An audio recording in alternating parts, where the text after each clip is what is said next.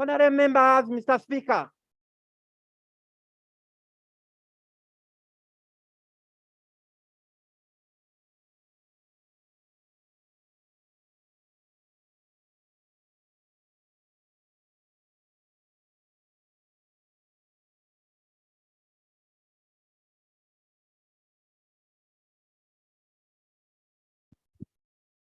Prayers. Almighty God, who in your infinite wisdom and providential goodness have appointed the offices of leaders and parliaments for the welfare of society and the just government of humanity, we beseech you to look upon with your abundant favor these your servants, whom you have been pleased to call to the performance of such important trust in this land. Let your blessing descend upon them here assembled, and grant that they may, as in your presence, treat and consider all matters that shall come under their deliberation in so just and faithful a manner as to promote your honor and glory, and to advance the good of those whose interests you've committed to their charge. Amen.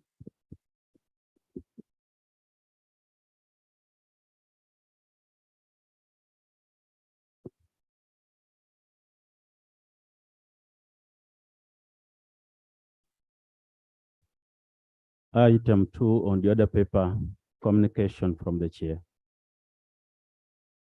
Thank you, colleagues. I welcome you to today's sitting.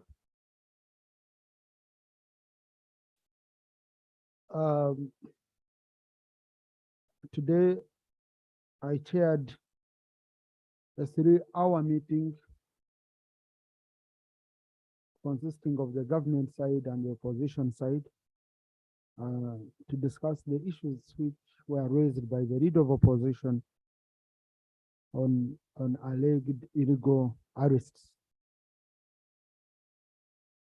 The meeting was attended by the Right Honorable Robin Nabanja, Prime Minister and Leader of Government Business, the Honorable Matthias Mpuga, Leader of the Opposition in Parliament, the Honorable Jim Muhwezi, Minister for Security, the Honorable Hamson Obua, Government Chief Whip, the Honorable Dr. Chris Badiomunsi, Minister for Information and National Guidance, the Honorable Kijowa Kwanuka, the Attorney General, the Honorable General David Muhozi, Minister of State for Internal Affairs, the Honorable Obos Maxonis, Minister of State for Defense, the Honorable John Baptist Nambeshe, Chief Opposition Whip, whom I've known today, that make it short, they call him Cow. Honorable Jonathan Odur, Erute County South, Honorable Abdara Kiwanuka, and Honorable Jonathan Odur is the Shadow Minister. There is the Shadow Ministers. The Honorable Abdara Kiwanuka Mikono County North, the Honorable Mwanga Chivumbi, MP Butambara County, the Honorable Asman Basari, MP Bujiri Municipality, General Kasigazi, Major General, the Deputy Inspector General of Police, and Brigadier Damura, Director of Crime Intelligence in the police. This was a follow-up on the meeting that we had some time back. And as I promised on Wednesday, that we would have this meeting to discuss these issues and report back to this house. We have had an extensive meeting where we thought we would be able to report back to the house as I had promised today. But because of the wide coverage of issues, and we finished the meeting past 1, so we said instead of bringing a report that is not well captured, we give the drafting sides, and this is jointly being done. Time, and on Thursday, it will be one of the first items on the order paper to be handled. So I felt I should give this update to the House since I had promised. Honorable colleagues, today we shall not be going into matters of national importance. I request you, because we agreed on Wednesday that we shall dedicate it to issues of budget. And I want us to have an extensive debate where I'll be guiding on how our debate will go, because I would want us to have a structured debate. Next time you're reading the Hansard, I want you to be able to follow the way we tackle the issues in regard to the budget framework paper. So I'll be guiding once we reach at that stage. But I was in my constituency over the weekend, and I've also received very many colleagues who have come to my office on the issue of shortage of essential medicine in health centers. It's a very pressing issue. So I have talked to the Minister for Health, and we have agreed that tomorrow she will present a statement on this issue, and that statement, I'll give you time to debate it. Okay? So tomorrow we shall tackle that very, very critical issue, and we shall also tackle the issue of the airport, the complaints at the airport, on top of other issues that we shall be having. So I just wanted to give you a snapshot of what to expect tomorrow. So without wasting any more time, colleagues, please save me, so that we go to issues of the budget. I request you, colleagues, that we go to issues of the budget. Okay?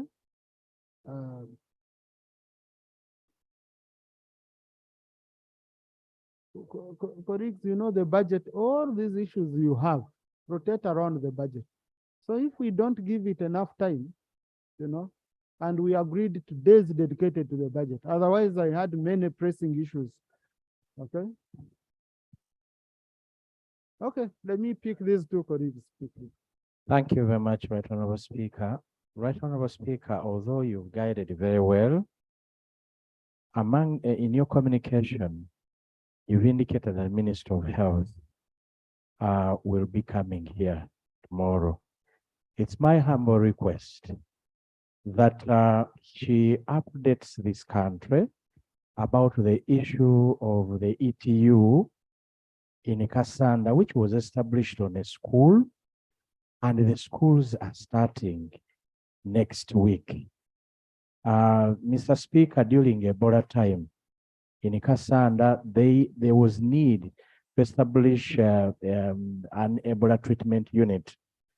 And because of the urgency, it was established at a school. And the schools are soon beginning, which is next week. So I pray that, Mr. Speaker, you guide that the minister tomorrow can tell the country on what to do about that ETU when children are reporting. Thank you very much. Government Chief Whip, capture that. That's not an issue where we need a statement. It's an issue which he can respond to directly. But mostly it's about action. We would want the school to be made available for students, for people to report. Yes, Honorable Macho. Mr. Speaker, over the weekend, I was in my constituency, Fiscal municipality, and my people requested me to thank you for the value of humility that you showed the other day when you apologized to the LOP, which has resulted into today's meeting. And with that humility, Mr. Speaker, I request the government to use it to suspend the arrests until the report is brought here. But however, you see, we still have the same outcry. Me too. In the Busia Red Cross Health Center 4, there is no medicine. And I pray that tomorrow that matter will be handled. But I really thank you. Thank you. Tomorrow we shall, I think, Honorable Macho, who is good at smuggling matters of natural importance into. Yeah, but colleagues, on Thursday, I think it's an issue we can expound on. Okay. Next item. Item 3 on the other paper, motion for adoption of the report of the Budget Committee on the budget performance for the financial year 2021-2022. Chairperson, Committee on Budget.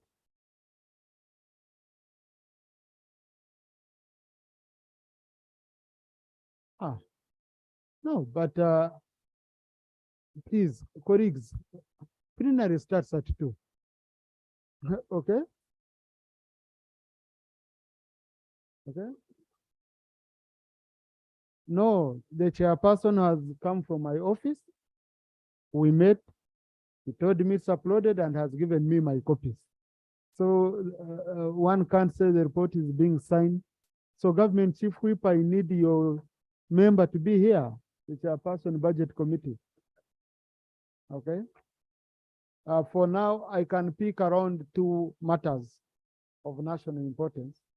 I'll start with procedure as the chairperson budget committee comes. Right, Honorable Speaker, as we wait for the chairperson to come, I don't see the Minister of Finance. I was wondering how we are going to proceed with the budget when the Minister of Finance is not here. Government Chief Whip, do that. Please get us the Minister for Finance. That's a very good observation, because I called the minister myself on Wednesday morning, and I told him, full minister, you have to be here. We can't discuss the budget of the country when the full minister for finance. In fact, during the budgeting period, the minister for finance should not have any other assignment apart from delivering on the budget. Okay? So I'm sure Mzee Kasaija should be, Honorable Kasaija. We agreed he would be here. Okay? And today the deadline, please, if Honorable Kasaija cannot come here in the next 10 minutes, I'm going to adjourn the House. And you will not accuse Parliament of not meeting the statutory deadline. Okay? So let me pick a few matters.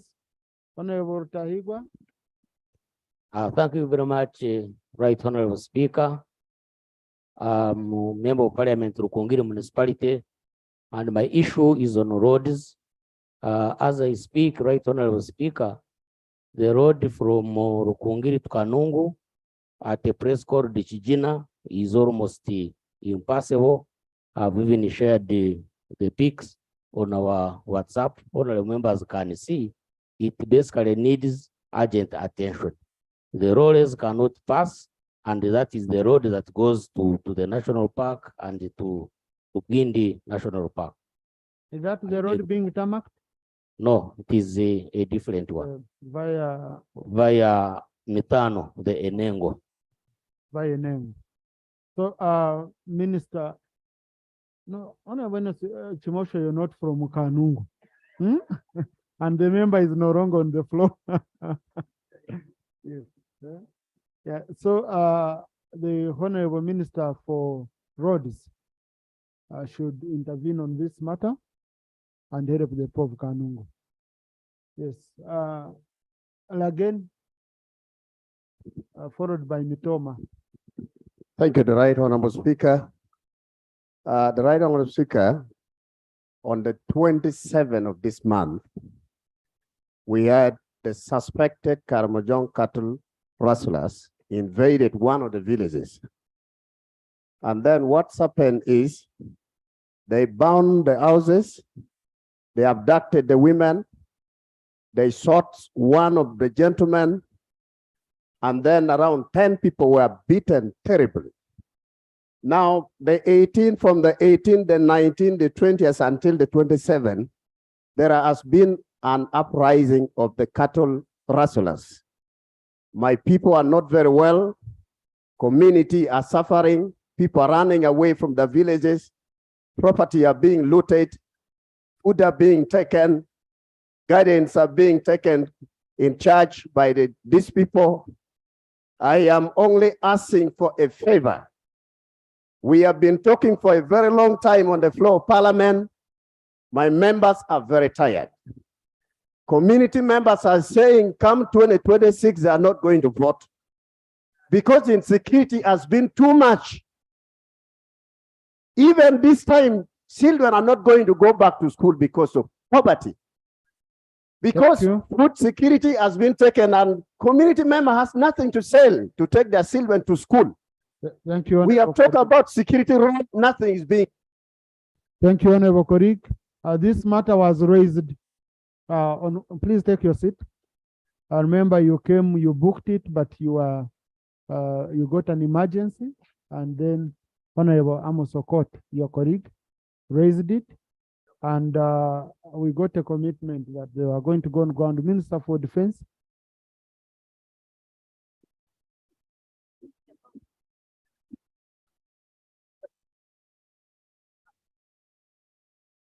Right Honorable Speaker,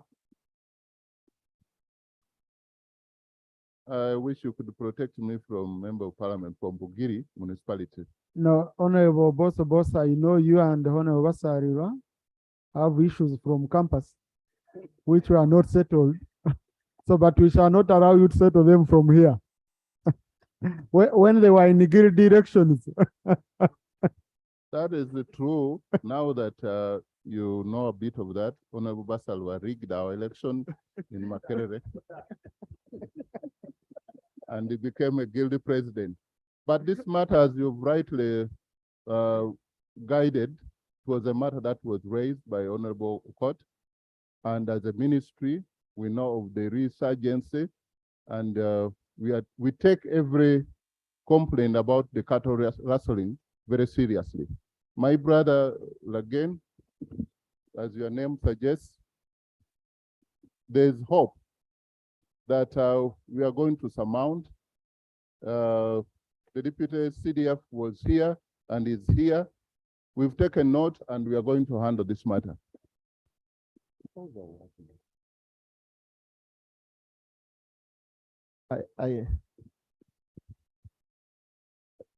Yeah, thank you, Honourable Minister, for giving away. On the issue of the insecurity in that part of the country,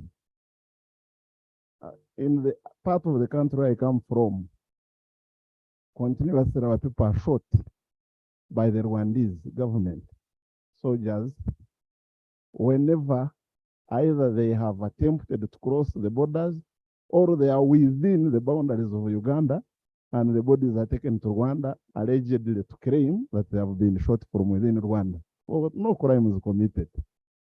Largely because of what Honorable Macho calls cross-border trade in the simple items.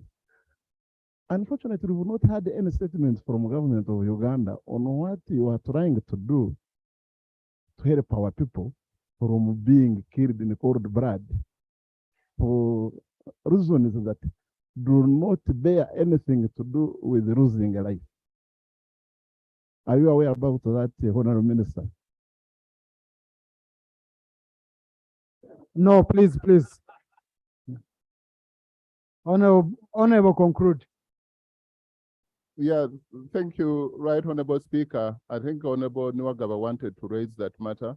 Now that he has brought to our attention, we are going to investigate and look through it, and we shall be back to him. We shall get back to you, sir. Thank you. Yes, Mitoma.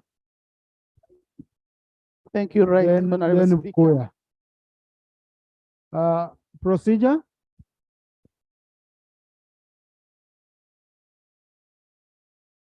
Thank you very much, Mr. Speaker.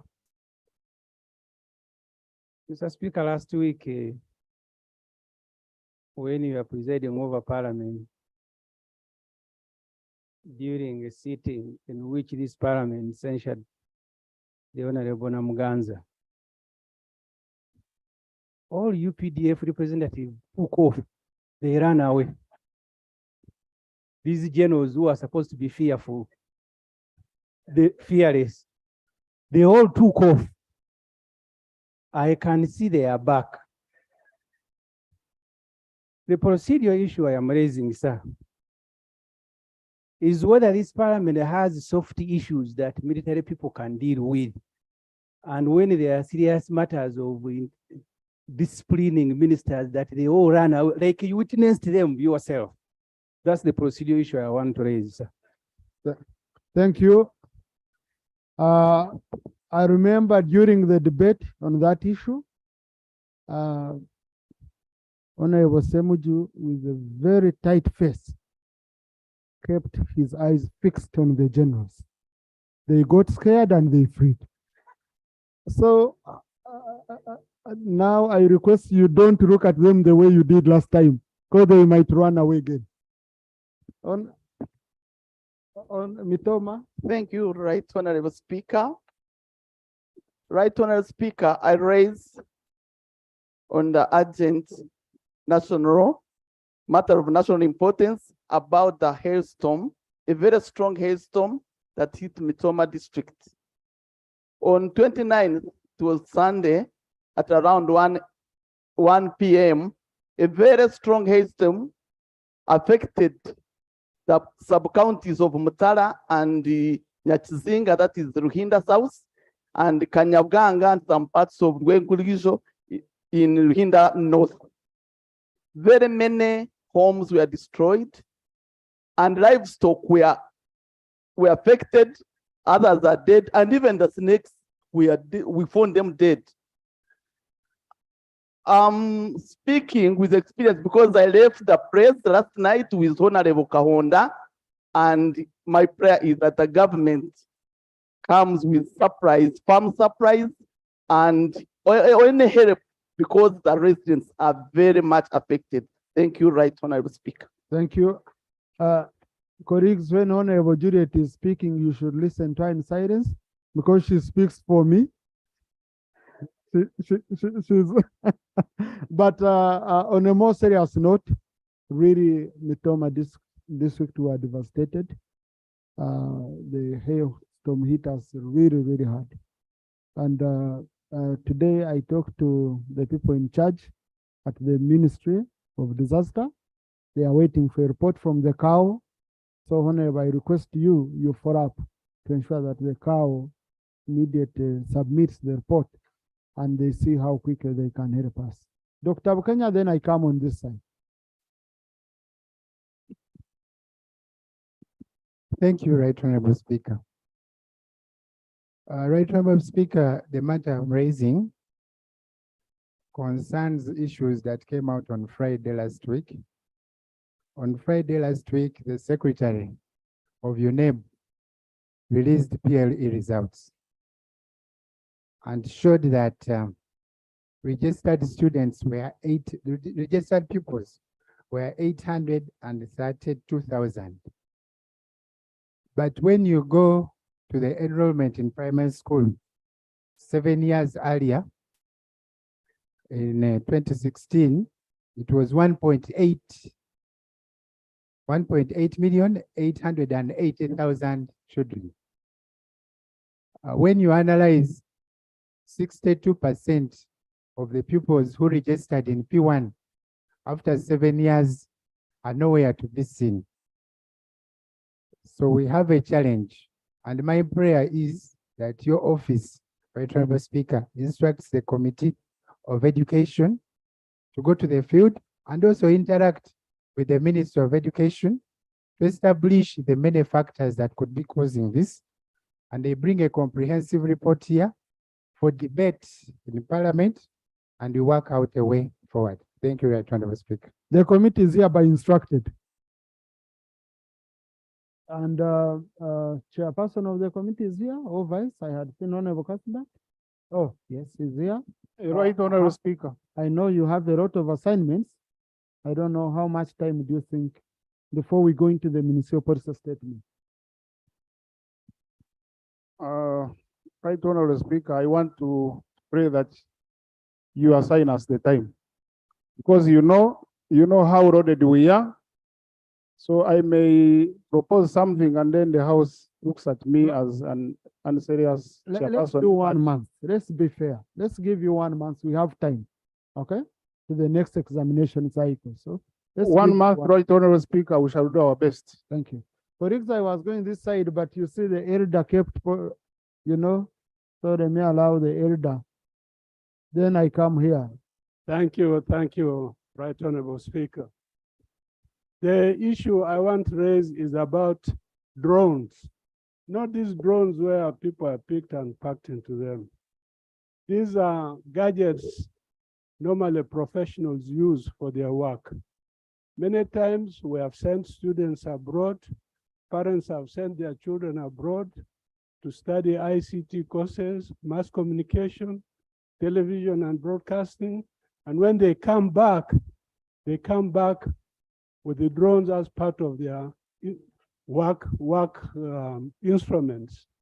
Now, on reaching the airport, in most cases, these drones are confiscated. Mr. Speaker, the issue I want to raise of national interest, is there a policy on these drones We have challenges of jobs for young people, and these are young people who have gone to train and they now want to come and practice their trade. There are so many weddings, there are so many functions which require the use of these drones. These young men are denied this equipment. Can we have guidance from the Ministry of Defense? What policy is there in place about confiscating drones and not releasing it to the rightful owners? Thank you. If there is security risk, let them explain. If there's a danger to society about these drones, let them explain. But young people and professionals should not be denied the equipment to practice their professional work. Thank you. Thank you, Honorable. You see, I'm one of the victims. I came with a drone. Just, I think, it's like a month ago, and was arrested at the airport. Now, the procedure I was told to go through, I found it is much easier to abandon it than really going through that procedure. So up now it's at the airport. I don't know who has it. And of course, as a law-abiding citizen, I didn't even complain it to any minister for area or what, because it really shocked me. It surprised me. Because in other countries, I see people coming with drones, doing whatever they are doing. So I decided to abide to the law by giving up on my drone. I'm sure it's so, Honorable Minister for Defense.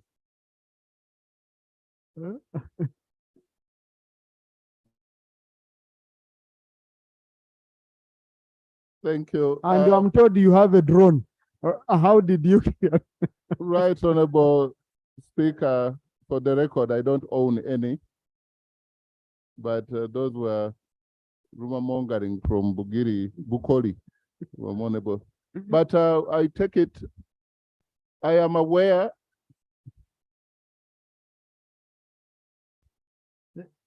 when please go. I am aware of the concern of Honorable Ambassador Baba. I am also aware of the concern by Honorable Judith Aliek. Now I am also aware of the concern by the Right Honorable Speaker. The issue is revolving around the security, and matters of security are quite very fluid. I can guarantee you that there's a small committee which was set up by the CDF. They go through these drones to look at the specification, and that's all. It takes a little while, but that's all. Then they scan it and they give it back to you. And no, Honorable, no. They grabbed it quickly. But if there's, from what I'm getting from the House, is that probably we are slow, or that process is. So can I ask for your indulgence as the Speaker in the House that we take keen interest in this matter since it has been raised at this national platform, the National Assembly. Now, Honorable. No, Honorable, please go on. You're the one on the floor. So that I can come back here with the information regarding the issue of drones, and drones here is cameras or those portable cameras. Thank you. Now, colleagues, you see, the drone I was bringing is for helping me to monitor my farm and my forests, my tree plantation, just to be able, to be, instead of hiring all the time, and I find the area is so wide. So when I reach, I'm able to run a drone, and I just see if they've not been encroaching on the middle part of it. Hey, you can have a forest in the boundaries when inside there is nothing. So but since the minister has guided, the minister has requested for time to come and report back on this issue. Kindly let's give him 1 week. Okay, he comes back next week and reports back. Honorable Tamaguzi. A procedure, Honorable Chimosho. Thank you very much, Right Honorable Speaker.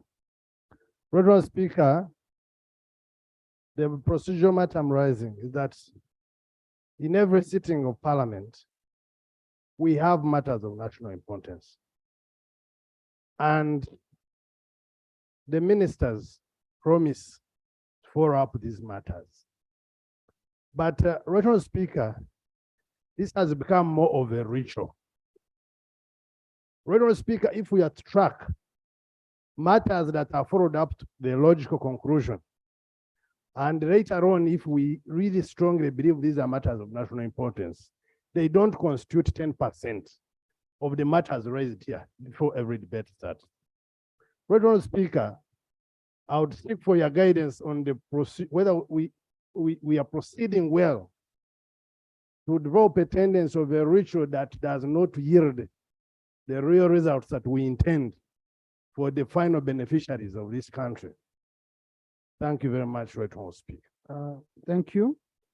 All colleagues, you see, matters of national importance are not provided for under rules of procedure. As Kiria said, this is the period you're going to have all these matters. But we have solved very many issues. We have resolved very many issues using that angle.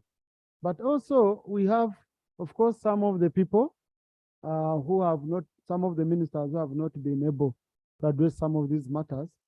Especially, I usually guide when you present a matter. I know a matter which requires a minister to come back and report on the floor, and a matter where a minister can go and sort it with the community or a member, and we don't clog our order paper. Otherwise, our order paper can be clogged. You find we have around 100 questions lining up here, which would end up affecting substantive business. But, Honorable colleague, we have very many ways of asking ministers questions. If you look at rules from 41 to rule 45, there are many different ways. You know, we have even questions to chairperson and the commissioners of parliament, which is provided for under Rule 43. We have questions to ministers, which is provided for under Rule 42. We have questions for oral answer under Rule 45. But rarely we have questions to the Prime Minister under Rule 41. But apart from the Prime Minister, rarely do I get questions being asked under these other rules. So I would implore you, where you feel a minister might not give you a clear answer under matters of national importance, here he is mandated to come here on the floor and answer you. But also, I want to instruct the clerk to comb through the answered. If we have any pending issues which ministers were supposed to report on, ensure that they are picked and reported on quickly. So, procedure on the same matter? I am here. Yes. Mr. Speaker, you've spoken about clogging our order paper. But sometimes there are answers that we don't get when we should get them. The Minister of State for Defense, the junior minister, has said that committee on drone was set up by CDF. The CDF, in his absence, his deputy is there, Siren. Why does he have to go back and then return to Parliament when the responsible people are here? Do they just come to look at us and go away? Can't they provide these answers such that this matter doesn't clog the order paper? Thank you. The other day, I nearly crashed with my brother, Jonathan Odur, when I deployed the same tactic, because you see, it's not provided for anywhere in our rule, because he's not assigned any policy related matter on this floor of Parliament. Now, but he's here as you, as a member of Parliament. He can come debate on anything, okay? Colleagues, I had wanted to use that method a little, but I saw discomfort. The reason being, and Honorable Jonathan Odu raised an important point, where he said, look, if he failed to deliver on the answer here, we can't reprimand him. You know, but the minister, we can. And the lead of government business can come up and say, no, Honorable Minister, please go. But the leader of government business cannot see a substantive member of parliament and say, you must go on the floor and speak. So since we settled that matter and I tested it and I found you wanted a strict interpretation of rules, I don't want to go into uncharted waters again, which might cause unnecessary conflict. No, colleagues, we shall not rotate on that. Honorable Tamaguzi, let's do quicker. There are colleagues who came to my office. Yeah, thank you, Right Honorable Speaker. Right Honorable Speaker, ever since government took a decision of removing small police posts in our villages, there is an increment in crimes, Right Honorable Speaker, and animal theft. So through my prayer, Right Honorable Speaker, I'm appealing to government such that those small posts which used to serve people in the villages should be restored, such that we can reduce the rampant theft of animals and insecurity. Thank you, Right Honorable Speaker. Colleagues, we handled this matter. Okay? No. You see, it was from the committee. Okay? Now, an issue might have not been concluded to your satisfaction, but it was concluded because the moment a report comes from a committee, we debate and we adopt it. Yeah? Then we've concluded on it. It's a report of the House. So I wouldn't want us to again give different instructions, but I would want the minister to take note of the insecurity concerns. They assess whether this is the cause of insecurity. Now, Honorable Tamaguzi, please. Honorable Tamaguzi, you're not a security expert to say the increase in crime is caused by that. But I hope the minister takes note of that and he looks at it. But I also assign the committee to again review that same matter and see how best we can work out together. I had allowed Honorable Katabani. Thank you very much, Right Honorable Speaker. My matter is actually related to what my fellow ex-seminarian, Honorable Nuwagaba, talked about. But in my docket, as the Shadow Minister for East African Affairs, as Ugandans, we are normally very peaceful people, and we welcome so many people to our country. We allow them to do work. Most of those at the border. I think Honorable Chango Macho knows. But we don't have Honorable Chango Macho in the House. Oh, Honorable Macho. On the 17th, yeah. Right Honorable Speaker, on the 17th January, one Jack Turia Hikayo, a business person at Kasache Paris in Kakwen Sub-County, Ruchiga District, was shot dead by the army of the Rwandese government. And so many people have also been shot dead and tortured across different borders like South Sudan and Congo. Whereas, as Uganda, we always welcome them peacefully. Many of them enjoy peace here in Uganda. This is against the objectives of the East African Treaty. And my prayers are, one, of course, to the Minister of Defense to really protect our boundaries, and then to the Minister of East African Affairs, Community Affairs, to come and issue a statement on how we are going to make this the integration more powerful as East African countries to allow free of goods and services. Thank you. Thank you. Honorable colleague, this is a very sensitive matter of which I also saw and I had picked up. I'm happy to inform you that it's being handled at a bilateral level. It's an issue, I would say, building on the relationship that we've of recent managed to repair. It serves no good purpose.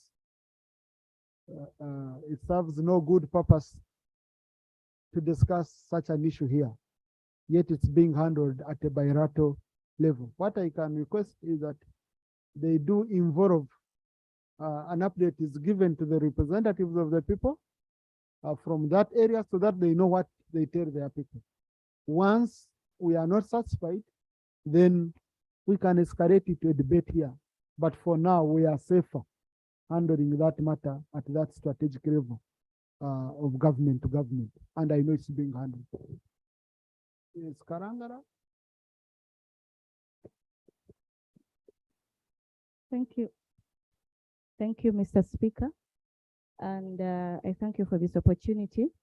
I rise on a matter of national importance concerning the illegal detention and killing of our people in Kalangala, in different islands or different landing sites. Mr. Speaker, on the 29th, that was Sunday of this month, a man called Masava Stephen of Buyange landing site was illegally detained and killed by the UPDF soldiers on the lake.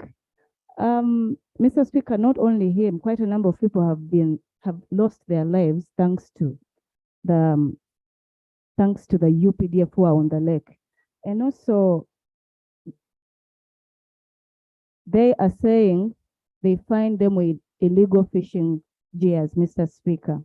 My prayers, one, the government should explain circumstances under which Masaba Stephen died.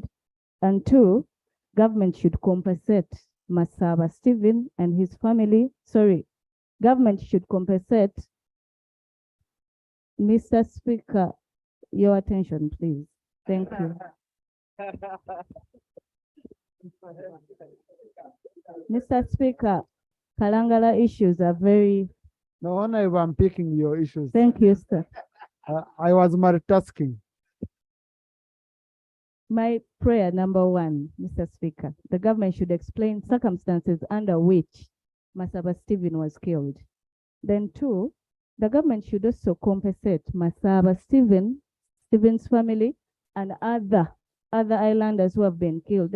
Their families should be compensated like other people have been compensated, because we have lost quite a number of them, 10 and above.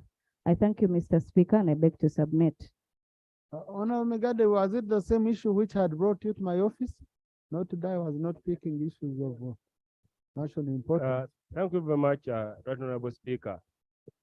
Right Honorable Speaker, this has become a vice because it has come here a number of times.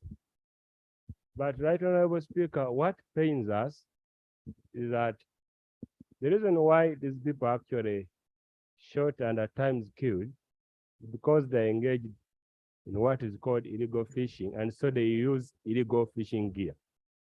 But this fishing gear is sold all over here in Kampala, passes our borders, URA taxes this same illegal gear. Then we wait to hunt the people, to hunt for the people.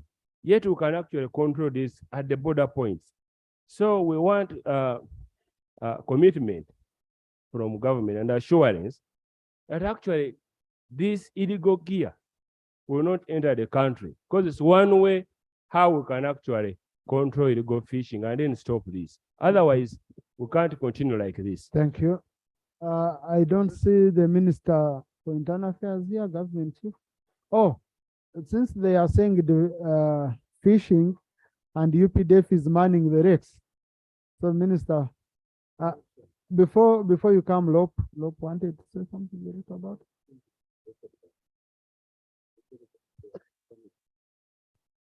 Right Honourable Speaker, thank you. I don't want to speculate as to what the Honourable or both of us was going to state here. probably to come and make a confession and ask for forgiveness. Honorable Speaker, this matter has been on this floor right from the 9th Parliament. And for some reason, as leaders in this country, we have not found a solution to the people of Uganda who have only known the lake as a source of livelihood. And until the lakes were surrendered to classified interests, there was a way known in which the fishermen would solve problems of illegal fishing. Honorable Speaker, without an apocalypse, what is about to say, which should not include denials, this House owes it to the people of Uganda, either by way of an inquest, because information is available that some of the UPDF officers allegedly tracking illegal fishermen are actually aiding illegal fishing. That actually, some of these officers actually are also involved in illegal fishing. That in fact, when they confiscate this fish, they are so eager to take it and partake of the benefits individually. We have never had a declaration of revenues from fish captured on the ashes of the burnt illegal fish on any heap anywhere. Right, Lord Speaker. Information. Right, Lord Speaker.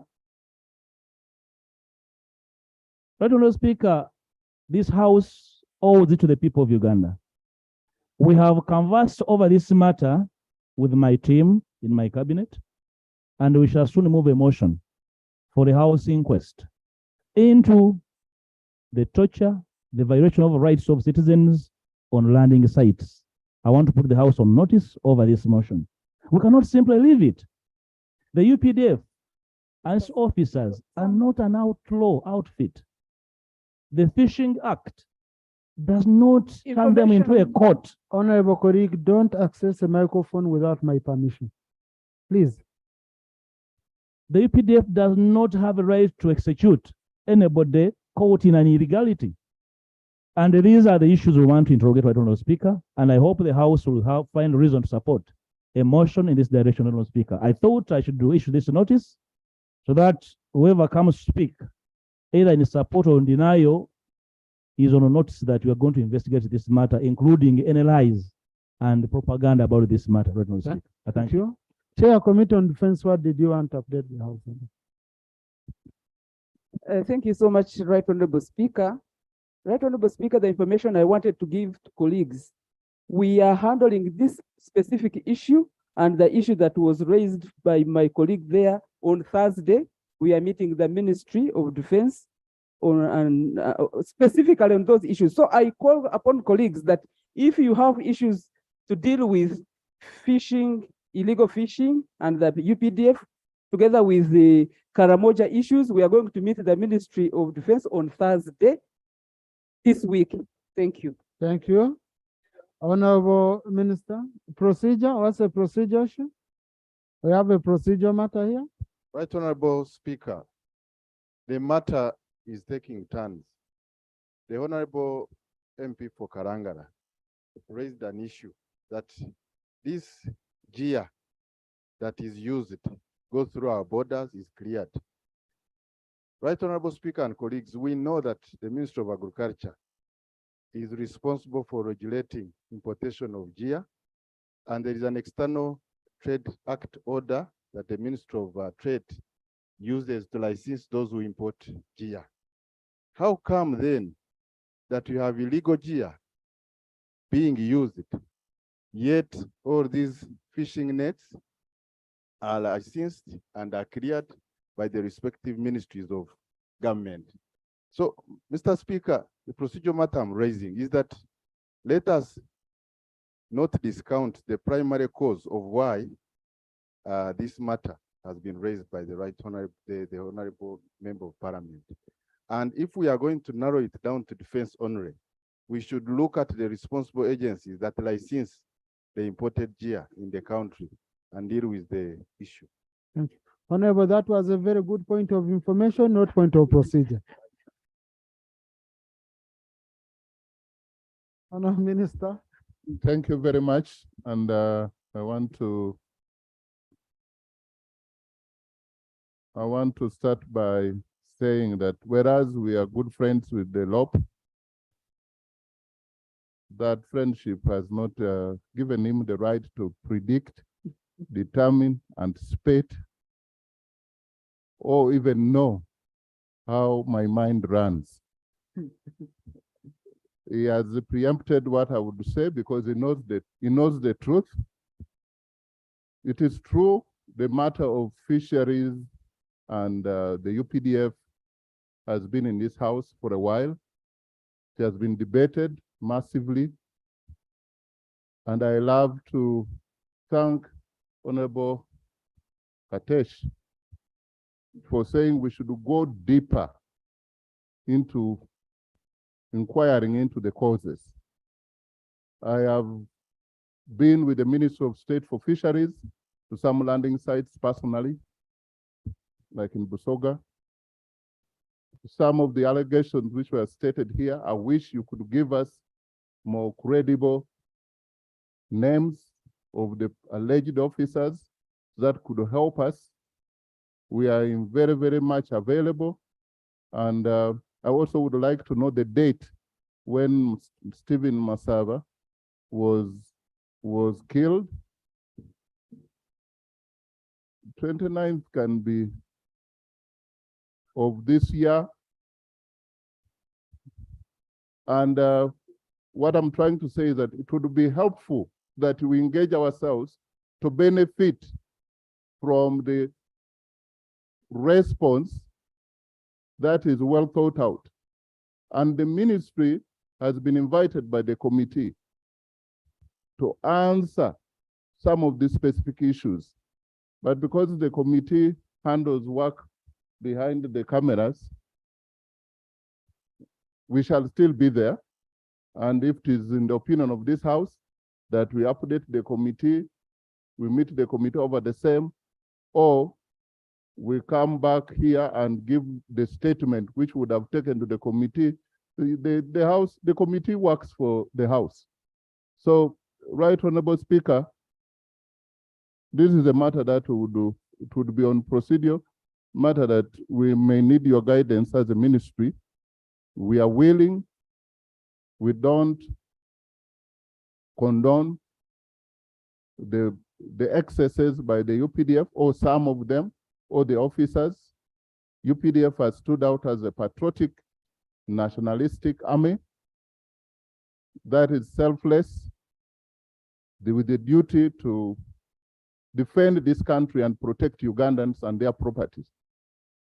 But the issue of fishing, you will guide me, whether we go ahead and meet with the chairperson and the committee, or we come with a statement on this particular matter. No, Honorable, the committee seems to have moved a little bit. They have already done some work. It's not good to stop them in their ranks. So continue and submit a statement to the committee, but that's on general and long term. What we need is on the immediate one of killing. Okay, of the person the colleague has reported here. So on Thursday, once we are handling issues of human rights and all that, kind of incorporate, have a short statement on that issue so that we handle it within that one. Next item. Item 3, motion for adoption of the report of the Budget Committee on the budget performance for the financial year 2021-2022. Committee Chair.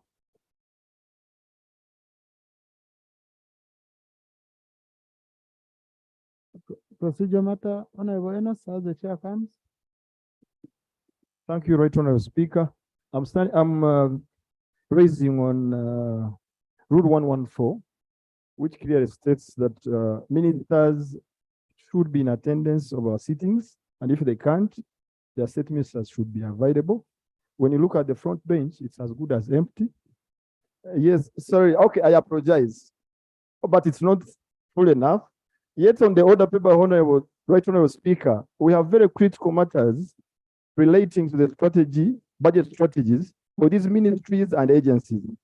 Most of the ministers are not here. I don't know whether we are going to proceed right to debate the performance of the budget, debate the budget framework paper, where the ministers are not here, including the Prime Minister's office, which has no single deputy Prime Minister seated there. I am seeking your guidance, Right Honorable Speaker. Thank you. You see, as long as I have the Minister for Finance here, no, that doesn't mean ministers shouldn't be here.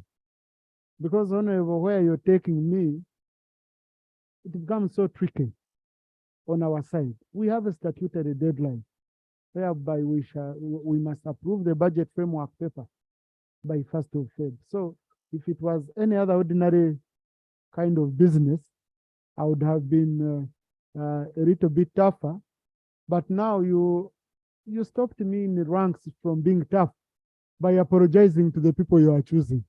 Now, how do I proceed on them when you have apologized to them? So you were quick, yeah? You had a point, but you were quick to surrender. So, Honorable Chair, budget.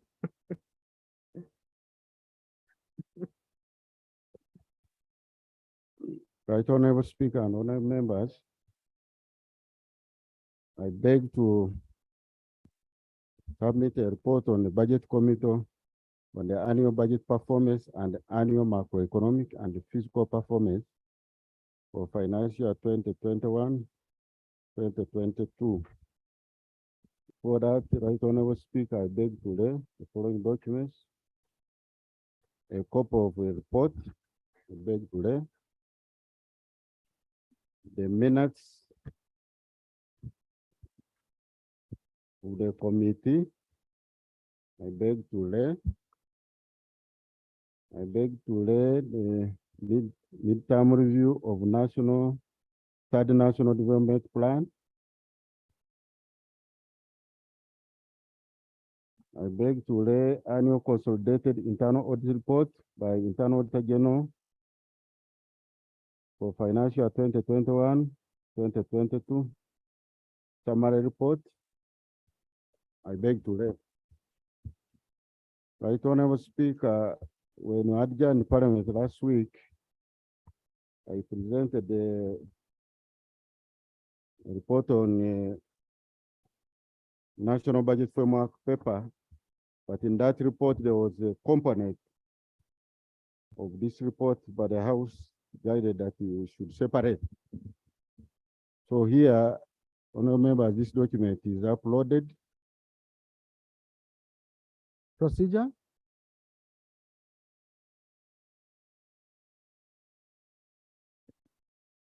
Thank you, Honorable Speaker. I have been laboring to access the budget performance report as indicated on the order paper. And my system cannot access it. But I'm hearing the chairman saying there is an indication of it on the BFP report. It will be supported to get that report because I can't access it by e or by hard copy. I would be glad to follow because even by yesterday it was not uploaded. Today by 12 it was not there. It's here. We need to be advised that we can follow properly what the chairman.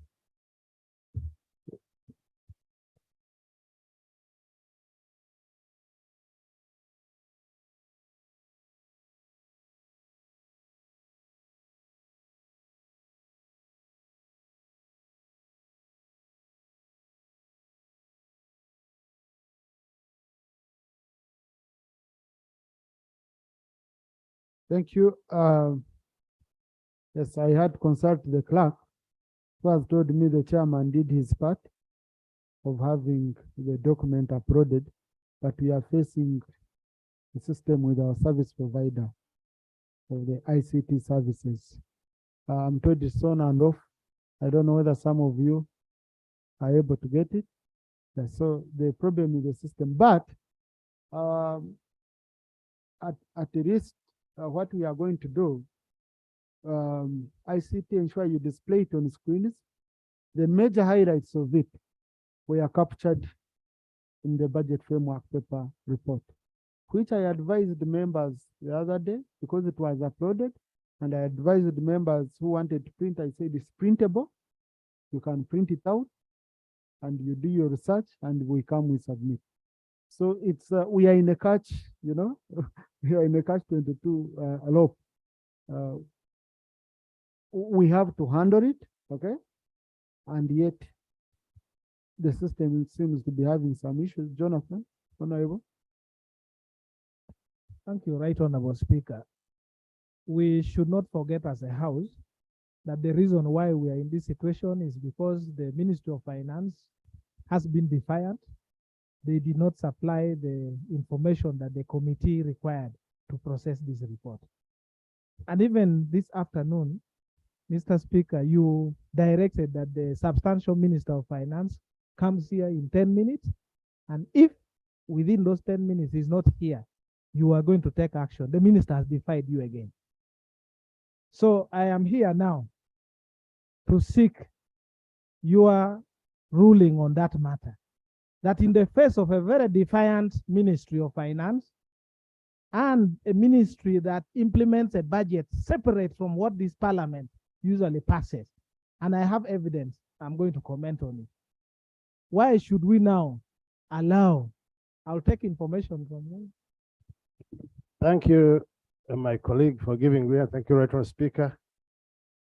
Right Honourable Speaker and members, you may want to know that while even up to yesterday, when finance appeared before budget committee, no minister appeared. It was only PSST that appeared out of the number of ministers that are in the ministry. So I think the frustration has been very deliberate. That is the information I wanted to give. Thank you very much. Thank you very much, Honorable colleague. So, Right Honorable Speaker, at this stage, I think that this Parliament must be heard and loudly as such. These ministers, most of them are actually members of Parliament, and they owe us a duty. They owe us a duty, Mr. Speaker, sir, to heed to the directives made by this. Thank you. Yes, I received a communication immediately from the minister who told me that he is out of station, but Honorable Amos Rugorobi has been appointed as acting minister. Now, the moment you have acting minister, you have a minister. Okay, that's number one. But number two, really, it is a shame. It is a shame because it's a minister with 5 ministers.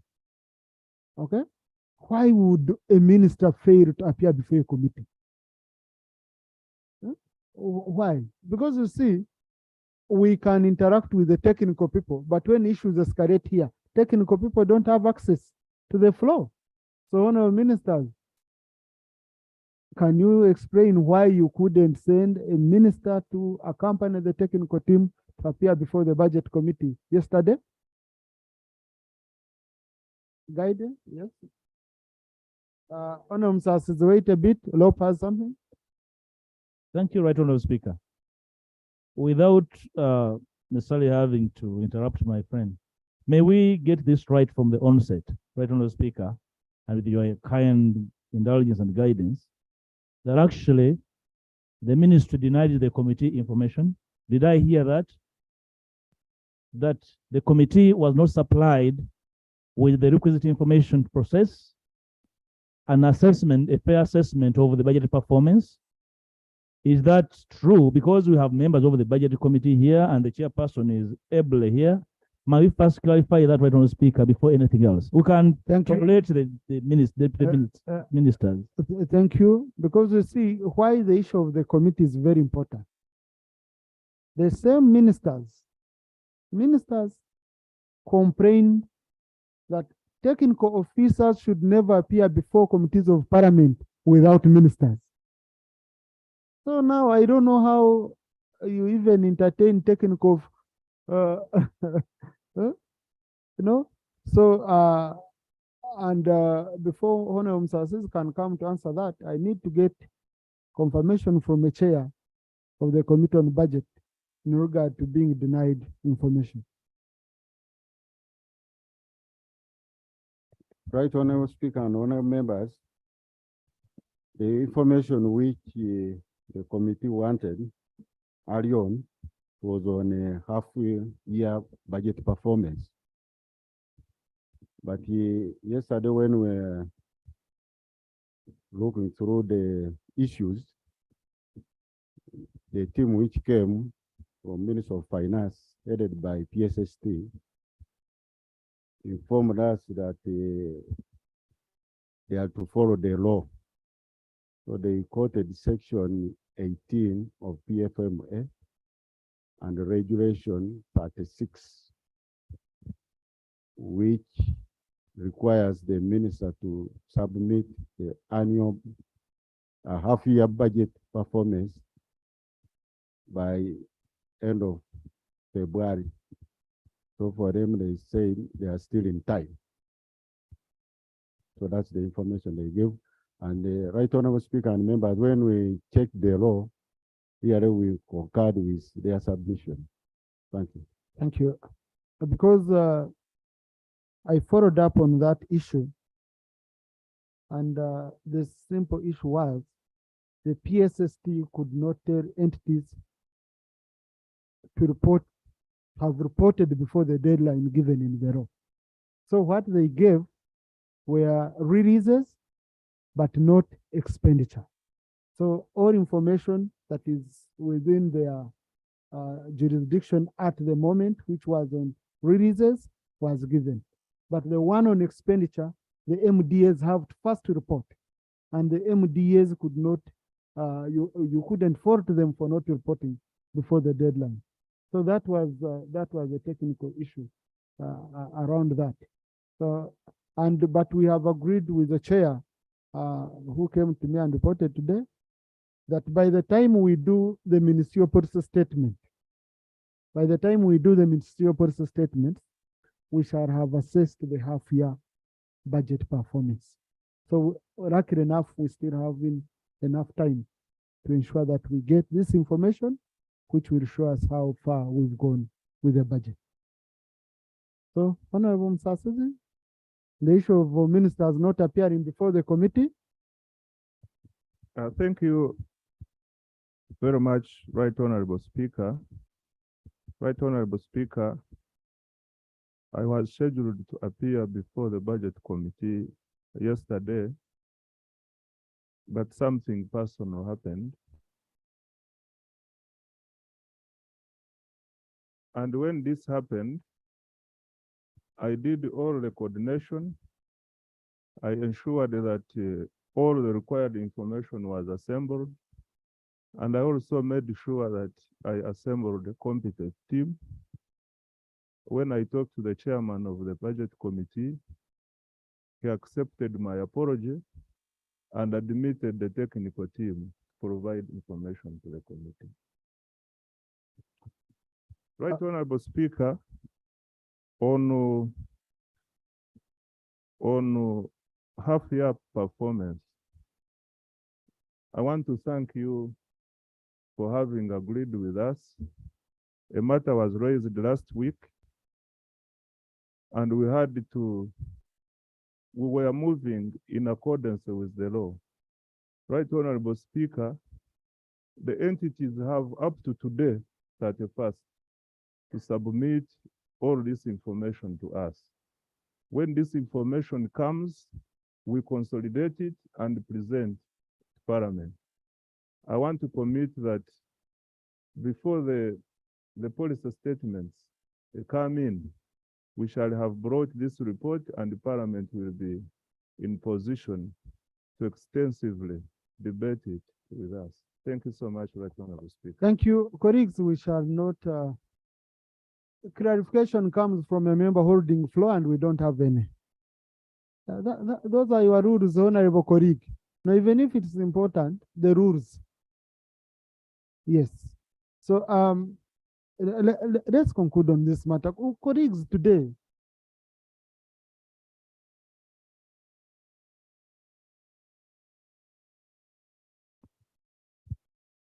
I was expecting, National Speaker, the minister to acknowledge the lacuna in the law and the rules. Rule 145 as against section 18.1 of the PFMA. Because if we continue with it laxed, it means we shall be back on this same issue because the rules are very clear. I'm very sure the committee was pursuing the rules and the minister was pursuing the act. And you can see the two are at cross purpose, right, Honorable Speaker. May you direct for the committee to move. I'm sure the minister will not move because he enjoys that luxury of time. Or probably we put the House on notice that we shall propose to amend the rules to conform to the act. Honorable Speaker, I thought that should really be clarified, that we do not really appear as though we are witch hunting the ministers, or actually the ministers are above the law. Thank you. Thank you very much, Honorable. I agree with you, but we have, when we reach on the budget framework paper debate, there are some communications I want to make regarding to the challenges which I found in the rules when I was reading through in the not only rules but the different laws. But where the statute is very clear, of course it will take precedence. So as a committee, you have to be looking at both, and where you find a conflict, the statute takes precedence on such a matter. But it's important for us to realign properly. Okay. So Chair, let's do this quick because I want to give colleagues, today we are leaving here, even if it means at 8:09, I want us to do a thorough job and finish it. Right, Honorable Speaker and honorable members, pursuant to Section 18 of the PFMA Act 2015, the Minister of Finance, Planning and Economic Development presented the annual budget performance report for financial 2021-22 on 29th September 2022, and the annual macroeconomic and fiscal performance report for financial 2021-22 on 31st October 2022. The two reports were referred to Budget Committee. Members, I'm reading the executive summary because the details are below and also in the other components. Economic and fiscal strategy for financial 2021-2022. Government economic and fiscal strategy in the financial 2021-2022 were hinged on policy intervention that would sustain economic recovery from the socio-economic setback caused by COVID-19 pandemic, as well as the development objectives set out in the third National Development Plan.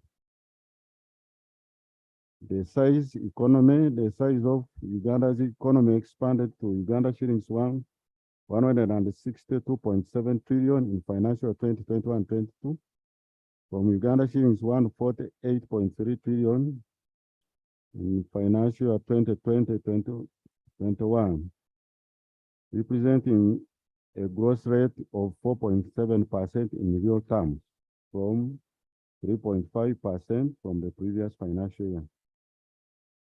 This improvement in economic activity was higher than the targeted growth rate of 4.3% and was mainly related to the full reopening of the economy in January 2022 following the COVID-19 pandemic lockdown measures.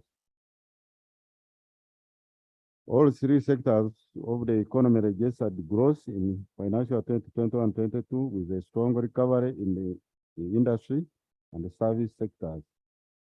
The service sector was still the largest contributor to GDP by 41.5%, followed by industry 26.8%, and agriculture, forestry, and the fishing sector with 24.1%.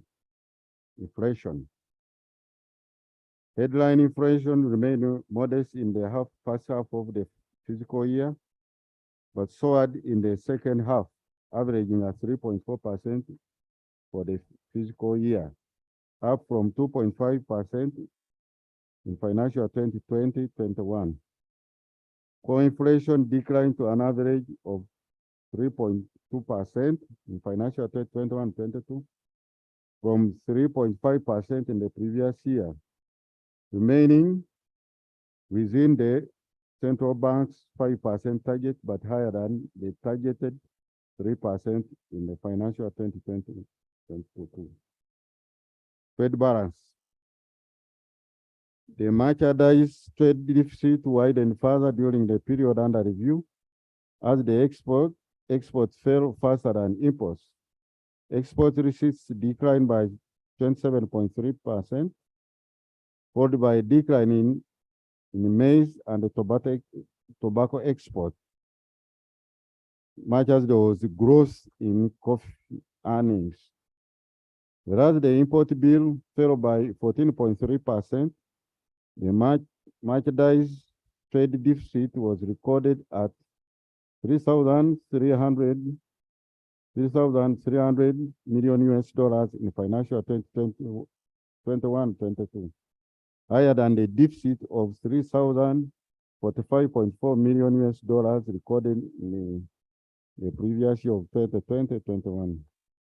Asia surpassed the East African community as Uganda, major trading partner in financial 2021-22, with a total trade of United States dollars of 3,489.3 million, up from United States dollars of 3,299.4 million in financial 2020-21.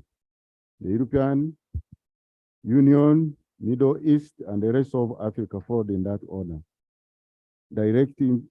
Foreign direct investment and remittances.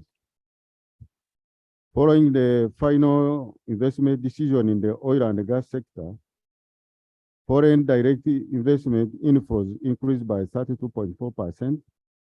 Uganda shillings 1,218.39 million US dollars from United States dollars 920 million 0.03 in financial 2020-21. Remittances from Ugandans living abroad total to United States dollars of 1,333.94 million, down from United States dollars 1,154.26 million from the previous year, due in the part to lower employment level in the migrant hosting community. International reserves. At the end of June 2022, the stock of international reserves stood at United States dollars 4,117.2 million US dollars. This was equivalent to 4.5 months of imports of goods and services. This reserve cover was lower than the 4.9 months of import cover recorded at the same time the previous year. Overall fiscal balance. The overall fiscal balance in financial 2021-22 was a deficit of Uganda shillings 11,973 billion shillings, representing 7.4% of GDP, a deficit higher than the 6.4% of GDP target at the time of the budget and the Charter of Fiscal Responsibility. The fiscal deficit was largely financed from borrowing from the domestic market, which is generally non-concessional borrowing and contrary to government debt strategy. It's worth noting that external financing disbursement amounted to Uganda shillings 6,539 billion against a target of Uganda shillings 9,027 billion, representing a performance of 72.4% or less by Uganda shillings 2,487.6 billion. Honorable members, a fiscal deficit largely financed by domestic borrowing has a huge implication on cost of doing business due to its effects of crowding out private sector in the credit market and consequently leading to higher interest rates or higher cost of capital. It's well known that one of the bottlenecks to development of private sector is the limited access to credit and high cost of capital. The credit available to private sector is characterized by higher lending interest rates, which has constrained the sustainable development of macro, small, and medium enterprises in Uganda. Revenue collection. Cumulative revenue collections, that is tax and non-tax revenue, for financial 2021-22 amounted to Uganda shillings 21,831.8 billion against a target of Uganda shillings 22,425.35 billion, registering a deficit of 594.19 billion. This represents a 13.5 revenue to GDP ratio against a target of 13.8% as per the Charter of Fiscal Responsibility. In regards to a year-on-year comparison, revenue to GDP has grown by only 0.1% against the domestic revenue mobilization strategy annual growth target of Uganda of, I beg your pardon, of 0.7%. Revenue gains from tax policy measures amounted to Uganda shillings 510.9 billion against a target of 460.63 billion, while revenue gains from tax administration measures amounted to Uganda shillings 1,383.46 billion against a target of 799 billion. Tax expenditure. During the financial year 2021-22, the value of revenue foregone from tax expenditures was estimated to Uganda shillings 2,487.5 billion, or 1.56% of GDP, and 12.2% of tax collected. Compared to the financial year 2020-2021, tax expenditures grew by 15%. The largest share of the largest share of revenue foregone was from value-added tax at 47%, amounting to Uganda shillings 1,160.85 billion, which was 0.73% of GDP. Honorable members, revenue yields remain below its potential,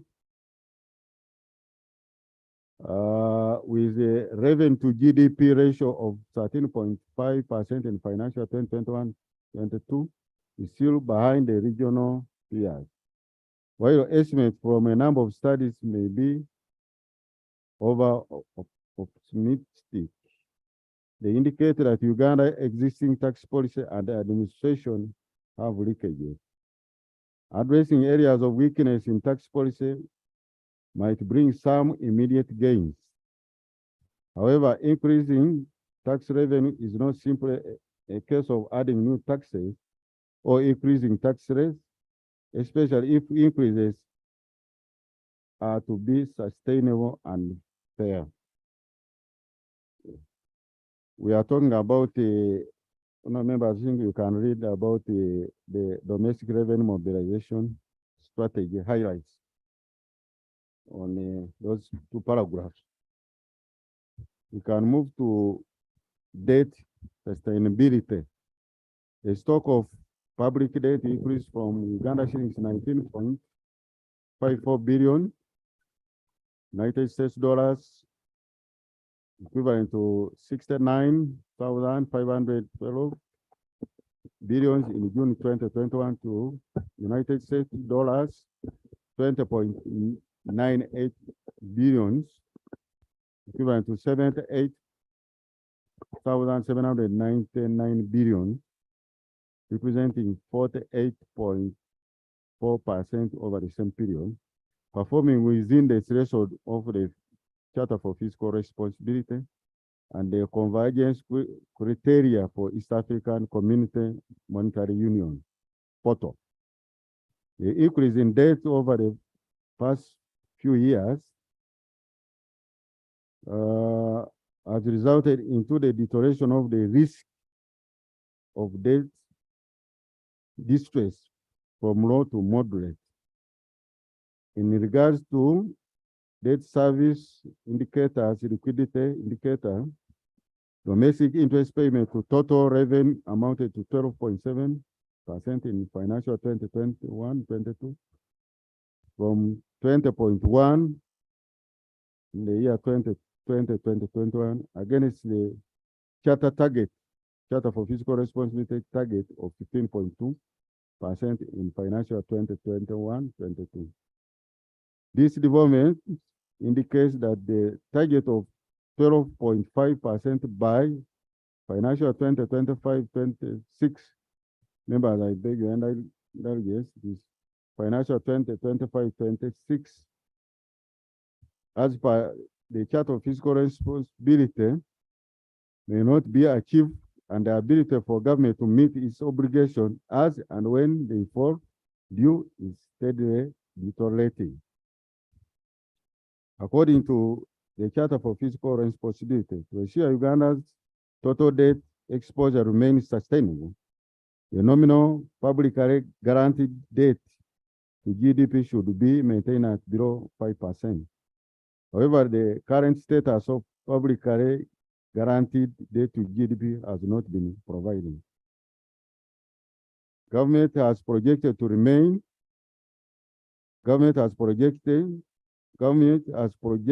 debt to remain sustainable over the medium to long term, underpinned by high revenues following the implementation of domestic revenue mobilization strategy, as well as the onset of oil production. It's also noting that the key objective of domestic revenue mobilization strategy is to increase revenue as a share of GDP by 0.7% annually, and this has not currently been achieved. In addition, the risk to debt distress was found to deteriorate to moderate due to risks mostly attributed to shocks to the country's exports. However, exports declined by 27% in financial 2021-22 compared to the financial 2020.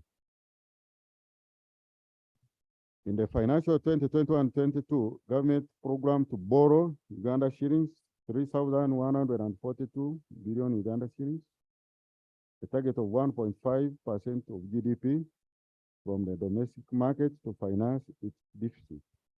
However, shillings 5,586, equivalent to 3.4% as a share of GDP, was actually borrowed from the domestic market, representing 177.8% performance, or Uganda shillings 2,443.3 over and above its target. As a result of this surge in domestic borrowing, yields on treasury instruments edged upwards, and consequently, this could have sustained the high lending rates due to crowding of the private sector. It was noting that the non-performing loan in the banking sector as a percentage of total gross loans amounted to 5.32% in financial 2021-2022 compared to 4.79% registered in financial 2020-2021. Chairman, I would guide that since you had already captured highlights in the main BFP report, you go to the recommendations. Now, members, then the whole statement will be captured on the answer. Yeah. So is a forum. These are budget priorities, interventions. Members, you can read priority intervention to boost business is there. Priority intervention to enhance agro-industrialization. Priority intervention in the mining industry is there. Priority intervention in the oil and gas industry is there. Priority intervention in transport infrastructure is there. Priority intervention in regard to enhancing digital transformation is also captured there. Priority intervention in regards to improving health services is there. Education is there. And also priority intervention in regards enhancing access to safe water and sanitation is captured. And the annual budget performance report for financial year 2021-22 and the table 15, which is attached of this report, provides some of the details of extent of achievement of some of priority intervention highlighted above. There is a recurrent expenditure figures are there. Members, you can read. The development expenditure is also there. Domestic areas, like I alluded to it earlier, it's also captured. Environments, we talked about environments, which was also done. Petroleum fund, they are also captured. Then the performance of NDP 3 core projects done, they are captured. The community recommends that government should improve project selection, design, appraisal, and analysis before the project is approved and sanctioned for funding. So we have recommendations on the resource mobilization. Members, you can read. They establish clear policy guidance for the issuance, management, and monitoring of different tax exemptions and the incentives.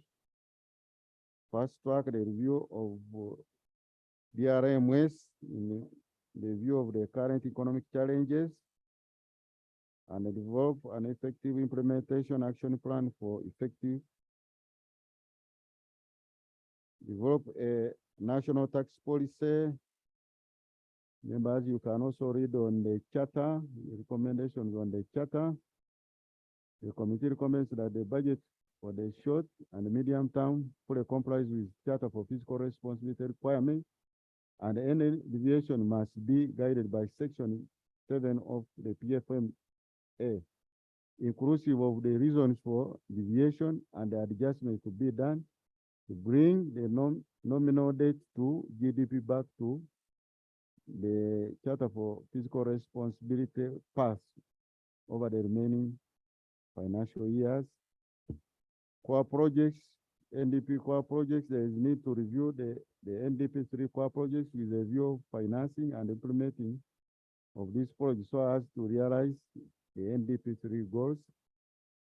Public debt, I've been talking about. There is a need for government to keep debt in sustainable paths while improving the composition of spending to create fiscal space to finance private investment, foster growth, and reduce poverty. We talk about fiscal consolidation. Those are measures. Government should do significantly reduce on non-concessional financing unless the beneficiary project's rate of return exceeds its cost. Efforts to boost exports should be given a priority as means of minimizing vulnerabilities to debt sustainability. Domestic areas, members, we talked on the issue of domestic areas, and government has to clear domestic areas as the stock has increased. Improving the performance of external finance projects. We recommended effectively implement government projects selection criteria which ensure that only ready projects are selected from the pipeline of bankable projects in the integrated bank of projects for inclusion in the annual public investment plan and budget. Say public projects whose implementation is off track should be reviewed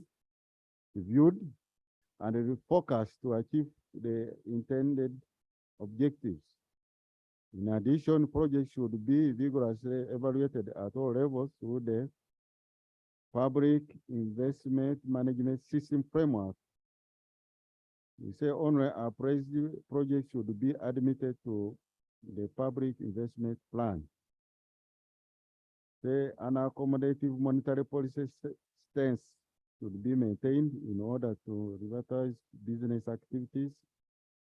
We say we scale up the provision of affordable long-term financing by development financing institutions like Uganda Government Bank or other government banks, Post Bank, Pride Microfinance.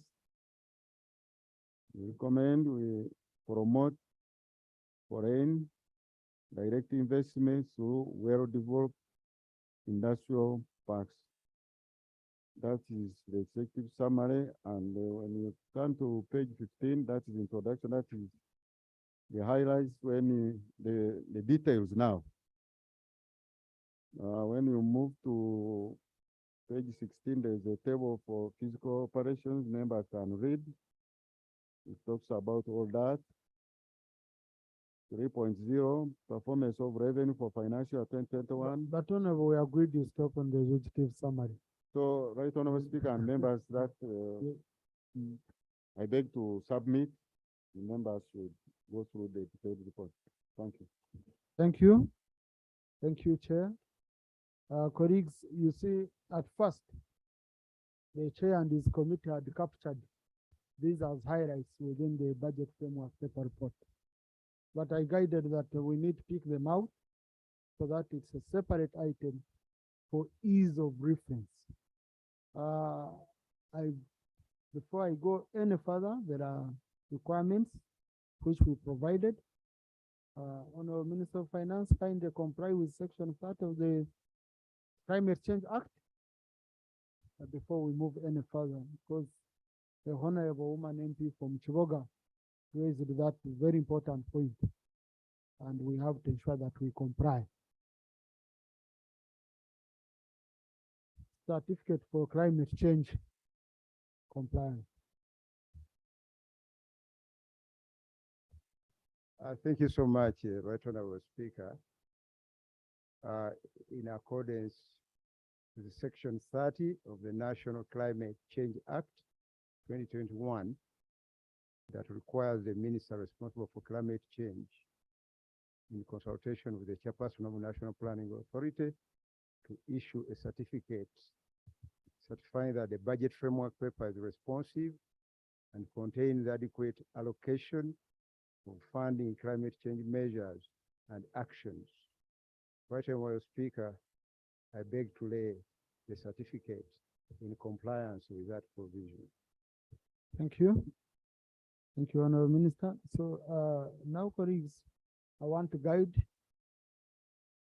on a few things. I warned you much earlier. I said I want to read through the Hansard of this debate, and I feel proud that the Revenue Parliament can really submit on very substantive issues. These are not issues of forgery, of standing up and you say, I don't have a bridge in my constituency. This is, if you know you're not ready, I request you don't waste my time, because if you received the report and you look at the budget framework paper report from the committee, is for the financial year 2023-2024 to 2027 to 2028, because this is an overall government strategy document, which is totally different from the ministerial policy statement. So I want us to have a very well-structured debate on the issue. Colleagues, when I was reading through the report, I saw a few things which need a clarification, and especially with the way our committees are formed. Now, the sector committees which are processing program-based plans and budgets left so much hanging when you read through the report. For example, the Committee on Finance, chaired by my able reader, Honorable Kefa, it should be the lead committee on the development plan implementation, but it did not interact with votes like Office of the President, Office of the Prime Minister, Ministry of Kampala and Metropolitan Affairs, Ministry of Local Governments, and even IGG who contribute to this program. But what brings it? What brings all this? It's because we have not yet realigned our committees to the new budgeting process. We are still on sector-based when the government has moved on to program-based. And that's why you saw the other day we were having an issue of KCCA roads, and the chairperson for physical infrastructure was saying we are already handling this matter, and the chairperson for presidential affairs saying we are also handling the same matter, because the program for infrastructure should be under the committee in charge of physical infrastructure. So I want to direct the Committee on Rules to please study this matter and report back to the House urgently so that we can realign our systems here if we are to effectively process the budget. That gives me a ruling on the issue which I promised Lop that I would guide, because he had raised the conflict between Section 18 of the PFMA and Rule 145 Sub-Rule 3 of our rules of procedure. There is no conflict at all, because under the PFMA Schedule 3, the layout for the budget framework paper is clearly stated. It does not include half-year performance report for the current financial year. So that rule, there is no conflict. We don't need, it's all about just the timelines which he believed. Of course, it's good if we could know how the budget is performing by now, the current budget. But luckily enough, when we are going into details, because the Ministerial Policy statements will have all the related details to do with the budget. That's where the actual figures will be. And we shall be looking at the expenditure of MDAs in relation to the policy of the ministries to see if it's in line with the policy of the ministries that they read. So today, I want us to have a very well-structured debate. A very well-structured debate. If you debate out of the structure, you will have made my work very difficult. After reading through the report, I want to guide that we structure our debate in the following manner. We shall have segments, 4 segments from what I've read in the report. If we capture 4 segments, we shall be good to go. The first segment will cover budget performance, including cross-cutting issues. And that is for the previous financial year. You see, the budget performance we've been waiting for, that is statutory, is for the previous financial year. Don't mix it with the one half-year performance for the current financial year. So under this, our debate will be around issues of program-based budgeting reform, which is on page 29 of the report of the Committee of Budget. That is the BFP report. We shall also have supplementary budgets, which are under page 30. Domestic areas under page 31. Effectiveness of industrialization strategy under page 33. And parish development model under page 38. That will be a first segment. I'll give it 45 minutes. If your debate is outside that, please, I will tell you to sit so that I allow others. Segment 2. I can see some of you warning each other. Segment 2, because you see, colleagues, why I'm doing this. I want whoever we refer to our Hansard in the future is able to say they were discussing a budget framework paper. But if it looks like Prime Minister's time when people are coming up to bring their issues in 1 minute, it won't help us. So segment 2, it will cover economic management and the resource envelope. Now that one, if you go to the report, it's on page 22, 24 of majority and page 4 of the minority reports.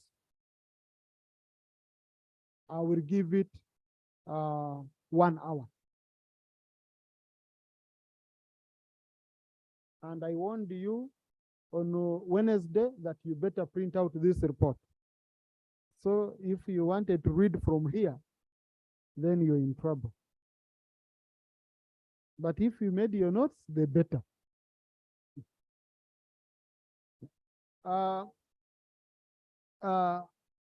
Segment 3 will cover fiscal deficit financing. That's the revenue mobilization. This is on page 27, 28 of the majority and page 3 of the minority reports.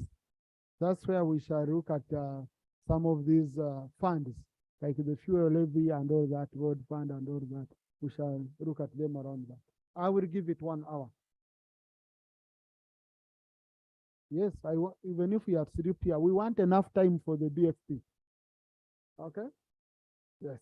And the final segment will be broad expenditure priorities for financial year 2023-2024, which are well captured and well debated in the various committees.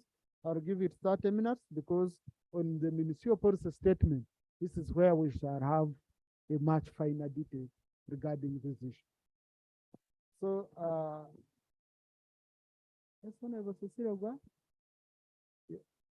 oh, and the debate starts now.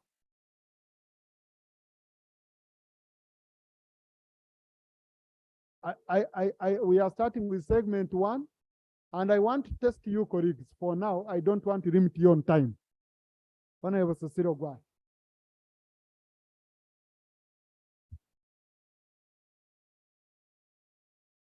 Thank you, Right Honorable Speaker. I've listened to the various pieces of the reports which have been pieced together. And I know debating the document will not be easy for us. But allow me, Right Honorable Speaker, to comment on 3 items.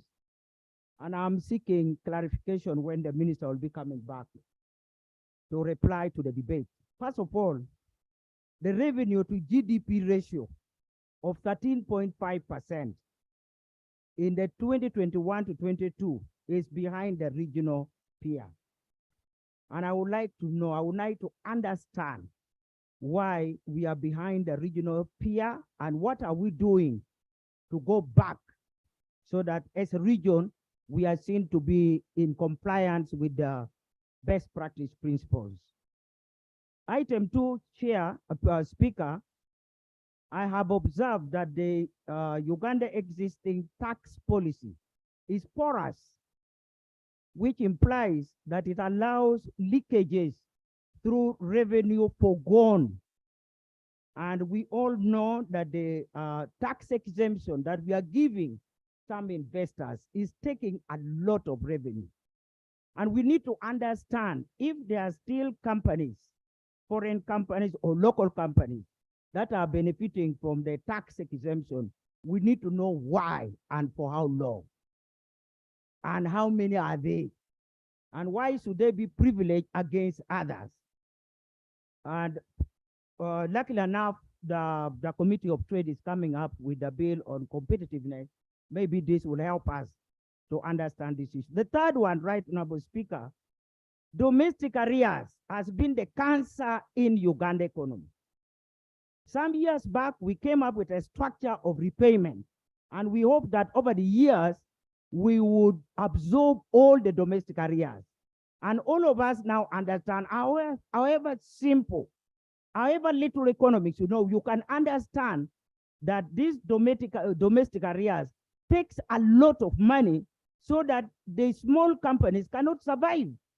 some of us who understand liberal economics, that's the implication. So, Right Honorable Speaker, I would like the Ministry of Finance to tell us how they are going to bring to this Parliament a structured, well-analyzed schedule or plan to repay domestic arrears, so that we can know that in the next 5 years, we would have paid all the domestic arrears, and this is the cost. Speaker, these are my comments. Thank you. The report which has just been given. Thank you. Thank you. Honorable Soseo God has done well.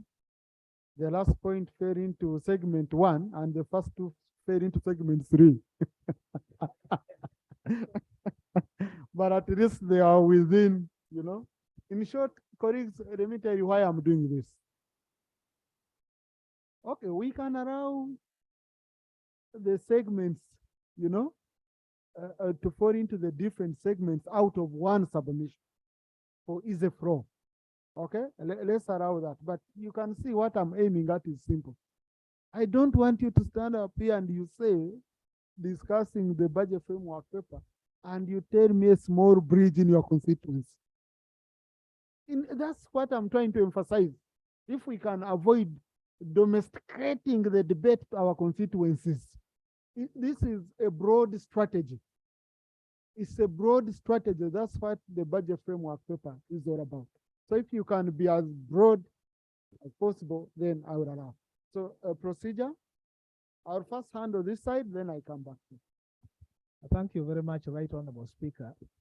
First, I want to thank you for the guidance you have given to us to allow us debate in a structured manner. At the procedural matter, I'm requiring you to give us guidance on relates to how the Honorable Cecilia Wallace submitted here. I understood as if you proposed that we are debating the budget framework paper, and yet the item that was mentioned by the clerk that we needed to dispose of is the report on the budget performance. I agree we have to move, but in terms of how we are moving, which question has been proposed for us? Is it on the budget performance using those parameters, or now we are into the budget framework paper, which was already presented? So that then maybe the clerk can call it and debate it. Sure. Thank you. Thank you. That was an oversight on my side, because the way I mentioned it wasn't satisfactory according to rules. It needed the clerk to first call it, because we said we will do a joint debate of the 2 items. Thank you for that, for reminding me on that. So let's also call the statement, the item on BFP, so that we can jointly debate the 2 statements.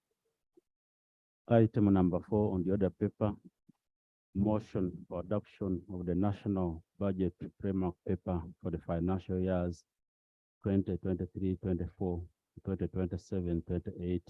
Debate ensues. Thank you. Colleagues, if you remember, the motion was already presented. So since it was presented and we are just going on to debate, we don't have to present the motion once again.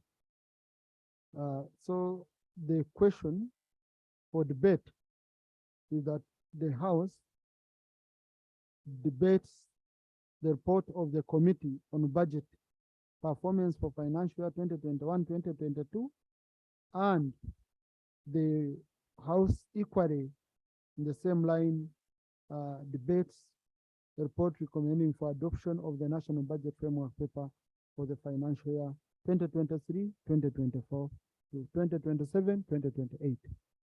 Thank you. So let's proceed. Honorable Guzuli.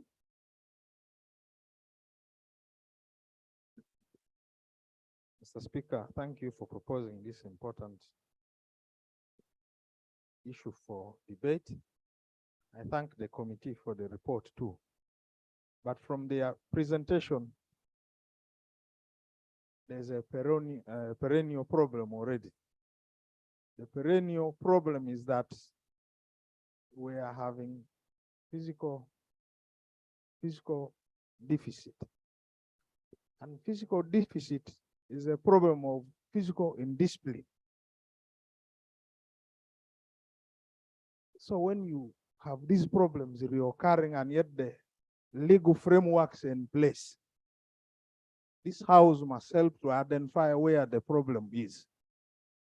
Mr. Speaker, each year we get charter for fiscal responsibility. And this report has shown that we never comply with that. Every 5 years, Honorable colleague. Thank you. Thank you for your guidance. It shows that there is no compliance with the Charter for Fiscal Responsibility. Why am I saying that?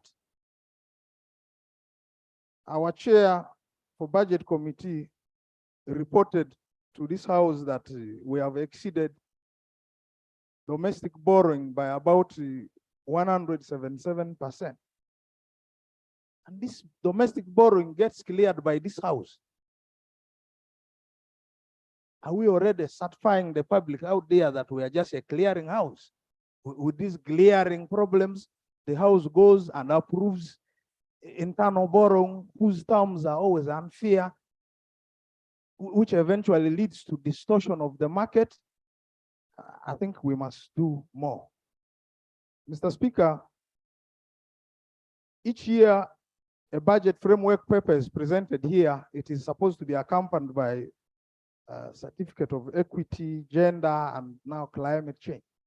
I would have expected the committee to report on those aspects, but they have been very silent. We know roads are being built in this country and they are washed by rain. Nobody says something about that. We know there's no equity in this country.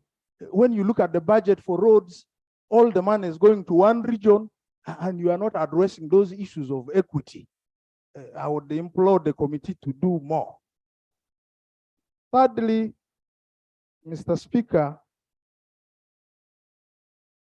we are no longer mobilizing enough resources, as rightly observed by Honorable Shishili Ogwal. One of the reasons for that is low tax morale. And some of the low tax morale issues arise from how we manage our tax expenditures. Whereas we forego a lot of revenue, this revenue foregone does not necessarily benefit Ugandans. It is foreigners who benefit from tax incentives, and we abandon the ordinary people. Now that we have realized Uganda is losing a lot of money, 2-point-something trillion, literally annually, can we now qualify these tax expenditures and be able to report on how much the country is benefiting? A few days ago, we had a report. According to the law, the Ministry of Finance is supposed to lay here details of who is benefiting from these tax expenditures. And that way we would be able to justify if these policies are in fact promoting industrialization in our industrial parks, and if the investments in industrial parks are justified. But because of lack of such a report, timely report, Mr. Speaker, we are always constrained to critically examine these matters. Lastly, I sit in the Committee of National Economy, where we handle grants and the loans and other related matters. Mr. Speaker, I'm acutely aware during the COVID, a lot of resources came into the country during that financial year, which has been reported on as grants. One of the grants came from Global Fund. I also sit on Committee of Education. I'm acutely aware there were resources provided to support learning, and nobody has reported on where these grants have gone. As we talk now, schools are opening on 6, but educational materials which are aligned to the new curriculum are not supplied to schools. A number of DAT centers in secondary schools are not certified. Many schools have not registered. When are we going to deliver on these objectives? If then the goal of the budget was recovery, when are we going to recover the education sector? Already someone highlighted about the poor performance. And these are some of the messes we go through because we are not complying with the frameworks in place. I therefore want to submit that if we want to move this country forward, one, we must become disciplined and comply with the regulatory frameworks in place. Most importantly, finance should reign, I don't know what to call it. You should reign on how you manage expenditures and plan for domestic resource mobilization. As of now, it seems there is no clear plan. We're on a fishing expedition. You try here, if it doesn't work, you withdraw. You are moving everywhere, and we must consolidate that. I thank you. Thank you. Now, colleagues, you see, the issue, when I was reading through the report, and I share the sentiments, and I believe also the ministers of finance, you know, this is the time when this job becomes very difficult with the demands we have every day and how we are putting them to task to ensure they explain. But I had a few issues which worried me. I read this report mostly yesterday on my journey back from my constituency. And what worried me is how much space, how much fiscal space, how much discretionary money we shall be having to look at. Apart from debt service and statutory expenditure, the money that is available, which you can say this one should go to roads, this one should go to, because when I was checking, it is different because in the next financial year, they are projecting domestic revenue to grow by 3.280 trillion. Okay? From shilling 25.550 trillion in 2023, 2022, 2023 to 28.831 in financial year 2023, 2024, from what I got in the report. But now, what scared me was find that discretionary allocation is declining by 2.5 trillion. Because you see, if we've increased in revenue, I would have expected that at least discretionary expenditure. Colleagues, this is money which is not yet tied. This is money where we can have room for juggling. Whereas the revenue side is increasing, the discretionary one is reducing. And it's a cause for worry. Then I'm like, so how will Parliament now be able in its appropriation, without its appropriation powers, be able to move the minister? When it is reducing from the one of last financial year to the one of today, of next financial year, despite us correcting more, or projecting correct more revenue. And of course, I saw where most of the issue is in the first 4 months of this financial year, when I was checking, for every 100 shillings corrected, 37 was going to debt services. Okay? For every 1 million corrected, 370,000 was going to servicing debt. And yet, in the next financial year, we project a debt servicing to increase by even 1.4 trillion. Now that means for every around 1 million corrected, we shall end up having over 400,000 going into debt servicing. So to me, that's where the most important worry is and how best we can handle it. Honorable Roran, no, I said I would first start with this side, then I come here. Don't mind. Thank you so much, Right Honorable Speaker. I pick Jonathan, I pick Chiboga, I pick Achut, I pick Aaron, then I come here. Thank you so much, Right Honorable Speaker, for this opportunity. My name is Roran Ndiojenyi, and I represent the people of Ruchiga. Right Honorable Speaker, this budget when we were processing the budget framework paper at committee level, I found it so interesting that.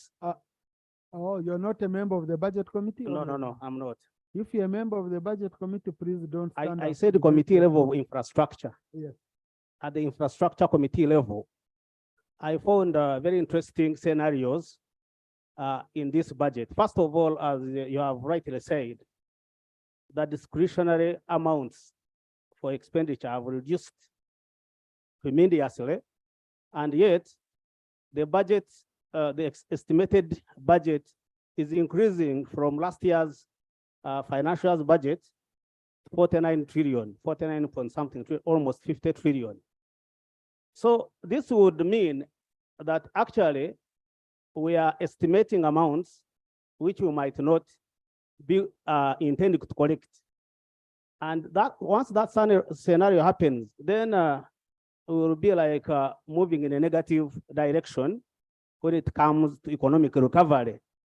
Right, Honorable Speaker, in October last year, the Ministry of Finance provided us with a book on debt position of the country. It was interesting to find a lot of money, so many loans which are dormant, which are not utilized. Some of those loans were emanating from the 1990s.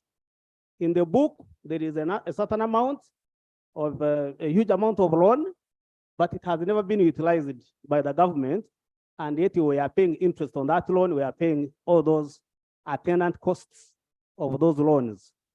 Right, Honorable Speaker, I would urge, through you, I would request the Minister of Finance come up with a report on the position of the loans that this country has borrowed and the status of those loans, what they are doing, and how we intend to reduce on the debt burden of this country. Right, Honorable Speaker, the debt burden, both external and domestic loans, they are killing our economy. The interest payments, when you look in this year's budget, the interest payments are huge. You find every money that we collect from through Uganda Revenue Authority is almost going to pay the loans, both principal and interest. But what is important, right, Honorable Speaker, is for us to understand as legislators, what do these loans do? How are these loans so important to our country? The extent that everything that we collect is going to pay the loans. I understand and I appreciate that there are certain sectors that require these loans for us to move ahead. But I think sometimes we just borrow for the sake of borrowing. Because once you have a loan that you have not utilized for 10, 20 years, it means in the first place it was not necessary. Right, Honorable Speaker, in addition to that, the budgeting for this financial year, the financial we are processing, it does not augur well with the, okay, both all the sectors, all the committees, everyone in the country has not come to terms with program-based budgeting. And when you look at it, for example, in the infrastructure committee, we are having items for KCCA, for other sectors. And yet when you go to the presidential committee, affairs committee, those same items, Kampala, drainage, all that were also this side. So there is a need to harmonize through Ministry of Finance, harmonize the budgeting process, ensure that what we are presenting is actually understandable, is true and accurate in terms of budgeting. Finally, Honorable Speaker, when we talk of fuel levies, when we were processing at a committee level, we realized that the Uganda Road Fund, which was supposed to be receiving 3.9 trillion in this financial year, was only given 486 billion to maintain our roads. Right Honorable Speaker, the Uganda Road Fund Act of 2008, which was passed by this parliament, and is supposed to operationalize the 2G, the second generation funding for the Uganda Road Fund, has never been effected. And as a result, the amount of money that's supposed to go back to maintain the roads, where which roads we use, transport our goods, access schools, access everything, those roads are now impassable. The framers of the Uganda Road Fund Act were so wise to understand that road maintenance is very key. Every year, Right Honorable Speaker, roads are added on the stock through Ministry of Works, through UNRA, and the maintenance money for the roads is reducing every year. Instead of increasing it, because of the increase in the stock of roads to be maintained, the money, Right Honorable Speaker, is reducing. I don't understand how that works logically, but I think as a parliament, we need to look into that matter and ensure that the operationalization of Uganda Road Fund is done as soon as possible before we lose all the stock of the roads that we have so far constructed, that we have so far rehabilitated. I beg to submit, Right Honorable Speaker. I would ask ICT, there are some parts of the report I'll be requesting you to put up. For example, page 23 of the report, which has the resource envelope, because Honorable Roland has raised very important issues, colleagues. And of course, if you read the report very well, in the submissions by the minister, we had a certain loophole. No, I shouldn't call it a loophole. We fell into a big hole during COVID. For financial year 2020 to 2021, we managed to get cash advances of around 3 trillion from Bank of Uganda, which we were not able to pay. And then government agreed with Bank of Uganda to carry it forward. 2021, 2022, paid 500 million. 2022, 2023, 1.25, like that. So Minister, I really want to know whether that's the one which affected our resource envelope. 3 trillion is a lot of money. But again, colleagues, there are pronouncements we have to make ourselves here to do with the funds we created. For example, road fund, environmental fund, and all that. Now, and this is where I want us to be honest to each other. If you go to implement these funds, straight away you will take around nearly 6 trillion out of the budget, 5 to 6 trillion out of the budget. Out of the resource envelope, out of the discretionary, okay, when you look at around 18 trillion going into debt servicing, and then you have around 6 trillion going into statutory expenditure, salaries, and all that. As an economy, you will not survive. But the question is, the moment you have a law, you must implement it.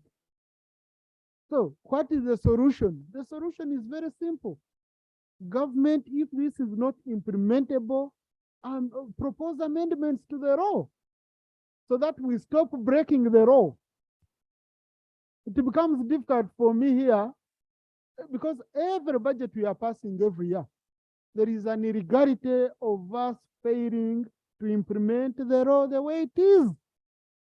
So if the law has been a burden and we are not able, bring proposals, we amend. Other than that being, other than it looking like really nearly being a personal clash between honorable colleagues here on the floor. Let us be honest on that. Honorable Minister, you wanted on that, you wanted to intervene now, right now? Because Honorable Roland has raised it well. Yeah, Right Honorable Speaker, just to update you on the road fund. No, on all funds under the law, not only the road fund. Yeah, well, I had picked the road fund because he spent some time talking about the road fund. And I thought that I would update you about Okay. what we are doing. Okay.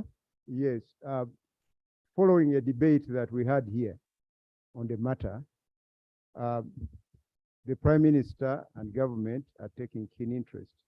In fact, we have looked at Section 21 of the road fund. In that provision, the measures for collecting revenues for financing the fund are properly laid out. And that provision states that the minister will, by statutory instrument, will actually cause those provisions to be implemented. We have taken note of that, and in a meeting coordinated by the Prime Minister, involving all the stakeholders, UNORA, Minister of Works, Finance, and many of us, we have reviewed them, and we have come up with measures consistent with that provision, because the measures are already there. In fact, they don't require us to come to Parliament. It's a question of implementing them. But one important thing that we note, there has been emphasis that there's revenue collected by Ministry of Finance through the road fund, which is not being remitted to the fund on fuel. The tax that we are collecting on fuel is actually excise duty. Section 21 of the road fund does not provide for excise duty. It provides for a levy on fuel. There's a difference between a levy on fuel and excise duty on fuel. Excise duty is collected under the Excise Duty Act. You see? So now we want to implement the levy as being proposed, together with other measures that have been proposed under that provision. So this is a matter in, under progress that we are discussing, and we have informed the cabinet about it. So we are preparing a cabinet paper, adopted, then we shall proceed. I thought that I should update the House that we are in agreement with Honorable Roland is presented to the. So, Honorable, what are you giving this? And what is the implication? And what is the implication on the budget or on the taxpayer? We do hope that by the time we come back with detailed budget estimates, that we shall have come up with some measures. We shall have consulted the cabinet on the matter and been guided by them on what to do. He has not allowed the Honorable colleague. No, we don't use signs here. He knows, you know how to see. So please take your seat. I will allow you. I'll give you time to debate. Honorable, I will, you don't. Okay? Yeah. So, Honorable Jonathan Odum. Honorable, your committee is voted. And I will very much. carry on follow up with Honorable Gorobi. Thank you very much, Right Honorable Speaker. Mr. Speaker, the first issue I want to debate on is the disparity on the public debt figures presented to us on page 17 of the report. Mr. Speaker, the Office of the Auditor General was reported that the public debt stands at 86.6 trillion, and the budget framework paper reports 78.6.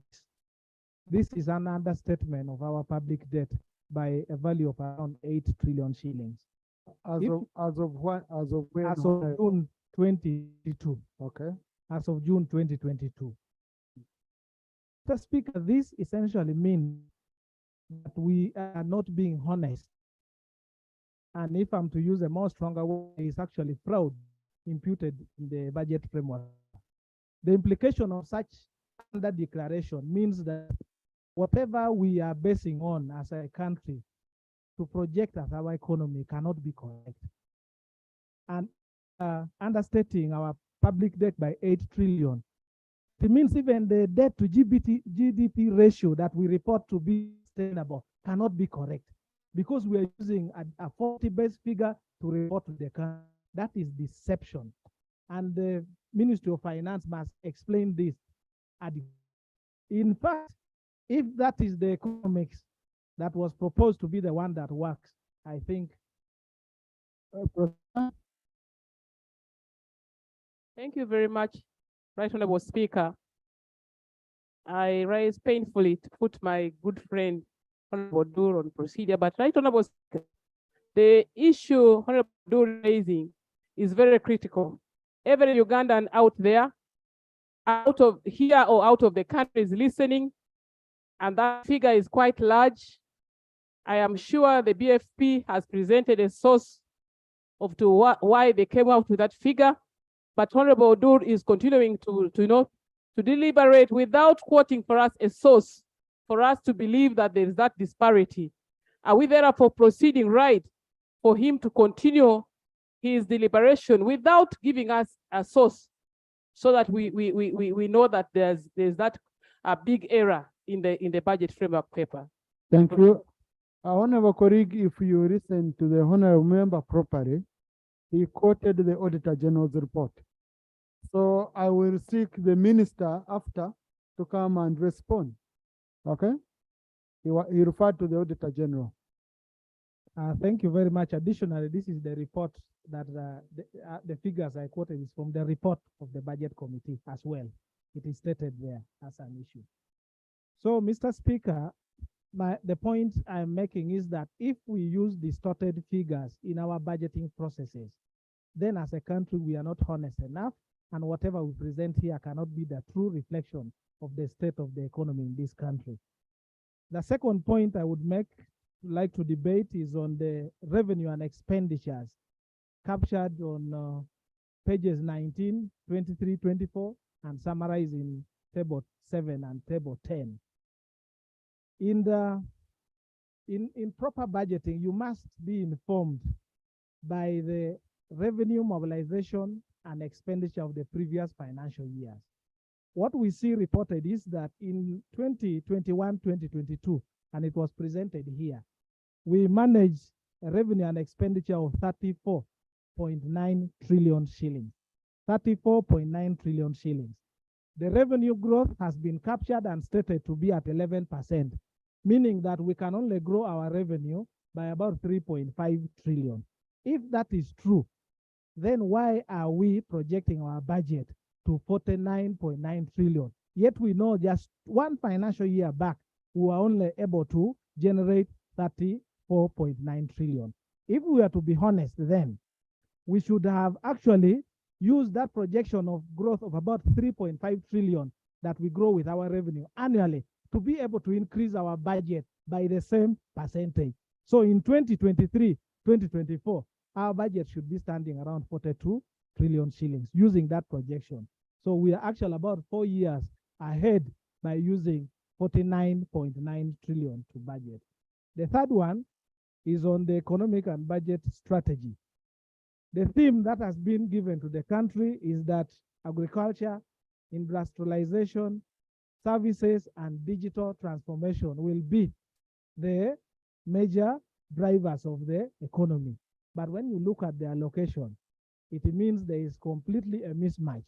Either the people who are proposing the budget theme are coming from another country, and then the people who are proposing the budget are actually coming from Uganda. How do you say that agriculture is the one you are going to use, and then you don't allocate any money to it? Are you speaking from the same? I don't think that will help us a lot. That is why, if I pick some projections from the budget figures, Mr. Speaker, you will even laugh. For example, to drive the economy in 2023, 2024, the government proposes to buy 28 grinding mills for maize, 28 grinding mills for maize, 28, that is under agriculture. In the same year, the government proposes now to buy 5 milk coolers, 5 milk coolers. It's in the budget framework paper. In the same year, the government proposes to buy 200 tractors. By the number of districts, that is 1 tractor per district. So how do you then say agriculture is the one you are going to use as your major theme of the budget? The fourth issue, Mr. Speaker, is on the issue of equity. In section 9 of the PFMA, We are expected to do balanced development, considering gender and equity issues. I have critically looked at the proposals, and this is also reflected, Mr. Speaker, in the national objectives of direct state principles, that whatever we propose, we must have a balance. And this is where I invite honorable members to pay critical attention. There are a number of projects that are listed in the budget framework paper. Have we inquired on how equitable those projects are going to go into the entire country? Because if the government proposes, I have picked a few, the health centers to be upgraded. Last year we did upgrades. This year we are going to do upgrade. But if you analyze, you will find that the upgrades are going to the same areas year in and year out, and others are just coming here to be lamenting. The boreholes have been proposed that you are going to drill 10,000 boreholes. We would like to see how those 10,000 boreholes are distributed across this country. The 1,200 water sources that are going to be repaired, and that means 8 per district. 8 boreholes are going to be repaired in your districts, 8. So if you have sub-counties, 10 sub-counties, I don't know how that will be dealt with. So I would like to propose and invite members that those list of projects that were listed in the BFP are brought here so that we can see how equitable it will be. The 5th point I would like to make is on the supplementary expenditures. Mr. Speaker, sir, 4.2 trillion shillings was reported as the total amount of supplementaries in 2021-2022. That is about 12% of our budget. If we are expending 12% in supplementaries, that means we have a problem with our budgeting, because budgets are supposed to be able to forecast and see certain interventions well in advance. This is now the problem this House have to pay attention to, that every time we pass the budget, in the next quarter, you hear the Ministry of Finance saying we are doing budget suppression. And that budget suppression, members, it's not budget suppression, that is reappropriation that they go and do behind the back of Parliament. There is no way that after Parliament has just passed a budget, in the first 3 months, you say we are now doing budget suppression. They must always come back to this House and tell us what to do. Lastly, I want to comment on the program. This program approach, for me, is like putting a cart before the horse. If you speak to people who are in government, who are implementing these program approaches, they do not even understand. It is a duplication meant to cause confusion in the country, meant to dupe the country that something is being done, whereas nothing is being done. This program approach must be looked at critically. 20 programs, but when you see the activities listed under them, you can compress them, Mr. Speaker, to about 3 or even 4 or even 5. So I invite members to look at it critically and ensure that we get balanced development. There are other 2 or 3 things, Mr. Speaker, but I'll come back to propose as an amendment, especially how the sectoral committee reports must be adopted alongside the budget framework paper. There's a lacuna in our rules, that the budget committee now sits and receives the report of all other members of Parliament under the sectoral committee, and they choose on what to report and what not to report. If you compare what the recommendations of the budget of the sectoral committees, and you compare with what the budget committee has decided to pick, they have now become the godfathers to see what should go in and what should not go in. That should not be accepted by this House. So I propose that when you put the question, Mr. Speaker, when you put the question finally, that question must be that the report of the budget committee and the report of the sectoral committees be adopted together. I beg to submit. Thank you. That's an issue. No, Honorable, there is no one on the floor. Please take your seat. Please. Honorable Mara, take your seat. Thank you. Thank you. Yes. Correct the issue of the program-based budgeting and realigning our operations you know, it's very, very critical. For example, we have 20 program areas. Now, the Committee on Natural Resources alone has 4 out of 20. Okay? The program on mineral development, the program on sustainable energy resources, the program on sustainable development of petroleum resources, and the program on climate change, natural resource, environment, and water management. Now, if one committee has 4 programs, what about other committees? You're seeing this is what I was telling you earlier on, that we must realign. But the issue which Honorable Jonathan O'Doul has raised, it can even be administrative in terms of us as presiding officers guiding committee chairperson, that when you're presenting this report, attach also sector committee reports for ease of reference for members. But a very important issue has been raised in the discrepancy on debt, on reporting of our debt stock. I think before we go any further, we need a very quick answer, because even me, when I was reading it, I got a bit concerned, because, Honorable Minister, do you want to mean that you don't have one clear framework which you agree upon, as this is a framework for reporting the national debt as a government? Do you want, for example, to say that on your side, you did not include Bank of Uganda advances and the areas, and then the Auditor General included them? So that's where the confusion was. Honorable Minister, first clarify on that before we go any further. Right now, Speaker, you rightly put it, the disparity between the two figures was caused largely by the fact that the Auditor General actually in his figure includes arrears and Bank of Uganda cash advances, which we don't. It's a matter that has just emerged, which requires that the two of us reconcile, you know, the way we define public debt and what it constitutes public debt. It's a simple matter. We are sorry that this happened, but we hope that we shall reconcile it and use the same parameters to define public debt going forward. The Auditor General is an official of government.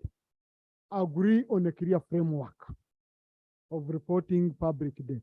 Because if you have 3 trillion, if you have around 2 point something trillion, which you agreed with Bank of Uganda, that you're going to be paying 1.25 trillion per year, and you're even budgeting it for it, then you're recognizing it as a debt. Capture it as a debt. If so and so supplied the government and has a contract and you must pay, when you don't pay, he will take you to court, win, and even you pay him with interest and damages and legal fees. Capture it as debt. It's a debt.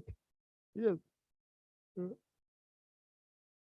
And I'm glad you've agreed to that. Right, Honorable Speaker. And I think the minister will benefit from these two ministers. They were once chairpersons of Budget Committee and Committee of Finance. And so they've been with us for quite a number of years. They know these issues, Honorable Goro used to spearhead them for correct reporting of public debt.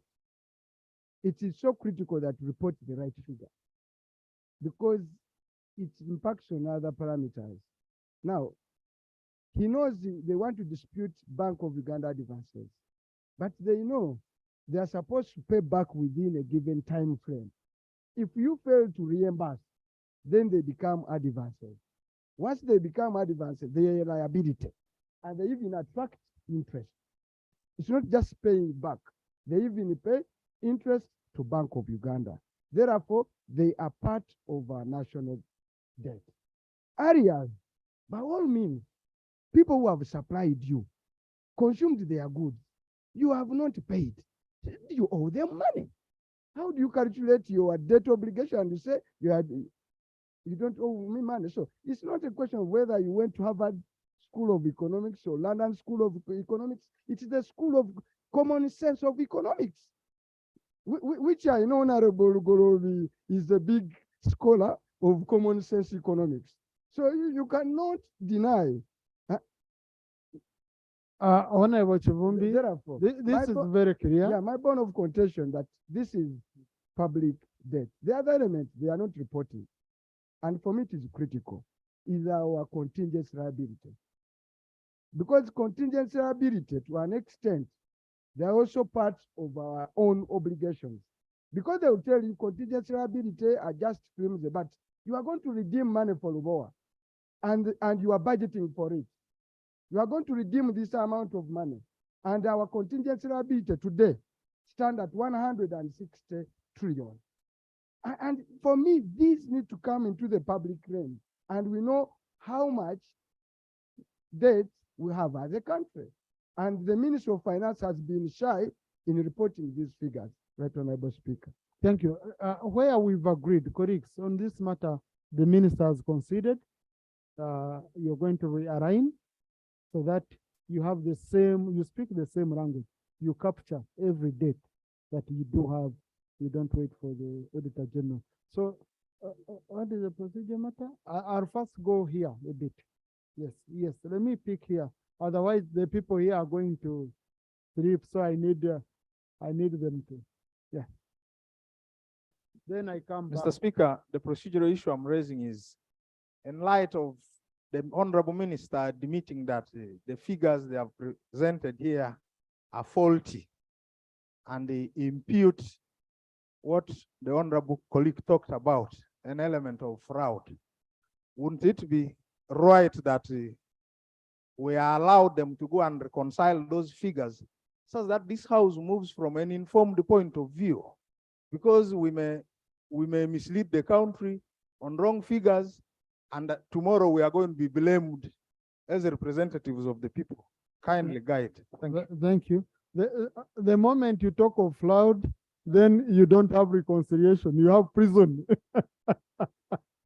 But the budget framework paper approved by this House is the final.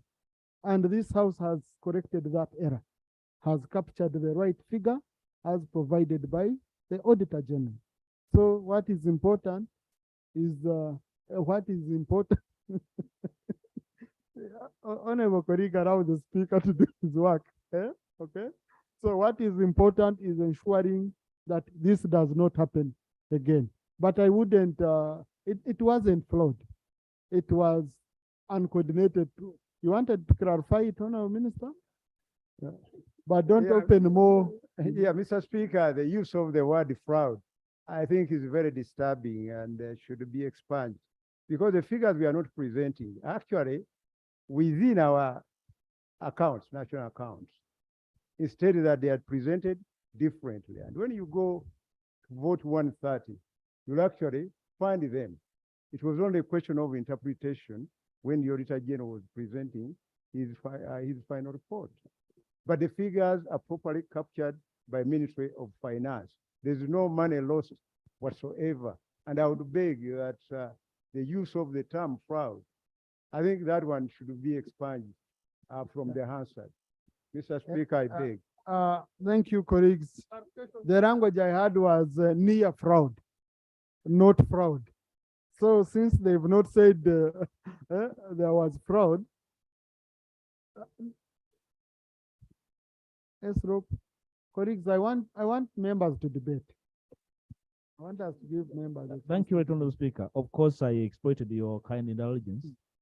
As a matter of procedure, I remember you instructed this House, the Committee on Parliamentary Budget, to report to Parliament on performance of all loan obligations, so that before we pass the budget, we take care of nugatory obligations that are pending around finance. I don't know, Right Honorable Speaker, whether it wouldn't be prudent for that report to be brought within this realm of time before we consider the policy statements, so that we have an understanding of which entities, which MDAs are sitting with obligations idly on resources and requesting for more. Right Honorable Speaker. Thank you. Honorable colleague, the Committee on National Economy presented two reports. One, performance of the economy and performance of loans. I don't know, Rope is telling me it was not conclusive. So what I will do, I will go and review what is there. If we find it was not conclusive, the chairperson, national economy, chairperson, your committee, was it conclusive or not? You're here. And Honorable Guzuri is here to testify. Thank you, Right Honorable Speaker. I'm happy that Right Honorable, you were once a member of National Economy, and we have never produced a conclusive report on the performance of loans, because we are talking about over 70 loans. And we made it clear in our report that with the time, we shall keep updating parliamentary reporting on specific loans. But we presented the financial performance, but we were unable to present on the physical performance of all those loans. So it wasn't conclusive. Yeah, Honorable, you're trying to be technical, huh? Physical performance, he wants to go to the field, okay? But you see, financial performance, when we are looking at the performance of these loans, we usually look at the disbursements, because the disbursements are made against certificates. Certificates are issued against physical performance. Okay, so they are related. I don't want us to complicate these things, okay? Yeah, so Honorable Chair, if you know your committee needs to update its report to make it conclusive, ask for time, I give it to you. You do it before the policy statements you present. Thank you very much, Right Honorable Speaker. Right Honorable Speaker, my committee is very ready to accomplish that task once it is funded, because a lot of work calls for oversight, going to the field, so that we really report and we don't have issues with members of parliament here that what we are reporting about is not what is on ground. So once funded, we are ready even tomorrow. So let me give a clear directive on this. Committee on National Economy, you don't need to visit each and every project which is funded by your own. We have sectoral committees, they have been visiting these projects. We have some of the oversight committees, they have been visiting these projects. Pick out a few critical projects, okay? Pick out a few critical projects and write to me tomorrow. We look at funding for them and you do a report, because your report, Ropa just reminded me here, it's mandatory. You don't have an option, okay? And you are all a committee of national economy. It's not an oversight committee. Not an oversight committee. Oversight committees are provided for and are chaired by opposition. Okay, so you're required under Rule 178 sub Rule 2C to assess annually the performance of loans and guarantees approved by Parliament. Please, Chairman, do that. Much obliged. Yes, That's and I need a report within 2 weeks. Okay. So I'll go to procedure. Yes, if you know a member of the committee, please don't interfere. Okay, I'll do Honorable Kambare Ferigo. I have Erda. I have. I'm still picking colleagues to speak. Yes, I have Bungoko. I have Kashari. I'm going to pick you, Honorable colleagues. Let me first pick those 5. Yeah. Thank you. Sorry, Honorable, you had a procedure matter, Honorable? Thank Okot? you. Yes, thank you very much, Right Honorable Speaker. Since we are correcting discrepancies with figures, I've also been able to keenly look at some discrepancies which I'll seek your indulgence on. I understand, Right Honorable. That doesn't fall under procedure, you will raise it when you're debating. Okay? Right Honorable. Yeah. Because it's regarding one of the legal requirements, which is on equity and gender compliance.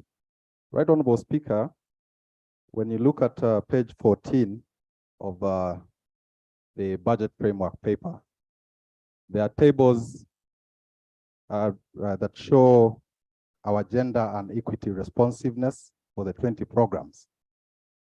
And Right Honorable Speaker, you'll notice that our overall compliance percentages for the National Budget Framework Paper 2022-2023 and 2023-2024 are not correct.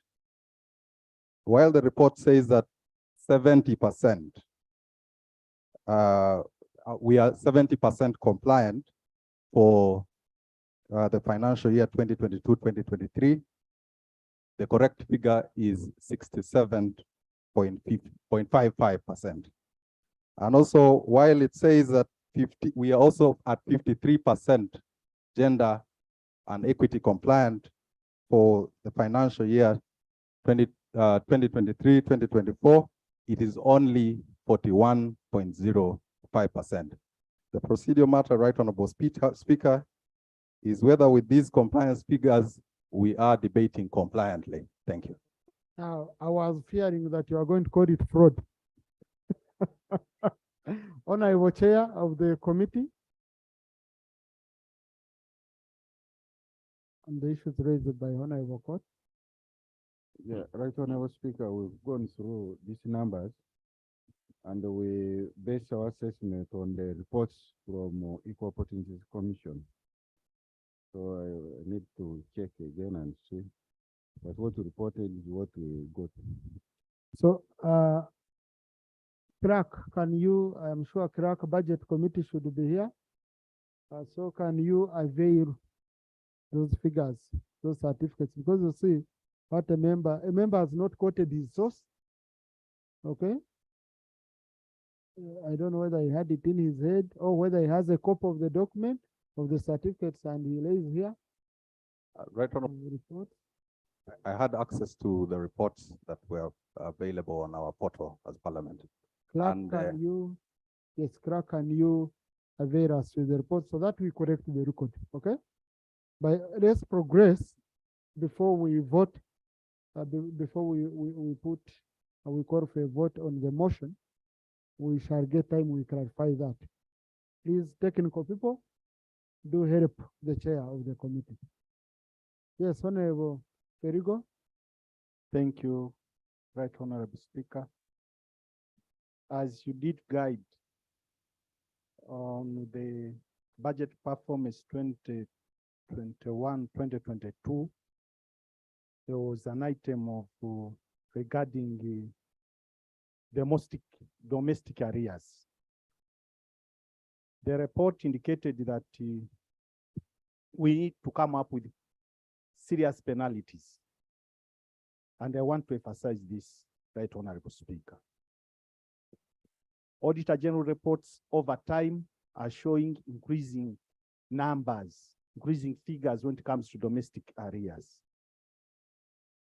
There is a system in place for all accounting officers to minimize domestic areas. And they have done it deliberately, not to enforce commitment control system. And when these domestic areas keep on increasing, they attract interest rates, and it therefore brings big expense on side of government. I want to agree with the report that the penalty should be serious penalties so that we don't keep going to these domestic areas. For the budget framework paper 2023-24, this I'm uncomfortable with the projected domestic revenue, raising it from 25 trillion to 28 trillion. Right, Honorable Speaker. I was on the television today, Commissioner General, giving us figures of the performance of the last 6 months. For the last 6 months, he did not hit the target of 100%. Instead of around 12.5 trillion, he collected 11 trillion.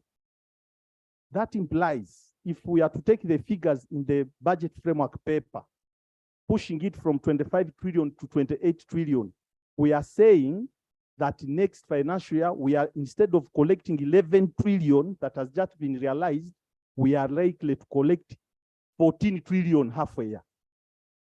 And this is not realistic. If we are to go into realistic budgeting, sincerely speaking, let's base on the performance of the previous year. This performance is now with us. I am yet to be convinced on the basis why we should raise our domestic revenue from 25 trillion to 28 trillion, yet the half-year performance has indicated that instead of 12.5 trillion, we are with 11 trillion shillings. I want to hear from the colleagues why they are over-projecting, even when the performance is indicating that there is some level of underperformance. I want to submit it, right, Honorable Speaker. Thank you, Honorable. Yes. Thank you, Right Honorable Speaker. For record purposes, my name is Joram Twasima, and I represent all persons of Western Uganda.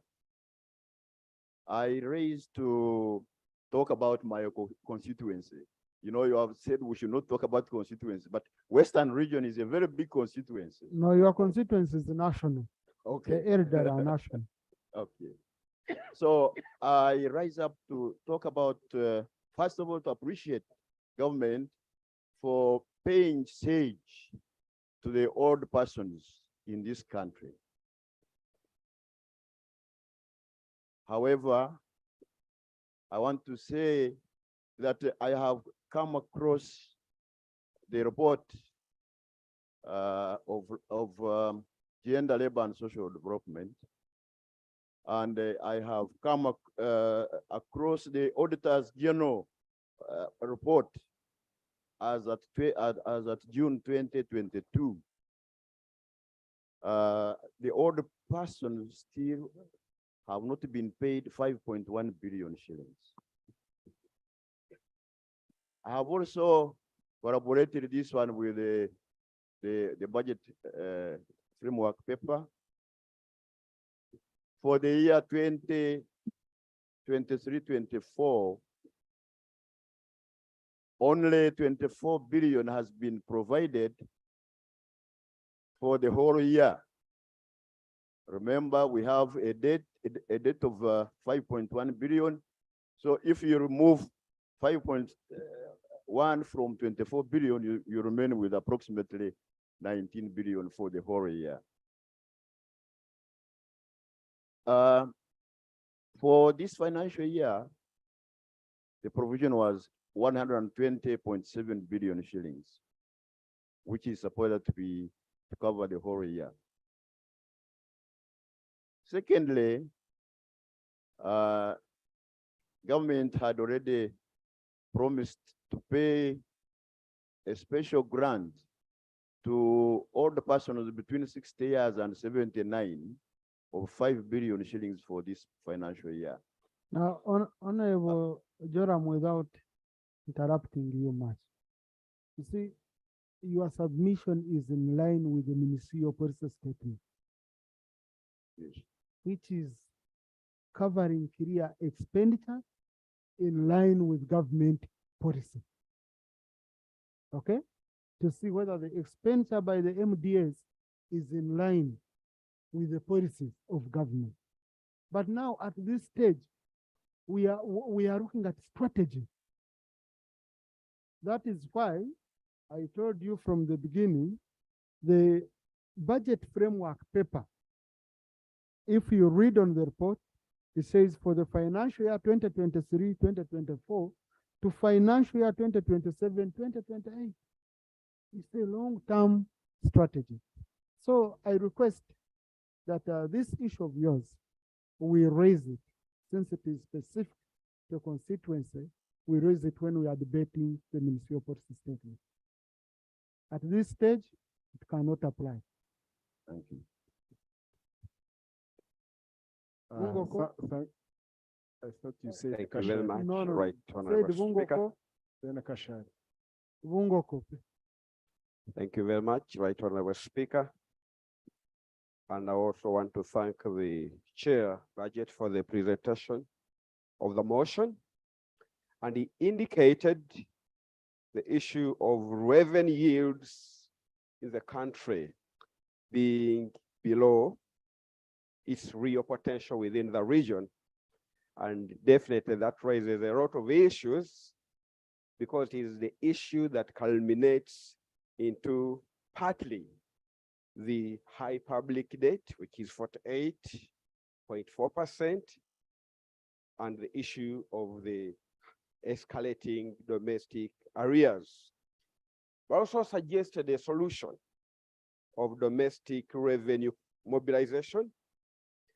And when they are doing this, as much as it is vigorously being done, Right Honorable Speaker, there is a challenge that is very vivid, especially the people that are appointed to partly collect some of these revenues. For example, the VAT and the withholding tax.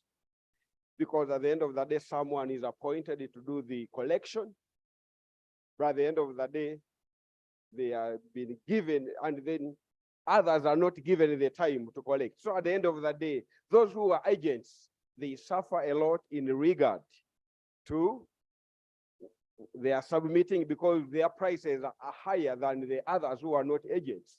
So this suffocates these other businesses, which are owed to also be. So when we talk about the tax, let's talk about tax widening, not tax deepening, because you deepen and suffocate those who are already compliant, and at the end of the day, they cannot compete because others are left at large. And this is a big challenge as we talk about domestic revenue mobilization. Right Honorable Speaker, another issue that was clear was the escalation of the domestic arrears, which actually is illegal, but it is being done. And that can still be checked out, especially by the Ministry of Finance, particularly by prioritizing expenditure. We were presented with here with the issue of the road fund and then the contractors who have not been paid. And it was so sad that per annum, the interest is 80 billion shillings. That's just on interest because the money is not being paid. Now, if we are talking about there's no money, why can't we also prioritize and pay this so that we avoid that we can avoid? So that goes back to the issues of prioritization of expenditures in face of the limited resources we are collecting as a nation.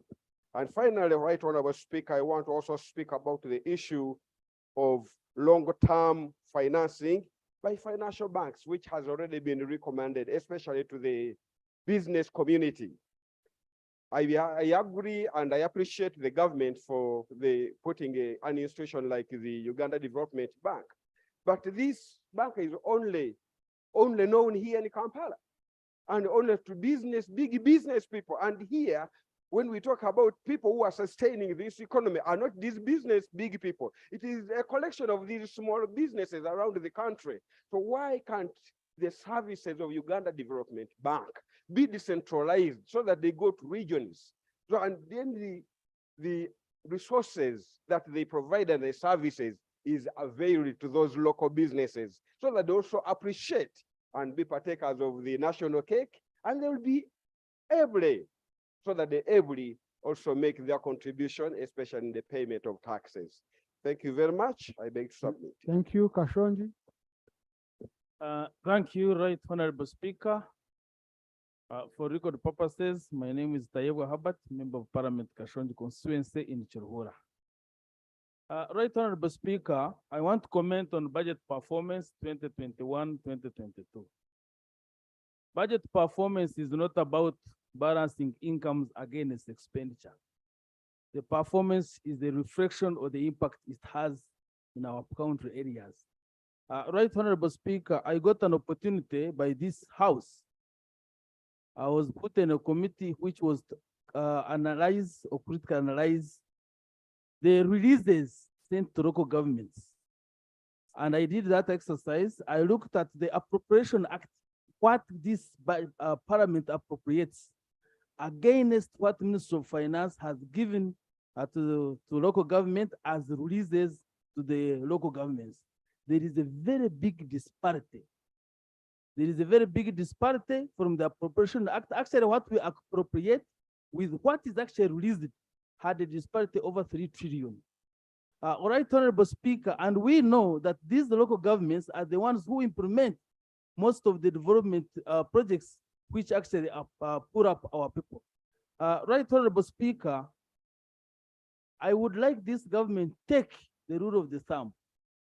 Now, the rule of the thumb says that you will never grow rich if your consumption expenditure is above your income, unless if you steal. Now, what happens is this, that this government spends, and where it spends is not a priority that is actually an investment that generates revenue. And this revenue, we should be responsible to cover the debts or the amounts we borrow. That's why every time we borrow money and continue with an ability to pay this money through resource mobilization. So I would wish that the government checks itself, prioritizes whatever money we spend on should not be consumptive, should actually be investment, and in investment that is going to generate that revenue that is able to pay back what we borrow over time. I thank you. Thank you. Honorable Pachuto. Thank you very much, Right Honorable Speaker. Right Honorable Speaker, I want to give my view on in areas of resource mobilization and fiscal deficit financing. Right Honorable Speaker, I want to thank the committee where they recommend that there is need for better tax policies and tax administration. However, Right Honorable Speaker, I think that we have over-concentrated as a country on issues of taxation without looking into how these taxes are affecting the businesses in the country. It is high time that we look at policies that promote growth and development and sustainability of these businesses so that the government can reap from the multiplier effects that these mushrooming and developed businesses could have on the economy. Right Honorable Speaker, protect me, Right Honorable Speaker. Yes, thank you, Right Honorable Speaker. Right Honorable Speaker, the other thing that I wanted to talk about is, Right Honorable Speaker, when we look at the issue of fiscal deficit, much of what is collected when you analyze, go to debt payments, mainly external debt payment. But Right Honorable Speaker, it is time as a country, as this parliament, that we look to areas where we can, generate foreign exchange that will leverage our foreign reserves. And that, Right Honorable Speaker, I want to appeal to this House that when the time comes for when we look at the final budget, we deliberately put more money in areas where where it can promote export promotion and import substitution. Because these will not only generate jobs for our people, but our farmers will have their raw materials uptaken by these manufacturings of factories, Right Honorable Speaker. There is need for us to focus more on export promotion and import substitution, Right Honorable Speaker, as a strategy for development.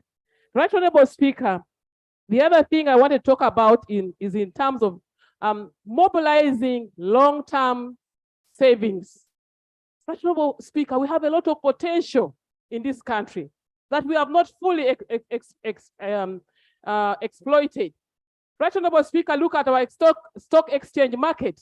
It is totally underdeveloped. When we met Capital Market Authority as Committee of Finance, they're investing a lot of their money in equity. You know, companies here are investing outside the country. And yet, if we pull those resources in the country, probably we'll have more available resources at our disposal to invest in the economy. Right Honorable Speaker, finally, Right Honorable Speaker, somebody has mentioned here, I think it is time. Right Honorable Speaker, I think it is time beginning next financial year that as a country, as a people of this country, we look at, and leaders of this country, we address our minds in areas of reducing public expenditure, Right Honorable Speaker. Non-critical public expenditure. Right Honorable Speaker, as you live here, you get amazed at the number of lead cars escorting non-criminals, I believe. You know, you wonder, one car in front, another on the side, another, and you wonder, who is this being escorted like this? Is he a criminal? And if he's a criminal, why is he outside Luzira? Is the deputy speaker being escorted?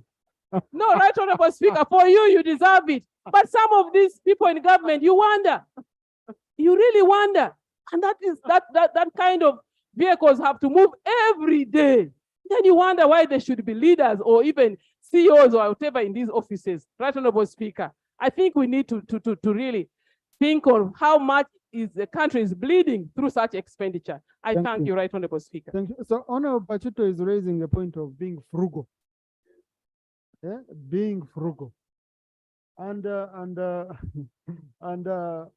colleagues, you see, I'm happy you're bringing out issues of resource mobilization, because when you look at us telling the minister, add this MDA money, add here money, add here, where is the money coming from?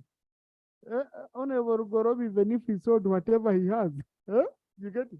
So when we are looking at unfunded priorities, and we are saying add here money, I think we need to identify properly. You have some sectors where if you put money, you are unlocking the potential of that sector to generate more money for you. But then, like tourism, a very good example being tourism. When you look, you expect tourists to come to Uganda without advertising Uganda. When everywhere you go, you see Kenya in front of everyone, you see South Africa in front of everyone. You look at just the domestic flights between Nairobi and Mombasa, between Nairobi and Masai Mara. The visitors that visit Masai Mara, a small national park, are visitors that do, you know, someone was explaining to me about Mount Rwenzori. When you look at the visitors who go to Mount Rwenzori, you compare to visitors going to our neighboring mountains, which don't have anything to show. But because they've been able to build facilities, you know, someone tells you climbing Mount Rwenzori is deadly, is extremely deadly, so I can't go because of that. But that's what everyone would want to go look at its beauty, but no facilities. So it's, instead of taking that risk, they go to a neighboring country and they visit. Then, but also the little money you have, which methods do you use? A very good example. Why do we continue with this kind of bidding, for example, for roads? This road, this building, instead of competition? Because competition will bring out the best. You know, EPC, this engineering, procurement, and construction contracts, you lose a lot of money the moment you don't allow competition. Subjected competition, and the moment you get a price out of competition, okay? Even if in between you have projected the price and you say, oh, okay, the lowest bidder had put in around 20 billion. Then you cancel the procurement process and you give it to the person you want. But at least you had a clear projection. But this business of a blank check, we've given you, for example, road. So you go, determine its price, determine the design, any money you want, we shall give you. You even get a loan on our behalf. Some of them are about to supervise themselves. I mean, that's not the right way you will address. That's not the right way you would behave if you're facing financial challenges. When I face Nakut, I'm coming this way. Then I go. Thank you, Right Honorable Speaker. I will speak on 3 issues, beginning with the one Honorable Jane Pachuto left on the issue of encouraging public-private partnerships so that Ugandans that have resources can get practically involved in development. It's that they don't invest their money home. As a strategy, we could look at that as something to invest in. We have a unit in the Ministry of Finance that handles that. So as a strategy, let's put in our focus on that area too, to encourage our growth, organic growth, so that borrowing can reduce. The other issue on page 38 and 39 concerning the parish development model. Yes, it is a good issue. Concerning the parish development model, the committee recommends that the local governments provide business advisory. It is recognition that for the parish development model to succeed, for the people who are given money to succeed in trade, that means their business mind must be supported. They must be supported on entrepreneurship. Right Honorable Speaker, that pillar 7 of the parish development model talks about the mindset change. Now, unfortunately, the bigger portion of resources that go to the mindset change concentrating on the social mind. And that's why a bigger portion of that envelope sits with the Ministry of Gender. I am thinking that we are not addressing the real thing. The PDM is supposed to address economic change. And so in terms of strategy, we should equally, with equal measure, focus on the entrepreneurship mind, not using the local governments, but using a competent agency. That's right, Honorable Speaker, you know we have a competent agency that can do entrepreneurship development for all our parishes in the country. We need to focus there. Last year, right, Honorable Speaker, the enterprise Uganda asked for 87 billion to do that work. We gave them only 12 billion. Now they're asking for 70 something. We're not even ready to give them that one. And yet we are investing 1 trillion for parish development model. Without the business mind, the entrepreneurship mind, it is very likely our people can waste that money. The third issue I wish to comment on is on education. Page 35. The committee recommends increasing funding for education. Right Honorable Speaker, in terms of strategy or a framework, we made a mistake last year, a good mistake though, because our teachers are now happy. We increased salaries for teachers, science teachers. And at the same time, the Ministry of Education had opened up recruitment. So they interviewed and got 5,000 teachers. But these teachers could not be deployed to all the schools in the country because of the salary. So the little, in terms of usage of the envelope that we have, the Parliament, we made a mistake. We need to see if that mistake cannot be corrected because of legal implications, then we must find a solution for these 5,000 teachers to be recruited. We have schools, Right Honorable Speaker, that cannot operate. See, the secondary schools in the country are open, but they cannot operate. They are not teachers. The Ministry of Education cannot deploy because they can't afford the increase. We increased the salaries by over 400%. The Ministry of Education cannot afford. So as a parliament, we need to support. If we say we're increasing salaries, we need to think broadly in that area also to cater for deployment so that these schools are utilized. I submit, Right Honorable. Thank you. Yes, I'm picking out, yes, Uopa, Honorable Martin Mizari. Pick, Honorable Max Antion, Budget Committee. Is one of the budget experts we have in this country. He first, yes. Then Honorable Gwar, and Honorable Choma. Thank you very much, Right Honorable Speaker. I'm going to pick you, colleagues. We are here, we are going to ensure we discuss. Yeah. Right Honorable Speaker, I prepared my notes and unfortunately I've been let down by technology. So my submission will be limited to what I was able to recall and also pick a bit while the chairperson of the Budget Committee was making his presentation. First and foremost, Right Honorable Speaker, I want to start with the issue that was talked about here regarding the funds created by this House.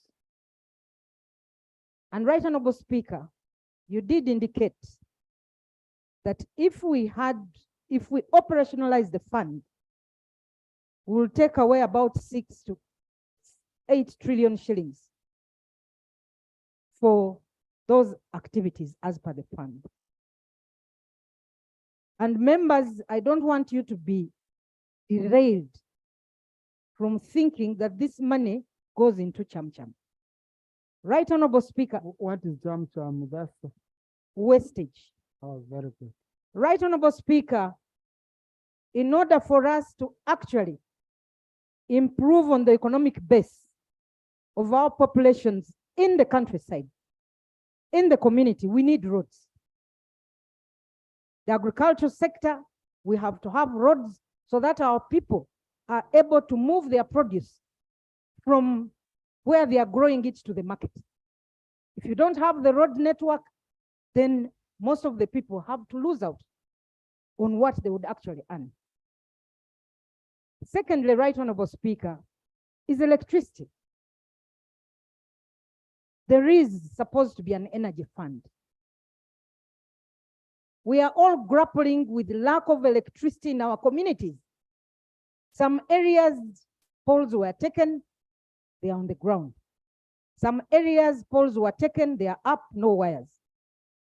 Why? Because REA was disbanded and we got into now the challenge of going through the bureaucracy to access funds for some of these programs.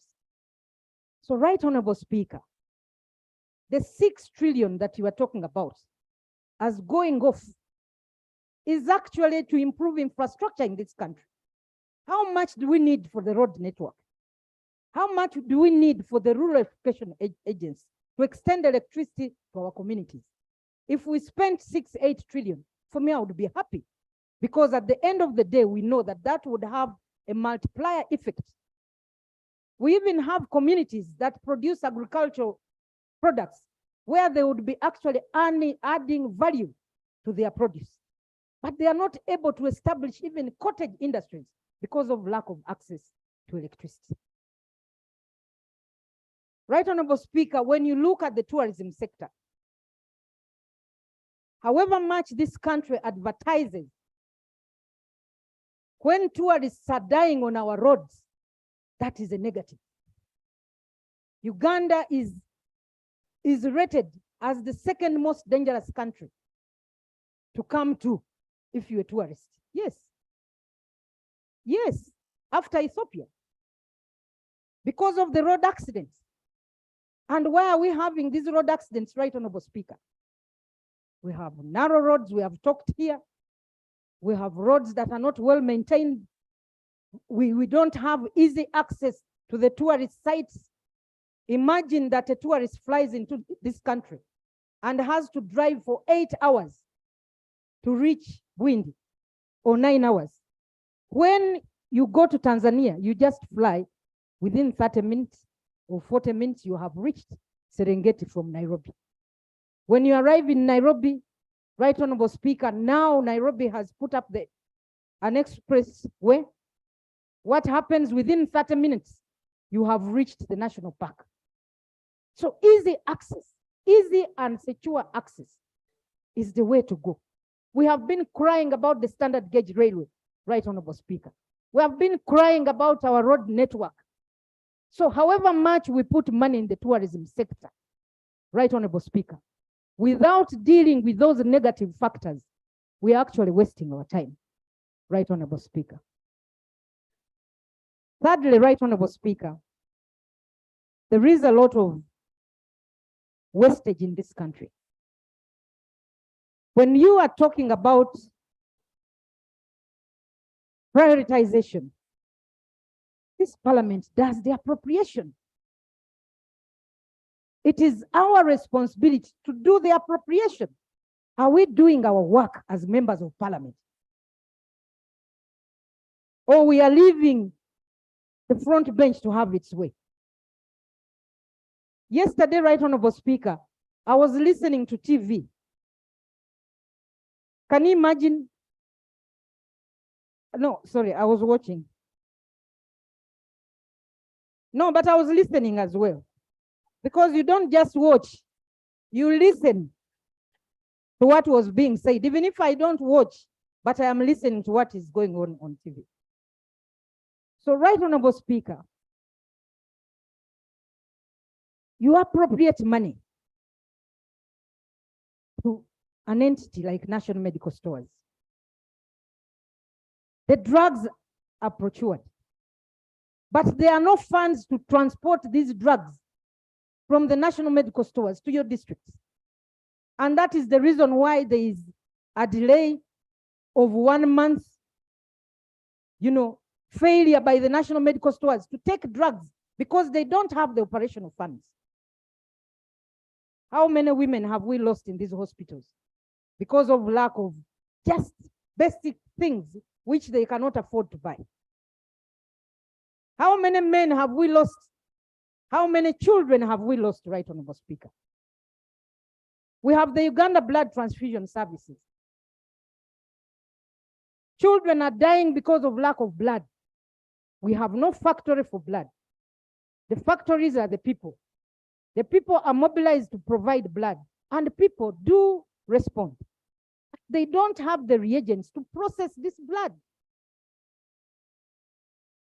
So what are we doing, Right Honorable Speaker? There is a lot of money wasted in this country in corruption. Listening to the IGG talking the other time, she said the country last year, I think we lost about 8 trillion shillings. But instead of focusing on locking those taps, we are now all being duped and getting excited about rationalization. As if that is what is going to help us. How much are we going to save out of the rationalization?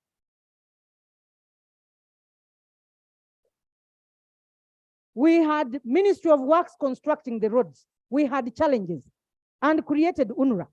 Now we want to disband UNRWA so that we go back to Ministry of Works. As if the engineers there are going to, be comfortable with the small pay that we are going to pay them. We are just going to move corruption back into the ministry.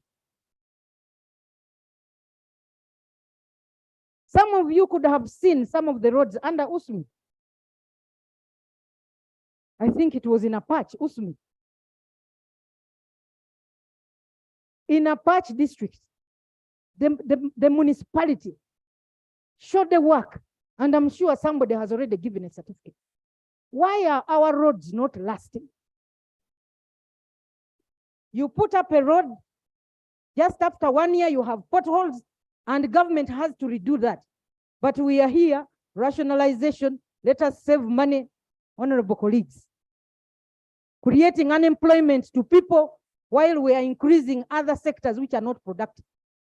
Increasing personnel in other areas that are not of help. So, right, Honorable Speaker, the Honorable Yanima wants to give me information, but Honorable Yanima, okay, let me take it, right, Honorable Speaker. Thank you. Thank you, Right Honorable Speaker.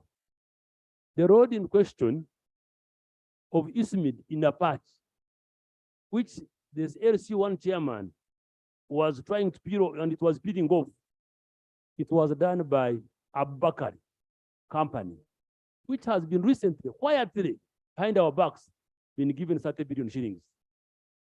That's a local company working on that road that was quietly, out of our budget, was given 30 billion shillings. I beg to inform you. Thank you very much for that information. Right, Honorable Speaker, this country loses lots of funds because of the illicit financial flows. I've only talked about corruption. We've talked here about the tax expenditures. It's the executive that actually comes up with these proposals. And here we approve them. I want to request. We attract investors to this country. Some come and get those tax exemptions, right, Honorable Speaker, operate without paying taxes, and afterwards close and relocate to another country. Who has lost? We are the ones who have lost. I think in 2021, the report indicated that this country lost about 2.8 trillion in illicit financial flows. So these are areas that we must actually look at.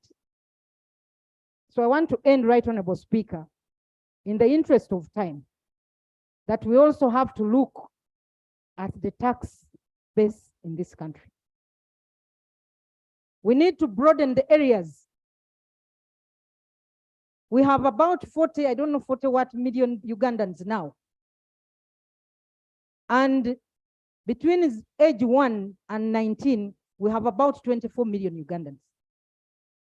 Implying that close to 60%, when I add the elderly, about 60% of the Ugandans are actually not contributing to this economy. They are dependents. And only about 30 or maybe 40% are the ones shouldering the bigger burden of all Ugandans. When I look at the education sector, I just cry for this country. We have a report coming up on the school fees issue, following the motion that I presented. Right, Honorable Speaker. The parents out there are struggling to have their children get quality education. And where are they getting the quality education? In private schools. What has happened to these government primary schools in our communities where majority of us went? You cannot find them performing well today. Honorable, can you conclude? We have other colleagues who need to make a contribution. So, right, Honorable Speaker, the Education Act talks about an education tax. Have we looked at that option? Even if you tax a Ugandan 10,000 shillings per annum to contribute to the education fund, it would add something. We are talking about the health sector. We've cried about the National Health Insurance Scheme. It is not there. And yet, majority of Ugandans, when they go to the hospitals for health care, they have to pay. So if we are to support this economy, we must broaden the tax base, but also most importantly, bring more people into this, what the president keeps talking about, the money economy, so that they can contribute to the development of this country. Thank you, Right Honorable Speaker. Thank you. Now, the honorable colleague has raised very, very quick issues. But one issue that stood out, especially, is the issue to do with merger, which is reflected in the budget framework paper before Parliament plays its role. Because I think we need, Honorable Minister, you will need to classify. We have mergers which can only happen by resolutions of Parliament. Those ones which are on your side, okay, by statutory instruments and all that, those ones we don't have power. But those ones which are established by acts of Parliament, there is no way we shall run a budget, we shall process a budget which is processing merger before we pronounce ourselves. That's against our rules of anticipation. So if you want to do merger, bring your proposals quickly by the time we finish budgeting. But now we shall have a very big discrepancy between the budget framework paper and the ministerial policy statement and the actual budget, because as long as we have not yet completed the process of merging any entity, that entity we shall provide for it in the budget. I think that should be, that should be very clear. I was sharing with Honorable Chivumbi some of the quick issues which we needed sort out. For example, on areas, if the law is very clear that an accounting officer cannot engage, cannot commit government without funds, where are areas coming from? Where are areas coming from? How do we, colleagues, process a ministerial policy statement that has gaps on wage, and yet wage is a statutory requirement? And we find ourselves coming for a supplementary on wage, which is a statutory requirement that was very, very clear. How did you recruit if you had no money? Okay? So I think these are areas where we need to pronounce ourselves properly. And Honorable Minister, I request you, don't bring us a ministerial policy statement that has an unfunded priority called the wage. If you have not approved the wage, you don't allow it to even someone to capture it as an unfunded priority, because wage is statutory. And then we also agree no supplements on supplementary budget on wage. Pension, pension, gratuity. I mean, we are breaking the law in broad data. But also, colleagues, I want to guide and chair committee. I want your committee to work out with the Minister for Finance. I want to know, how do the rest of the countries report public debt? How do the rest of the countries report? We can use our East African colleagues. How do they report public wage? Reason being, we must account for everything, but I don't want us to use a system which will affect our credit rating and made us uncompetitive. Because you, for example, if you find a neighboring country does not consider Bank of Uganda advances, does not consider areas under wage, but under contingent, and contingent is not captured under public debt, okay? Then the moment you do it, the debt to GDP ratio of our country will extremely go high in a minute, and your credit rating goes down. You're no longer attracting affordable money, and you find the neighboring country is reporting in a different mechanism. So do we have either World Bank or IMF guidance on how we report public debt? How does Kenya do it? How does Tanzania do it? Thank you, Mr. Speaker. Arising from your question, I wish to give this information to the House. And I beg your indulgence that I give some background, because the issue was raised here a while ago. Mr. Speaker, BOU financing, we don't treat it as debt. We treat it as arrears. And this is on account of the following: that if we treat it as debt, it would imply that contingent liabilities, including the arrears, would all be treated as debt. We would also pay interest and principal on them. Secondly, we are not operating in isolation. Now I come to a point. Our debt is computed using the same template as other countries use. If we start including things that shouldn't be there, we shall be shooting ourselves in the foot, in the sense that our debt levels will be exaggerated. This will affect our credit rating and thus raise our borrowing costs.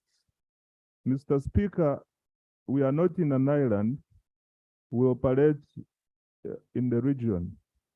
And in the region, all other countries do not include advances in their debt numbers. Advances and other contingent liabilities are not included in the debt numbers. I thank you. So let me request colleagues, okay, that this is an issue which the committee can go back and look at and confirm. Yes, because the moment that's the standard of reporting. Now the question will be, doesn't the Auditor General know about this? Why would the Auditor General raise it? Because you see, the MPs in the report were quoting the Auditor General's report. So you as government, you need to have coordinated troop movement. And then Bank of Uganda. So the committee, please go and ensure you reconcile on this, and which you will update the House. I'm sure it shouldn't be an issue for debate.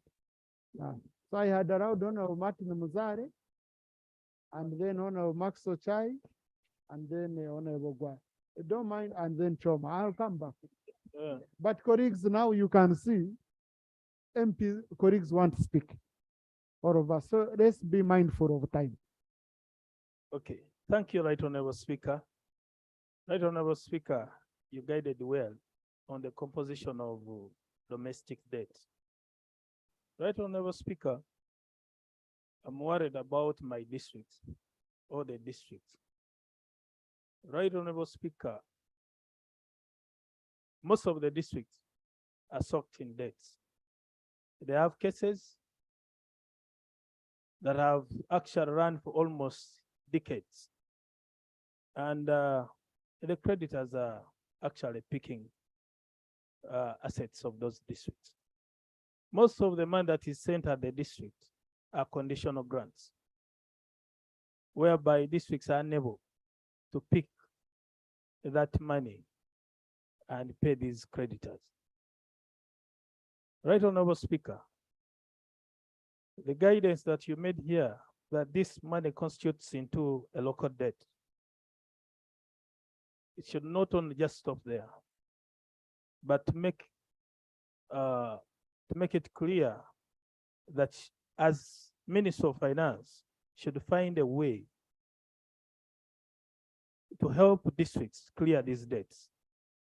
Because in my district, recently they picked a grader because of some cases that have been on for decades. If we don't come in and save these districts, Right Honorable Speaker, it's a very big challenge. Not only that, Right Honorable Speaker, service providers who are not considered in this case have lost their properties. Right Honorable Speaker, while you were chairing this House last week, you gave a promise that we shall look into this matter to save the local contractors who are demanding government. And as I tell you now, they are listening because they have a lot of hope in this House. They are waiting for the pronouncement from this House on how they will be paid, because a good number of them have lost their assets. Right Honorable Speaker, on what we are looking at today, we are looking at the issue of trade balance, where exports fell short by 27.3%. Right, Honorable Speaker, we have entities like the Export Promotion Board. We have URI. It's called Uganda Industrial what? Research Institute.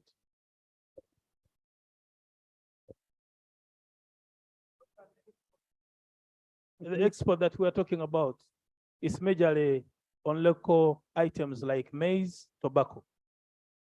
That alone explains that we've not improved in the industrial sector. Right, Honorable Speaker, it is a time that we do an evaluation on some of these entities, like the Industrial Research Institute, how much has contributed to this country. Do we have money? Do we have value for money? Right, Honorable Speaker, Honorable, the Export Promotion Board. We shall tackle that when the issue of merger comes here.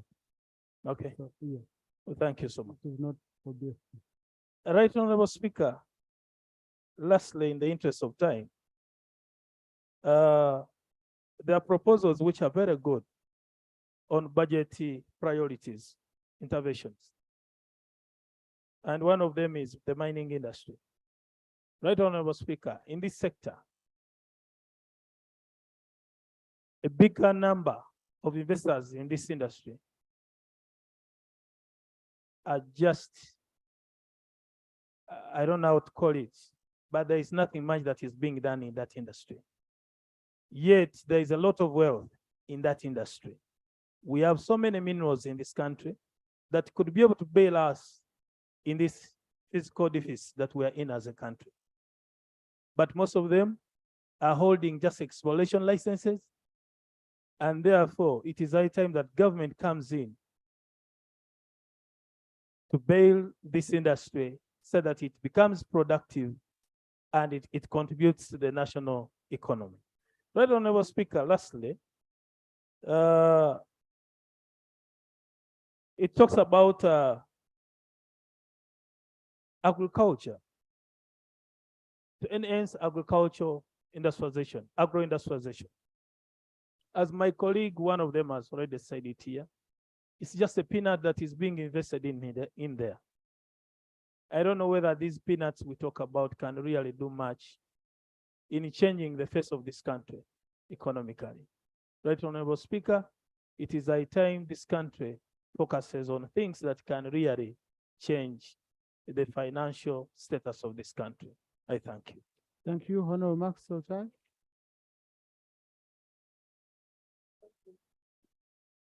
Thank you, Mr. Speaker, for the opportunity given.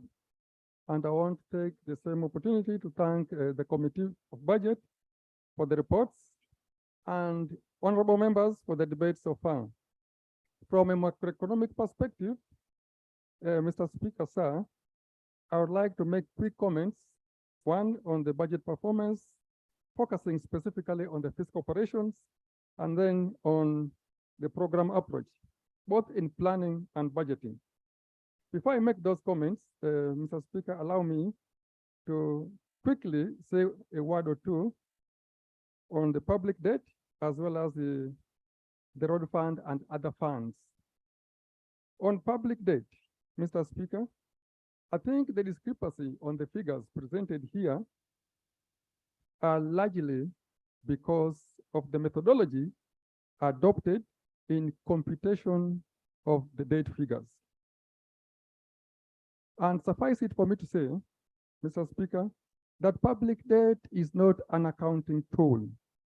Rather, it's an economic management tool. And therefore, the definition of public debt limits itself to the Government Financial Statistics Manual of the IMF 2014. I would therefore encourage Minister of Finance in their submission to us soon to ensure that they actually present us with the definition of public debt as we use in Uganda, as well as in the East African Community countries. On road fund and other funds, Mr. Speaker, sir, as you observed yourself in the introductory statement that implementation of road fund and other funds would constrain further and limit our fiscal space. I want to say, Mr. Speaker, that the delayed implementation of the road fund has been informed by good economics. Point of order. Order, Mr. Speaker, I want to thank you. Right Honorable Speaker, the road fund was an act brought to this house by the government. It has not been operationalized because of the Ministry of Finance, where he was a director. Is the honorable member in order, after frustrating this fund from being operational, is he in order to come here and tell us that having this fund would constrain this country when he has been writing letters to UNRWA to tarmac his road from Tororo through Nagongera to Soro? Is the member in order to come and confuse this house, Right Honorable Speaker, when the Attorney General properly guided on the road fund and the minister even indicated that they are trying to find ways of having this fund operation? Is he in order? Thank you. Number one, Honorable colleague, I don't have any information on record that Honorable Max Ochai frustrated operationalization of the road fund. We can only hold the minister accountable here. We don't know how they operate because we don't go in deeply. But number two, Honorable colleagues, I had raised it earlier. Once we have a law, as long as that law is still on our law books, it must be implemented. Okay? We cannot come here and we say, you cannot implement it because it will constrain A, B, C, D. I think what is important was what I raised earlier on. When I said that government, this was your law. Okay? If you have been constrained in implementing it, bring amendments here. Bring amendments. So Honorable Max, the line should be that one, but not saying we cannot implement, yet we are required to implement by law. Okay? So kindly proceed. Thank you very much, Right Honorable Speaker. And thank you so much for giving me guidance on moving forward. Mr. Speaker, sir, as I was saying, in good economic management system, anything else under the current treasury single account system that might undermine and lead to policy reversal and push us back to the macroeconomic instability of the 1980s and early 1990s would actually not be advisable for us to adopt. And so I would expect my colleagues from Ministry of Finance, where I was, but not as somebody says I was, that they give us a technical view of operationalization of the road fund, taking the legal aspect into consideration as a priority, and then the rest will fall in line. That said, now back to my own comments on the budget performance.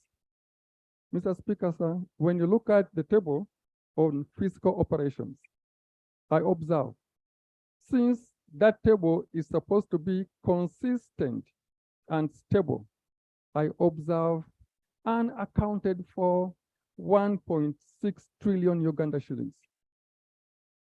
And I wonder whether Minister of Finance did not find it necessary to explain to us whether there was an overstatement in terms of expenditures or the outflows, or an understatement in terms of the inflows, particularly the revenues.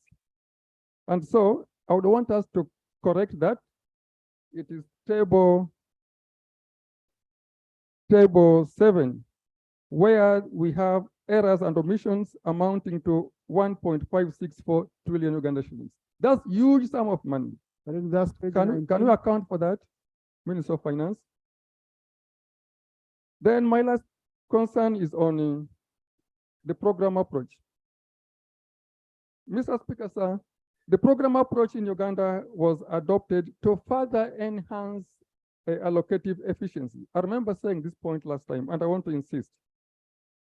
The program-based planning, as well as the program approach in budgeting, is aimed at enhancing efficiency in utilization of our resources. Not only allocation, but even utilization of our resources. Unfortunately, as of now, we see we are bent merely on rationalization of agencies, and we forget rationalization of ministries to fit within the program approach. I'm also glad, Mr. Speaker, you have taken into consideration the need to rationalize our sessional committees. That will go a long way in ensuring that the appropriation is done efficiently. And also oversight tomorrow will be done efficiently. I therefore call upon Minister of Finance to consider not only rationalizing agencies, but also ministries. Take, for example, Minister of Energy and Mineral Development. Under that, we have a host of programs. Minister of Lands, Housing and Urban Development. We have a host of programs. Minister of Trade and Industrial Cooperatives. We have about 3 programs. It is high time for us to ensure that we benefited from the program approach. And that actually calls for the executive to consider not only agencies to be restructured and save money, but also to restructure ministries as well to save money. I thank you. Thank you. Now, I think that's very critical. Colleagues, if we are having 20 program areas, what are other ministries doing? and you find one ministry is covering 3 already. For example, Minister of Energy is covering mineral development, sustainable energy resources, sustainable development of petroleum resources out of the 20 areas. So it means we shouldn't be having more than 20 ministries, if you're saying, because if the programs are already covered, what are the rest of the ministries covering?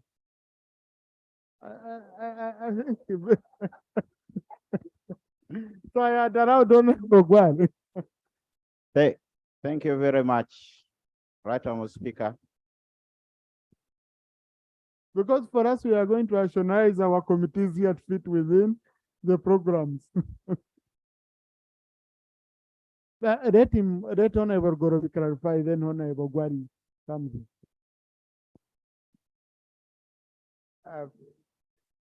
Mr. Speaker, I think there is a serious problem of interpretation here. When you have industry under industry, and we are talking about a program to do with industrialization, it doesn't mean that it's Ministry of Industry alone that is responsible for that program. You're actually looking at various players around industrialization. For example, you could have the ministry itself, but you could also have other agencies that contribute towards industrialization. For the construction of an industrial park, for example, you need electricity there, so you need the electricity agencies, energy. You need water, so you need the water agencies involved. You know, so many other players are involved, environment, etc. So it's not enough to say that because we have Ministry of Industry and in the program we are talking about industrialization, therefore it all belongs to Ministry of Industry. You know, I think it is much broader when it comes to talking about programs. When you talk about minerals, you'll actually find that Ministry of Works is involved in terms of providing access. When you talk about tourism, it's not about the Ministry of Tourism alone. There are so many other players that get together to deliver tourism for this country. So I thought that the context should be clearly understood. Thank you. But, Honourable Minister, there is no program that works in isolation. Okay? Government does not work in silos. It's integrated. So programs support each other.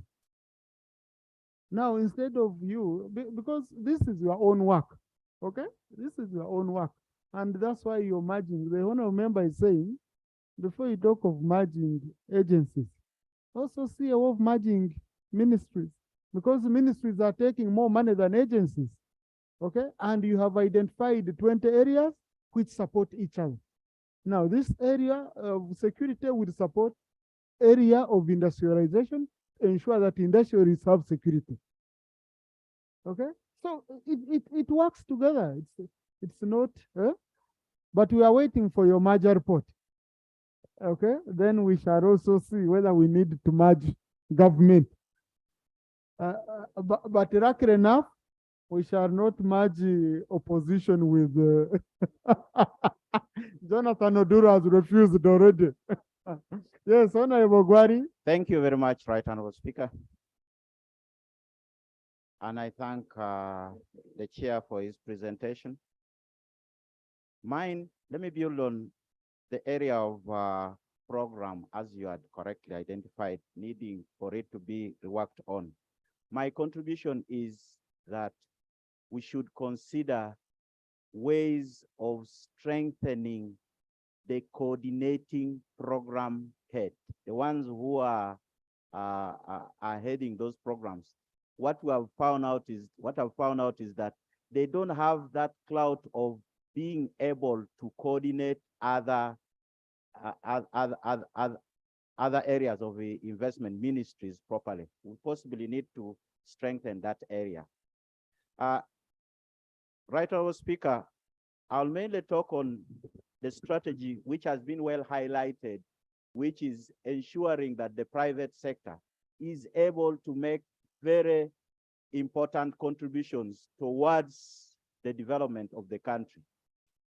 And in doing that, there are critical things which we should ensure that we invest so that the private sector can be able to do its job. By private sector, I'm meaning that part of the economy which is not government. So it is a little bit broader.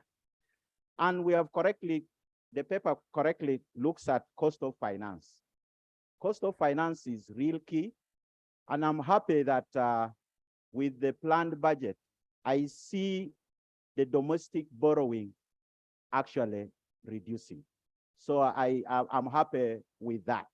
That hopefully starting next financial year, the domestic borrowing is going to reduce according to the figures. However, we need to note, why are the costs of finances high? It's mainly, if you look at what the commercial banks say, one critical thing is risk. So let's look at what are we going to do and invest to ensure that the risks reduce. The other is the cost of their bond borrowing and the cost of production. So I would be interested in knowing how Minister of Finance is going to work harder to ensure that we reduce credit. The other issue is transport cost, Right Honorable Speaker and colleagues. Colleagues, in 2014, that was data of 2014, where I used to stay in a traffic jam for 45 minutes when you are coming for work, and almost 45 minutes when you are going to work, when you are leaving work. That created a situation that we were sitting in 2014 in traffic jam for 52 days in a year. 52 days you are sitting in traffic jam. That is the extent of the challenge of traffic jam. So we need to put resources to address that. We need to put resources to address that. And I'm happy when you look at, say, distribution, if you're in the production sector, distribution currently within the city center is taking up to 10% of the cost of your production. Distributing costs in a city center should not go beyond 4%. So you can see where challenges which the private sector are having and which we must work hard to ensure that we invest and address. If you look at road network, and I'm saying network, sometimes these roads are not a network. they stand alone. And you see Ministry of Works always, all of us are quoting kilometers of roads which we have covered. For proper support of the private sector, you must ensure whatever you are developing in roads, one, are you reducing time of travel? Two, are you reducing costs of fuel? Are you reducing that? Three, are you actually reducing the distance? Allow me, Right Honorable Speaker, to give an example of a road which may be around my place for this case. One road which we always say is to support a road from Namasale to Dokolo and then reaching wherever Otuke and so on. That area, if you did that, you will reduce the transport cost if you pass through the lake by 164 kilometers. You will reduce the usage of fuel by 60%. That is what we should plan as we plan these investments. The other issue on these roads is the rural road support network.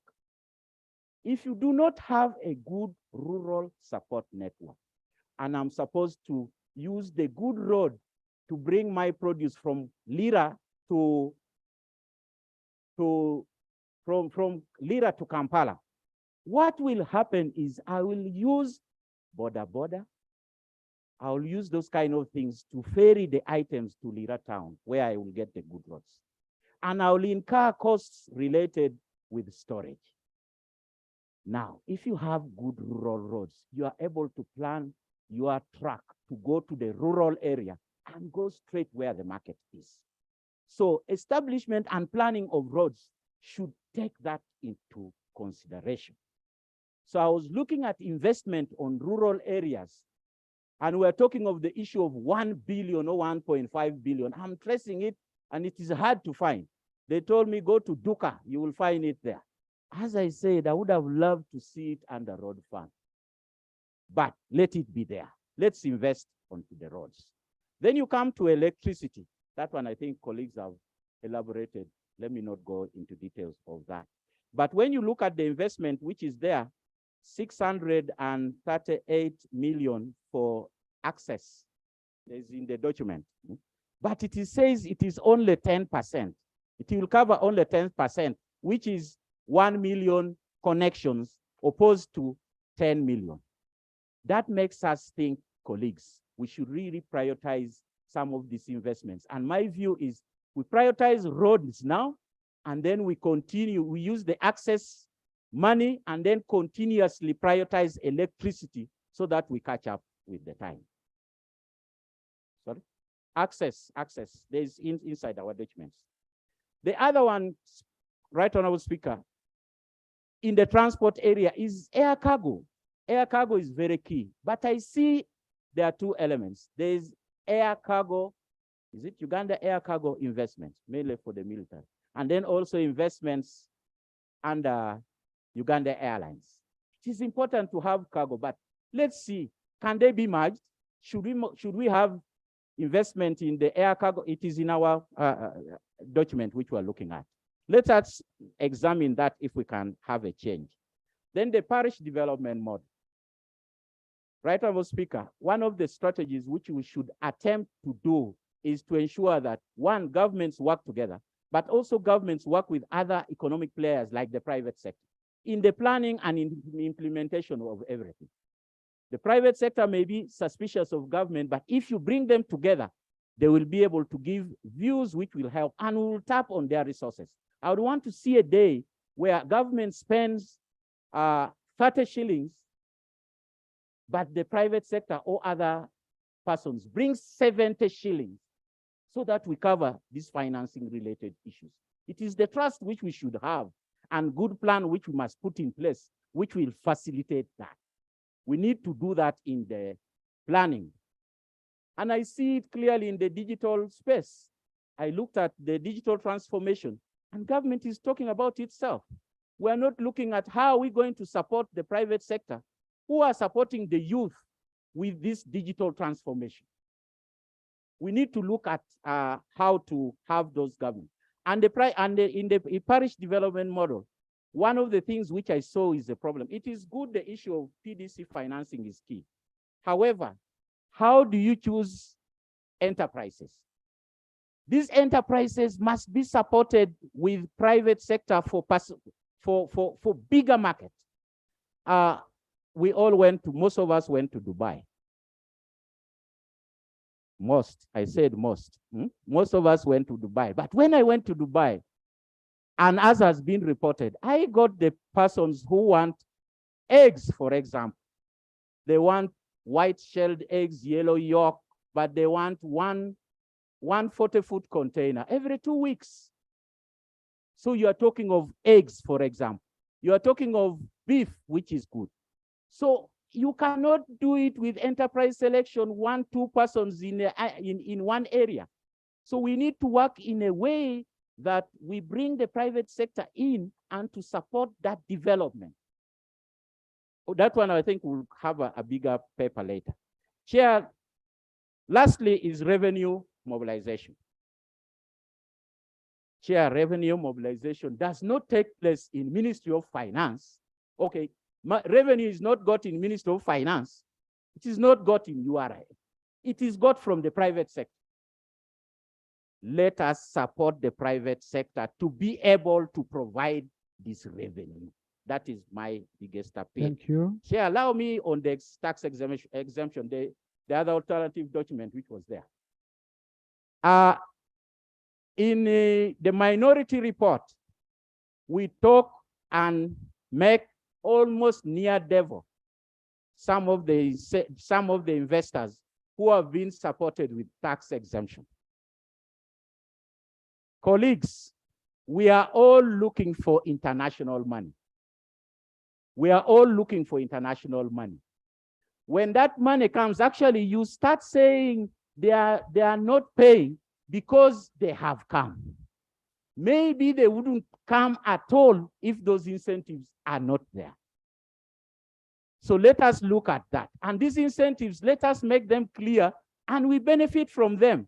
I can tell you, Honorable Speaker, colleagues, you can have all these tax incentives if you invest in your hometown, which is not a municipality, only 350 million.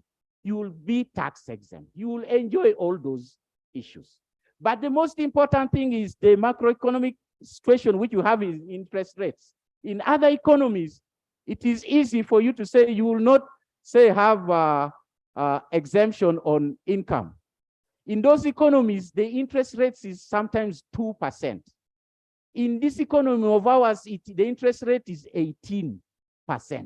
So money which you have made, it is good for you to be encouraged to reinvest in that money. Thank you very much, Chair. Thank you. Honorable Choma.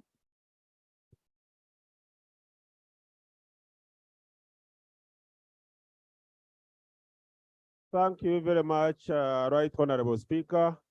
Colleagues usually say I limit you so much on time. Today I wanted to, but whoever reads today's answer will really be proud of this house. People who are saying we don't have brains here, they'll be shocked once they read today's answer. So, Honorable Choma. Thank you, Right Honorable Speaker, for the opportunity, and I thank the committee for the report. All right, Honorable Speaker, it would be important. Let's listen to one another, colleagues. To actually comment on the budget performance for the financial year 2022-2023. But the fact that the minister could not provide the performance of the 2 quarters in terms of expenditures, that one limits our discussion. However, it puts a question to the minister, find out the basis, because you know we are in program budgeting. Where did he base to come up with the proposed figures? The fact that he could not provide the performance outturn for the first 2 quarters, or at least the first quarter, that he would base on that. The fact that there is that limitation Let me talk about the government debt stock, Right Honorable Speaker and colleagues. It's on page 18. Right Honorable Speaker, my biggest concern is how much of a shilling that we receive as revenue that is committed to infrastructure, roads, schools, water for irrigation, water for domestic consumption, wages, and the rest. That is my biggest concern. And when I was making an analysis, I have clearly established that for whatever shilling that is earned in terms of revenue, not only revenue, by the way, Right Honorable Speaker, also borrowing. What we borrow, what we collect as revenue, whatever we collect and put in one basket, 55% of every shilling goes for commitments, paying debts, paying interest, and the like. And we only remain with 45%. In other words, to put it simple, more than half of what we collect goes for commitments, and less than half goes for really development and consumption purposes, which is quite alarming. When you go to page 18, Right Honorable Speaker, you would actually see that that is an analysis for 2022. You would actually see that the appetite for domestic borrowing is more than the appetite for foreign borrowing. And Right Honorable Speaker, you put it clear. And actually you were wondering whether our credit rating has gone down. This is indicative, Right Honorable Speaker, that by now we are no longer appearing to borrow externally. We go for domestic borrowing, and it is very, very dangerous. One, when we borrow this from the foreign markets, foreign borrowing, that means we are losing out on grants and concessions. That's where there is cheap credit. When we borrow domestically or internally, it means that we are actually crowding out the private sector. Government is competing with these other businessmen. When they compete, what happens? The cost of borrowing will go high for the investors, small or big. What happens? Then it will definitely imply that the profits will go low. What will follow? They will start devising means of actually downsizing the costs, which will even include laying off workers, and eventually we will even lose out on the revenue, Right Honorable Speaker. Right Honorable Speaker, I was also about to be happy, my colleague was just mentioned that we are using domestic borrowing, but this is not the case. When you go to page 23, Right Honorable Speaker, you will read domestic borrowing, and you would think is about 1.5 trillion, which would be good news. But when you move down, there is domestic refinancing, moreover. But I've already mentioned external financing. The possibility is that actually even this refinancing is from the domestic market, which worsens the situation. Now, contrary to what my brother Honorable Msasa has said, leave alone really the format. When we borrow from Bank of Uganda, we are borrowing from reserves, and we must pay back. We can't say this is not a debt; it is a debt, and interest. You look at it; it is even mentioned. It is even mentioned. I don't know why you leave alone the other format. But look, sometimes we need to be wiser than academic. Where it is indicated, the total revenue, it is actually 24. After getting what would be available, you are subtracting interest payments. That is a commitment. Then you are also subtracting domestic debt payment, Bank of Uganda. It is a debt. And actually, precisely, right, Honorable Speaker, what remains as a discretionary out of 49 trillion, it is only around 22, and this is what is meant for electricity, roads, standard gauge railway, domestic, rather PDM, Emyoga, in Uganda and other districts. Too small. For every shilling to find that you are committing 55%, more than half, paying the commitments. It is quite absurd, but now what do we do? Get out of this. Start going forward. Perhaps we can have revenue at our disposal for development purposes. Now I go to the minority report. For the first time, I want to agree with the shadow minister, because this is where I'm seeing some ray of hope. We need really to take advantage of this report. Look at exemptions. Right, Honorable Speaker. Honorable Gwara has gone out. I know he is very passionate with the private sector. Me too, actually. But why you find that a single company can benefit from corporation tax, benefits from other forms of taxes? Right, Honorable Speaker and colleagues. A company cannot pay corporation tax if it has not made what? Profits. If it has made profits, why can't it pay the tax? He just made the right honorable shadow minister just made a sample to the tune of more than 500 billion. That is more than half a trillion. But you are saying, if you go in details, it can even be a trillion. I understand. In a circumstance where you actually give exemptions, and this company, where you can tap some benefits out of this company, for example, increase the employment, okay? Then after some time, taxes, you cannot have exemptions forever. And then we are crying of shortfalls in revenue. So, right, Honorable Speaker, I think we need to study the report of the shadow minister critically and get a solution out of this. To the minister now. Let me take the information from I need you to conclude because you have other colleagues who would want to conclude. Thank you so much. I want to make some information. Actually, we need to understand as Parliament that these investors do not pay tax. Tax is paid by the final consumer. If it is indirect tax, it is paid by that one who buys. If it is corporation tax, it is paid by that one who buys, and you make a profit, and out of that profit, that's why you pay tax. So why are you exempted?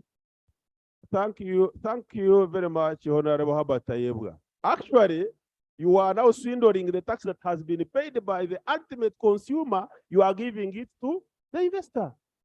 Pay as you earn. Just imagine, you are paying pay as you earn. You are paying salaries on behalf of an investor. So I think we should consider this minority report very seriously. And to this effect, I want to find out from the minister, it is by statute that you should be providing this parliament with the quarterly reports at the end of every quarter. You should be giving us the updates of those who have benefited from yes, it is exactly.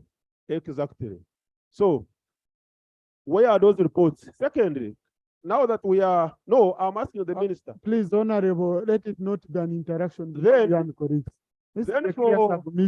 Then for this year, for these BFPs we are discussing, can you avail Parliament with a list of those you think will be the beneficiaries in the tax exemptions for the financial year 2023, 2024, such as Parliament? We discuss them because it is constitutional, actually. That is Article 159. It is constitutional that we should be deliberating on them from here. Thank I you, thank you, Honorable. Right Honorable. Thank you. Achut. Oh, no. Let me start with Christine, then I go to Honorable Achut. I had picked these two areas.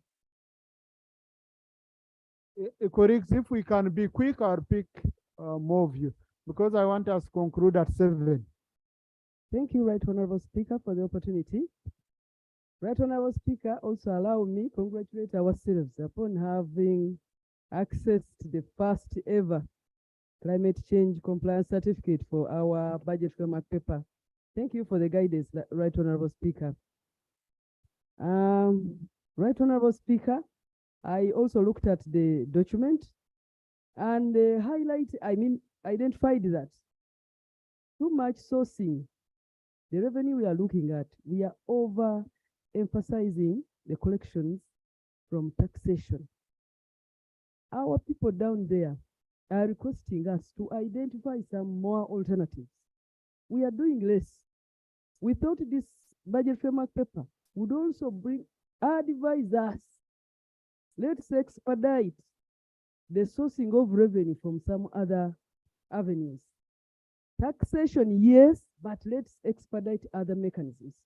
And this is also affecting our local government so much to the extent that the owner revenue is cutting forests and probably quarrying stones. We need to help our local governments generate local revenues because the potentials are many. And then the external financing, the baskets are many. Very many people are interested in helping us.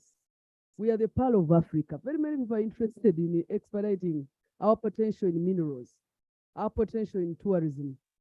But the way we sell ourselves, the way we have packaged ourselves is not funded. We have not funded our package, our brand. Wherever you go, you find others have already reached somewhere.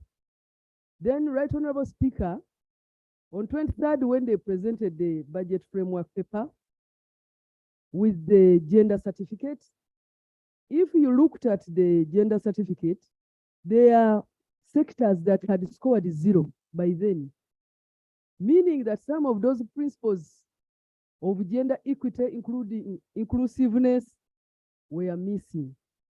But when you look at the programs and sectors that are scored 0, that is where we expected our population to derive sustenance. And one of them is the mineral development, scored 0. IT, others had started below 20. Now I'm wondering what happened from that time to now. Have they improved? That their budgets are going to be considered? The same applies today. Now, climate change certificate. We have scored 60, but we do not have the marking scheme based on what? And the 60 is applying to the entire budget framework paper. What is happening to the independent sectors? So we need to look at this before the budget framework paper and the cycle is accomplished. Right Honorable Speaker, the issue of program-based budgeting is very important. That is why, instead of looking at sectors, instead of looking at sectors, we are looking at institutions, protecting ERA, protecting NFA, protecting what? Let's focus on programs. I will bring out the issue of parish development model. We have failed to budget in line with our population. Right now, if somebody asks you, how much is that budget going to translate into somebody's livelihood? You can scratch your head to the last when you have not responded. The parish development model is based on geographical locations, not people. Yet we are aiming at transforming people's livelihoods. We have already failed somehow. But we pray that we correct this mistake probably as we go along with the project and program. And Right Honorable Speaker, we have identified the most important challenge concerning corruption. We have lost a lot of money in corruption. and most of the institutions can no longer monitor adherence to some of the set standards. Right, Honorable Speaker, factors of production are not safeguarded. What the poorest of the poor has, Chivanja in Uganda, or land, is not safeguarded. So where we are coming from the starting point is not safe. There is no safety. We need to invest in the security and safety of the land tenures, of the land rights of our people, because this is the first factor of production. But when you look at the programs, the way they are funded, for example, the parish development model, tenure security rights have not been helped. District land boards they are as poor as I don't know, using clients' money to process activities. Let's try to ensure that factors of production that enable our poor of the poor are able to function, and then our people are able to change their livelihoods. Thank you, Right Honorable Speaker. Thank you, Honorable Achut. Thank you, Right Honorable Speaker, and I thank the committee for the report. My first issue is on the budget performance, specifically on absorption. When you look at the report presented on page 22, 7.1% of the funds were not absorbed, equivalent to 2.1 trillion Uganda shillings. We are here today talking about shortage of medicines, broken roads, but we have 2.1 trillion shillings that we have failed to absorb. When you go deeper into this same report, under the development external, we did not absorb 30%, equivalent to 1.4 trillion Uganda shillings. That is money which is borrowed. That is money which we're paying interest. And when we do not absorb it, we still have to pay the interest. And I want the minister to tell us how much do we pay when we fail to absorb these funds. We're talking about interest on domestic arrears, but there's now interest on non-absorbed funds. When you go deeper, the impact of this, one of the reasons are delayed releases from the Ministry of Finance. Mulago Hospital in 2020-2021 returned 4.1 billion shillings, which was funds that were supposed to be used for recruitment. And the reasons they gave is that Ministry of Finance releases the money for recruitment 1 month to the end of the financial year. Yet you need 3 months to recruit. In other words, they are releasing the money to you, but the intention is for you to return it, not to utilize it.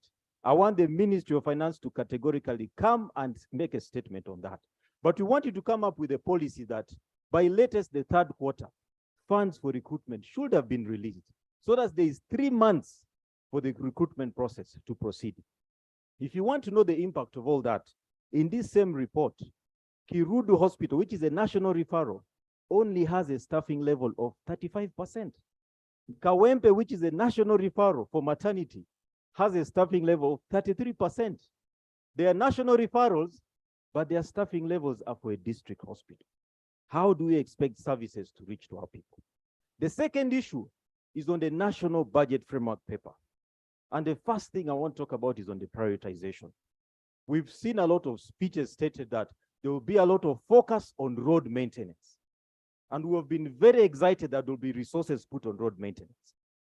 But when you look at the budget framework right now, the money for Ministry of Works for rehabilitation of the Duka roads is reduced from 348 billion to 124 billion, more than 64%. The money for Uganda Road Fund reduced from 487 billion to 467 billion. When I read for KCCA, then I realized you meant road maintenance for KCCA roads, because their budget is now 196 billion. But it wasn't increased. You basically reduced from Ministry of Works, then increased from KCCA. We say that we are going to be a people-centered parliament. The pregnant mother in Kole accesses the health facilities through a Maram district road. The school child in Mitoma uses the Maram district roads to access the schools. Not the tarmac roads that we are talking about where we put the 196 billion. We need to reprioritize. Second issue on the national budget framework are promises. I see this as a national broken framework paper, filled with broken promises. The president went and promised during campaigns, we'll give 150 billion for livestock compensation. And we're all excited. They released the 50 billion. This year, finance failed to budget for it, the 50 billion. It is budget committee that put aside 30 billion. Next financial year, it is an unfunded priority. This is a document of broken promises, and it's a broken framework paper. The third issue is on planning. We are expecting this to be integrated programming.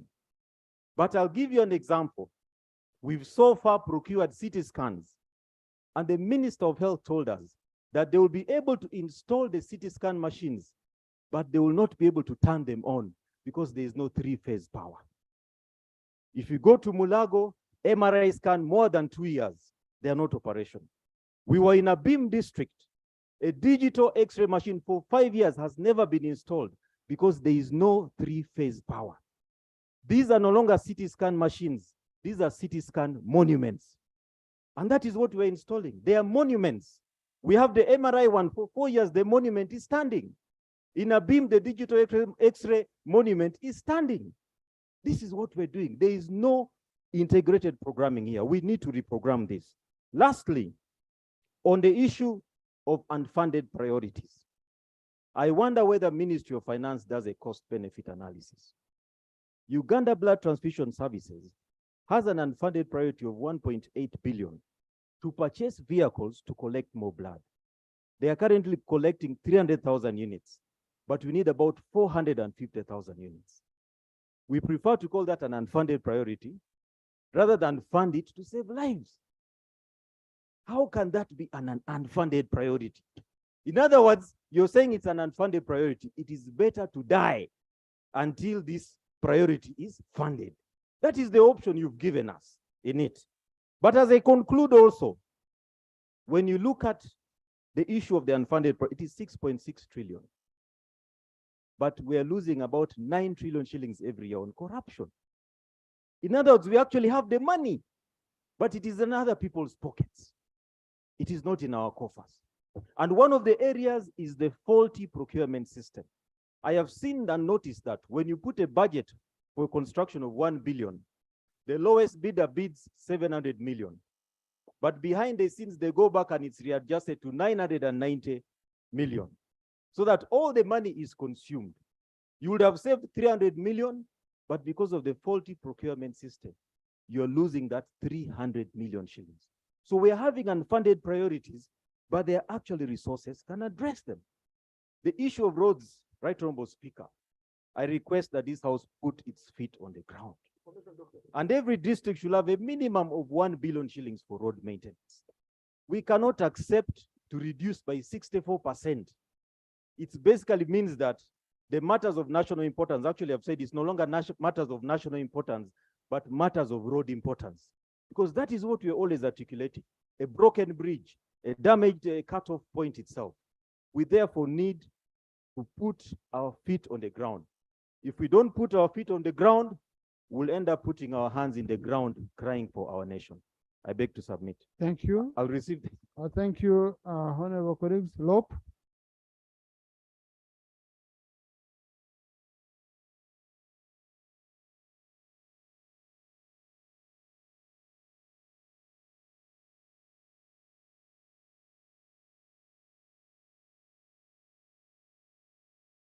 Thank you, Right Honorable Speaker, for allowing us time to think through the ends of our planning. This exercise, Right Honorable Speaker, on our side, is even more critical than the day for appropriation, because it speaks to the aspirations and the frustrations of our people. It actually sheds a light on whether government does understand people's frustrations. And going through the BFP and attendant sub-reports, you wonder whether the the component of perspective planning is still operative. And I'm glad that the Honorable Ugolov is here. He was a very, very potent chairperson of budget committee. And there must be something about those buildings where they sit as ministers that sometimes veers them off. But I'm glad this debate has taken place, right, Honourable Speaker, and I'll make brief remarks on 4 or so issues, but briefly. My Shadow Minister for Finance did the capping on our perspectives on this BFP. And I only tried to buttress some of the issues that I felt imperative for the consideration of this House of Parliament. Right, Honourable Speaker,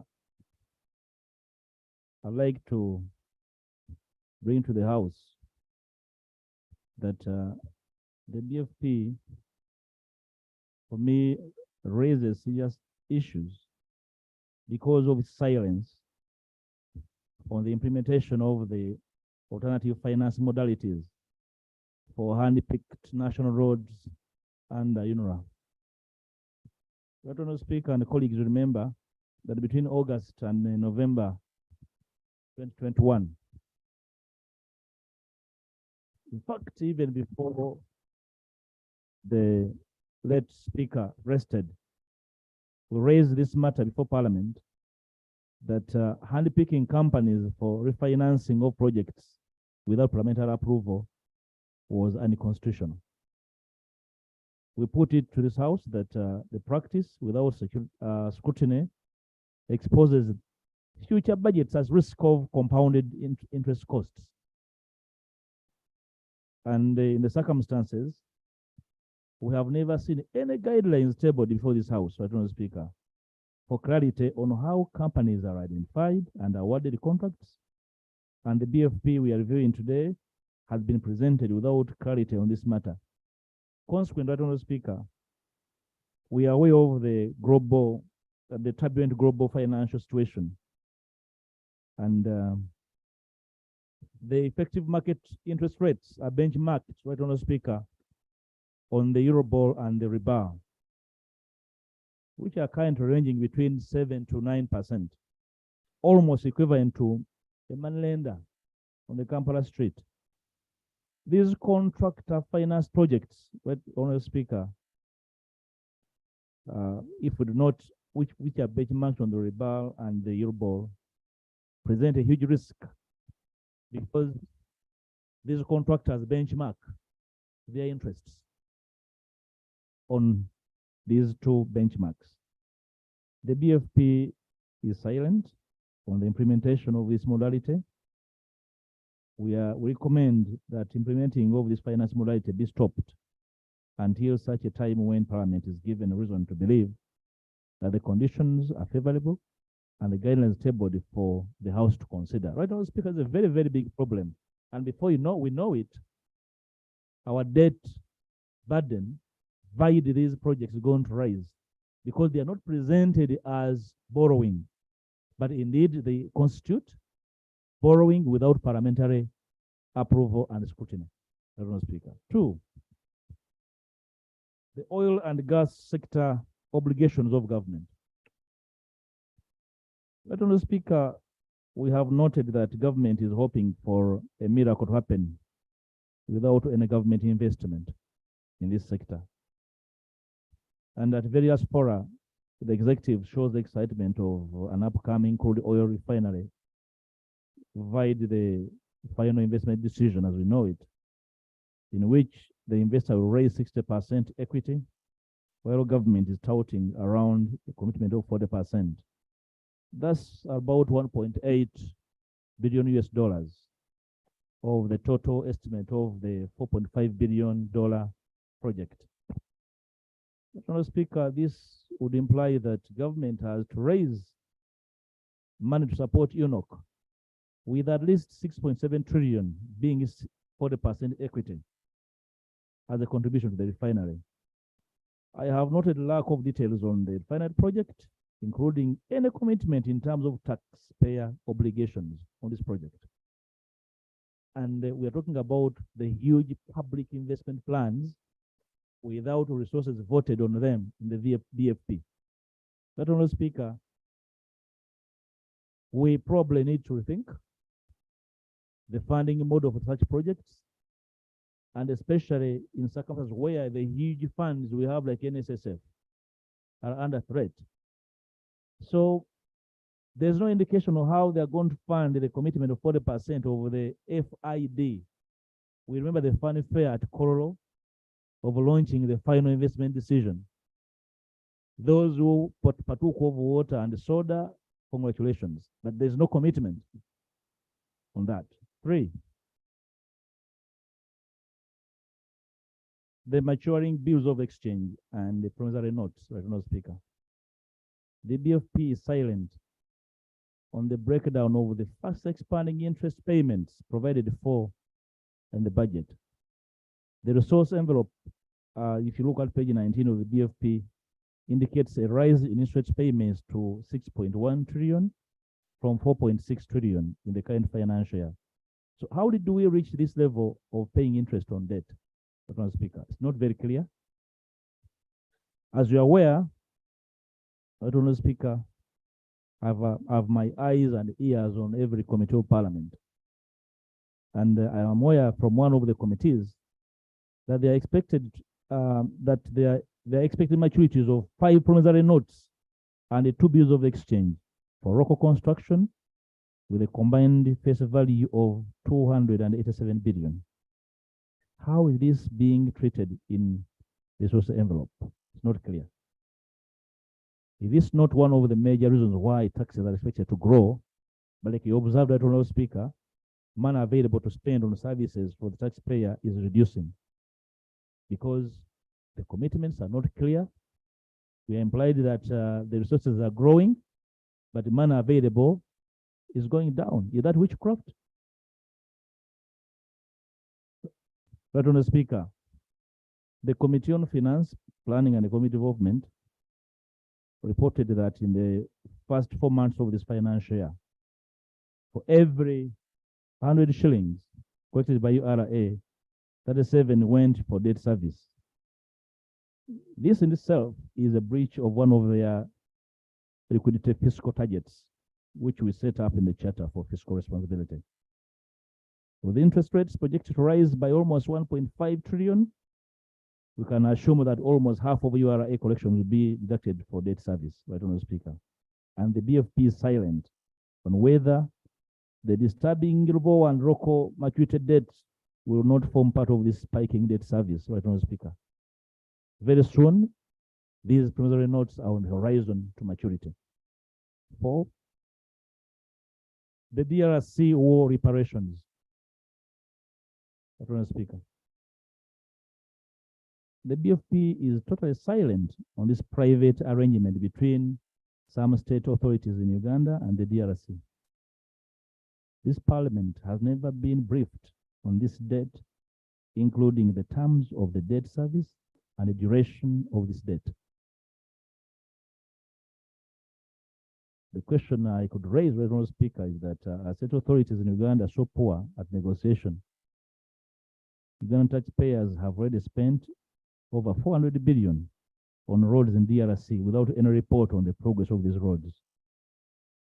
Our armed forces have equally and separately spent hundreds of billions to stabilize the DRC as a country. Now we have a secret deal on how much should be paid annually to the same country as all reparations and plunder. Is this money being paid to the consolidated fund in Kinshasa or some commercial bank account anywhere between Uganda, Kampala, and Kinshasa? The minister who is paying out this plunder cash should brief Parliament. And not talked about anywhere in the BFP. So is it money moving between private hands so that we do not have to capture it in our official record, Honourable Speaker? 5, Honourable Speaker, and second last for that matter, the Karuma Dam debt repayment and the commercial operation debt. Honorable Speaker, it's one of the major public investment projects. And my sense is that it does appear in the long-term investment projects of government. But as we know it, everything that can go wrong with a multi-year infrastructure project financed by a loan has occurred at Karuma and East Simba for that matter.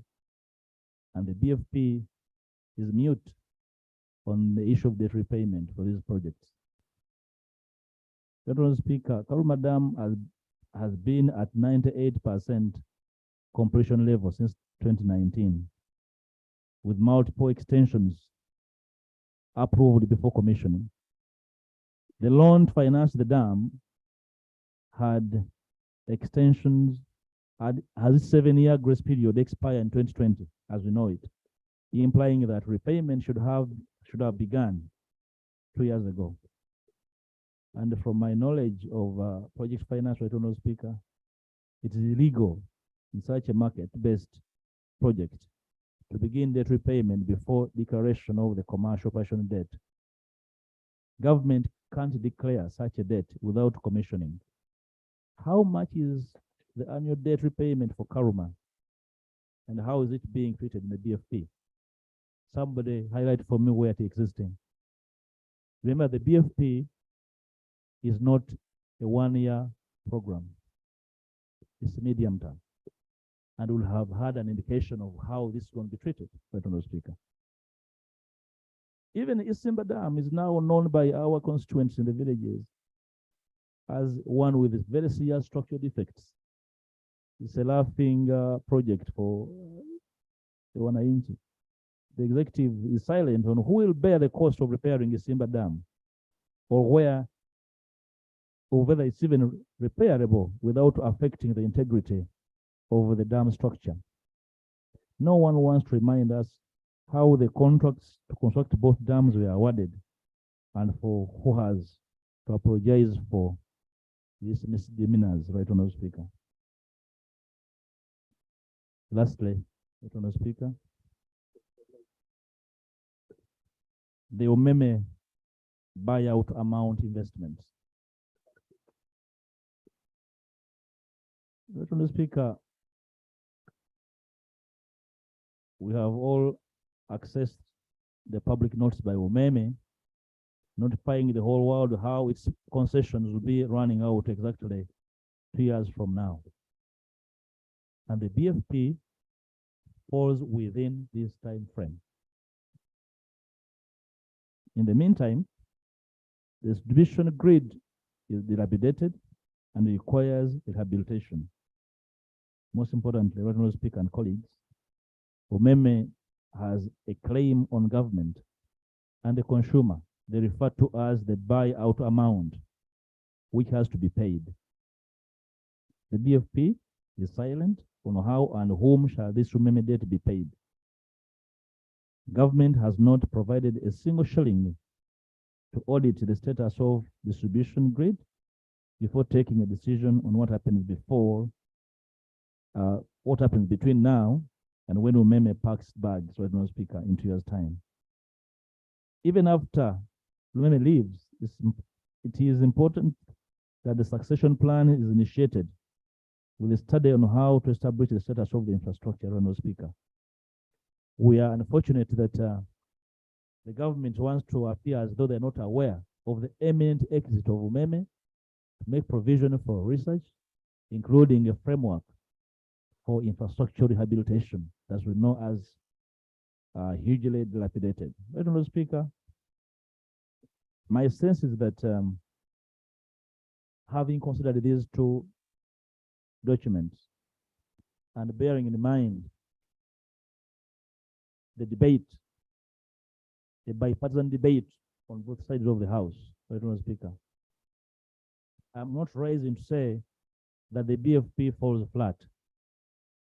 I am eager to hear whether the ministers have understood the perspectives of the House and how we can move, because the report from the members' debate is a figment of the imagination of the ministers.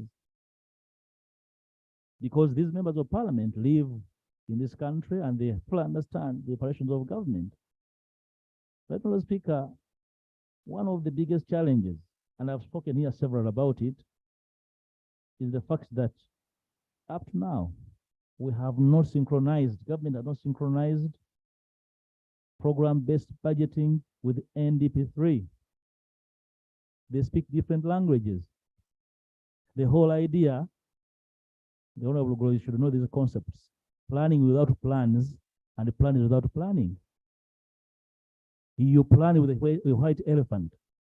So this plan will remain a white elephant unless there's synchronization of the plans on paper and what you actually intend to do with the money when you actually get it. The two do not speak the same language.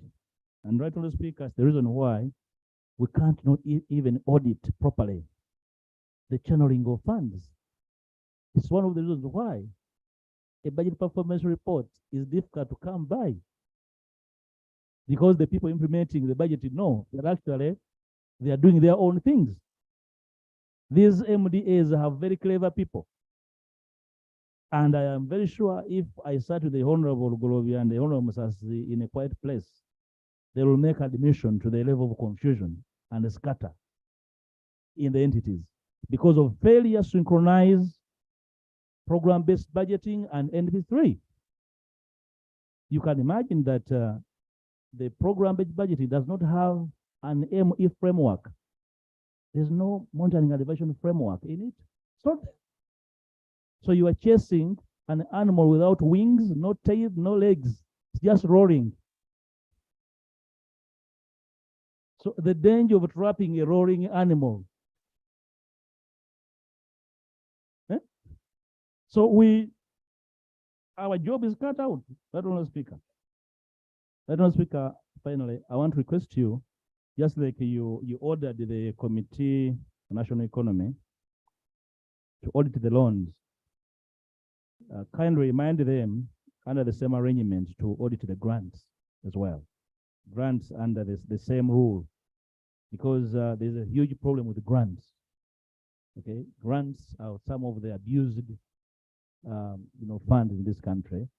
We can probably make a difference in our time for our country and for posterity. I thank you. Thank you, Lop.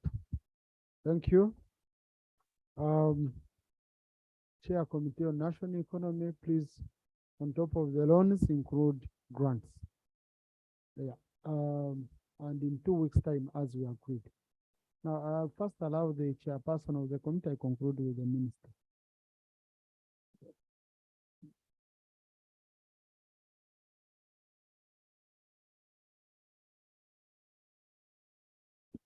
Right Honorable Speaker, Section 77 of the PMA Act 2015 states a person or an authority granted power to exempt a payment or to vary any tax under an act of parliament shall in each financial year on or before the 30th day of September, the 31st day of December, the 31st day of March, and the 30th day of June make a report on the matter to Parliament.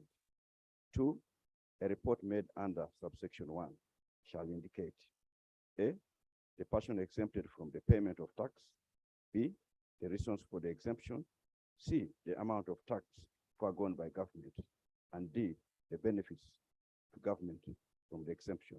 Right Honorable Speaker, the Minister of Finance has continuously failed to fulfill this information to provide to this House.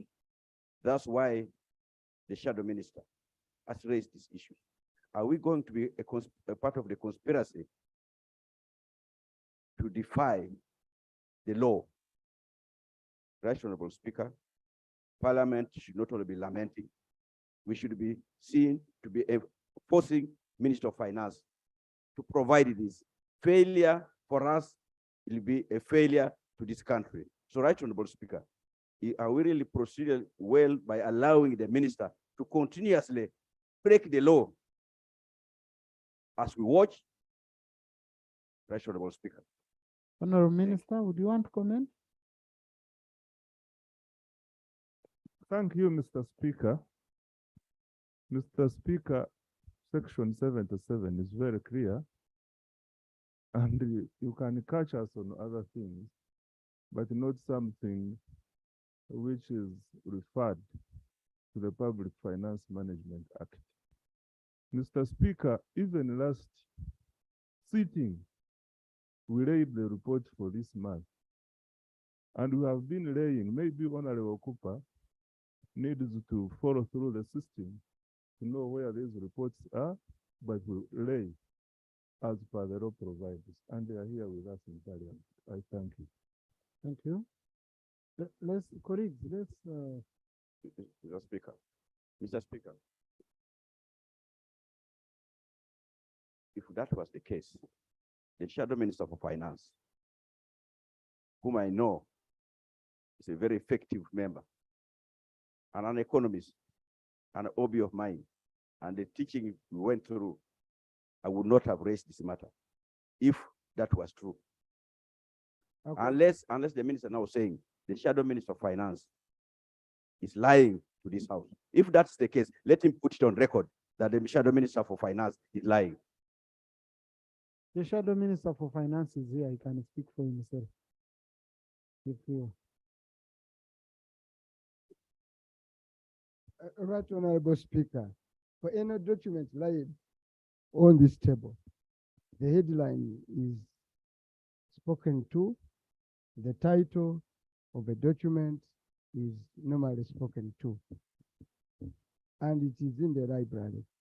Now, unless the Honorable Minister of Finance is saying that members here on that day had deaf ear, and none of us had him read that report as laid it. So he still laid it. Like, now just let me make the work very easy. Yes. The latest one was laid by Honorable Evelyn Anita on Wednesday. Yes, on Wednesday, Honorable Evelyn Anita here laid, that's the one I can remember very well. That was done. But colleagues, here, let's make it very easy. It's not a matter of finding fault with each other. Okay? Okay? So some of these issues we can consult quietly before we go on the floor. Huh? Because we are colleagues. We are colleagues, and that collegiality helps us so much. Clerk has confirmed to me that the documents are there. Let's ensure they are available in the library for easy access.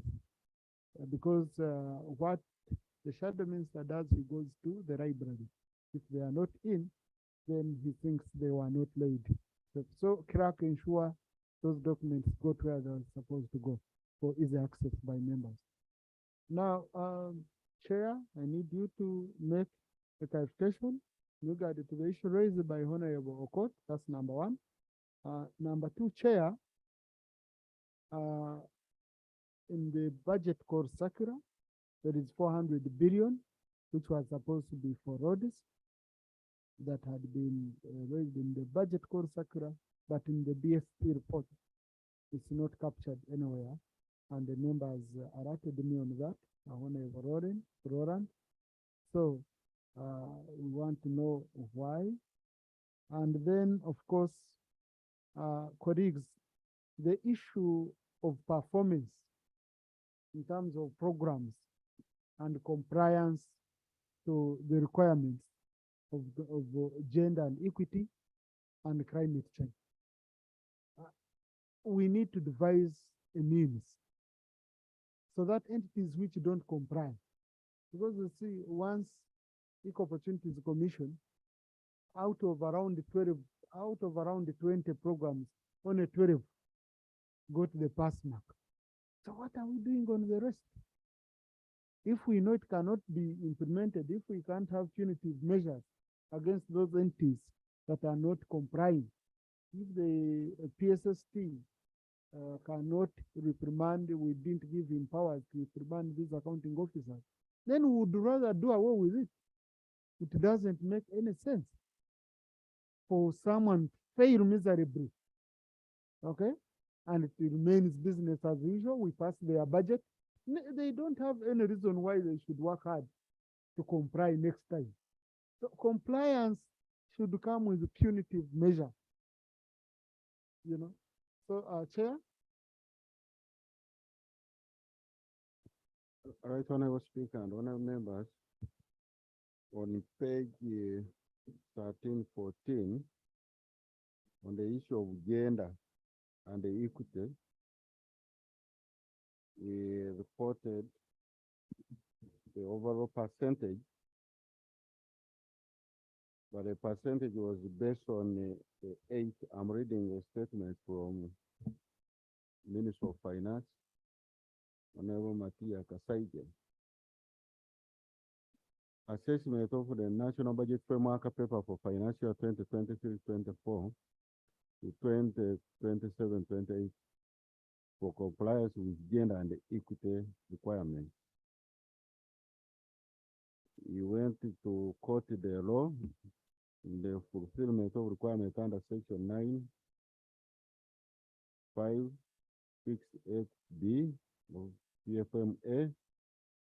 So he gave us the narratives. When he went down for assessment results and recommendations, out of 20 program budget framework paper, 12 have passed the assessment with overall pass mark score of 53% against minimum score of 50%. Therefore, in respect of compliance of the National Budget Framework Paper for Financial 2023-24, 2027-28 with gender and equity requirements, the certificate of gender and equity compliance is hereby issued to qualify the National Budget Framework Paper for Financial 2023, 2024 to 2027-20 for compliance, worthiness, and consideration by Parliament. Attached is the assessment report by Equal Opportunities Commission, submitted under my hand on this day of 22nd December 2022. Matia Kasaija, MP, Minister of Finance, Planning and Communication. So, honorable members, we looked at the assessment. We've gone through the numbers with the Honorable Court. Yes, it is true. The overall percentage down there doesn't tell to that, but it was basing on the first 8 programs, which had scored above 50%. So there was an error committed on by our secretariat. We can adjust the percentage, but based on the first 8 as per the letter. I beg you to read, by Honorable Speaker, the letter from Minister of Finance on the assessment. Number 2, on the issue of, I beg to read the certificate by Minister of Finance. Now, the issue of 400 billion in the first budget cost circular, when we interacted with the PSST, we confessed that there are some errors and omissions which were made during the allocation, and they pledged to correct those anomalies when they are submitting the draft annual budget estimates on 1st April this year. So when I remember, as I really take this opportunity to thank you for the debate, the Honorable Speaker, as you guided. I think the debate moves towards the substance of the documents. We recognize all the response, the issues raised by members of Parliament, and we call upon executive at least to take up all these issues to move in harmony. I beg to submit. Thank you. Colleagues, there are many areas colleagues are bringing to me here, which are not, where finance had committed that they would be, for example, in the next financial year, and they are not. The issue of compensation for war claimants, then some court cases. Then, but the question is, we have debated most of the issues, but when it comes to the critical issue of the resource envelope, where can these people get more money? It becomes a very big problem for us. We become stuck. You know? So it's an issue we have. For example, we have the issue of the Valley dams, which our colleagues from the cattle corridor are raising. Then we have the issue of new town councils and sub-counties and cities. And they are saying, because like for the new town councils, now, if you voted leaders, you gazetted them, they are operating. How can you say you cannot avail them money? You get it? So especially for road maintenance, my district like Mitoma, we get 350 million for maintenance of roads. And maybe Honorable Minister to inform you, the other day when we were discussing, we said here, at least also listen to us, on one priority area, which you need to go, and you say MPs requested, one critical priority area, rural roads. Because your MPs are no longer even going home. I can tell you, I know MPs who can't step in their constituency. They are the ones doing roads. Even when you go to the district to use the district equipment, the money they ask for, they start with the allowances, the fuel, including that which they want to steer, you know. So we said here, that Honorable Minister of Finance, since you love us so much and we are your partners, and you want us to return it to Parliament, help us on rural roads. We know the moment we sort rural roads, the rural road network, many of these colleagues will return. I can assure you. So we don't want to do it via interfering with the figures you bring to us. We are saying, since we've allotted you area, go back, look at it, and see how best we can prioritize rural roads. It's a request from your colleagues, and they said I pass it on to you. So, and I've done my work on our colleagues. Okay. So, Honorable Minister for Finance, their proposal had been 1 billion to 1.5 billion per district.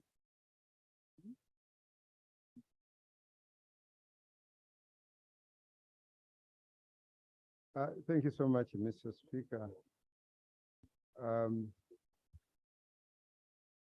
Let me begin by thanking the members for the contribution they have made to this paper. Indeed, the objective of preparing and presenting the budget framework paper is largely to collect contributions from the various stakeholders, especially Parliament, before we go to the final estimates. And I want to submit that that objective has been served, given the wealth of submissions made by various members. I cannot, at this particular juncture, go through all the questions and respond to them, but a good number of them you have been guiding us. And we can only promise that when we get back, we shall use this time before we come back here in April to deliver the final estimates, to go through those submissions, and where feasible, to make sure that we incorporate them into the final estimates. Because we agree that we are all partners in this process. The few issues that I thought that I should comment on, while promising that we shall be looking at the rest of the issues one by one on a case-by-case basis. One of them is the issue of the program approach that has been under very serious scrutiny. The program approach actually originates from the plan itself. It does not start at the budgeting level. It starts from planning. The plan, the National Development Plan, was designed based on those 20 programs.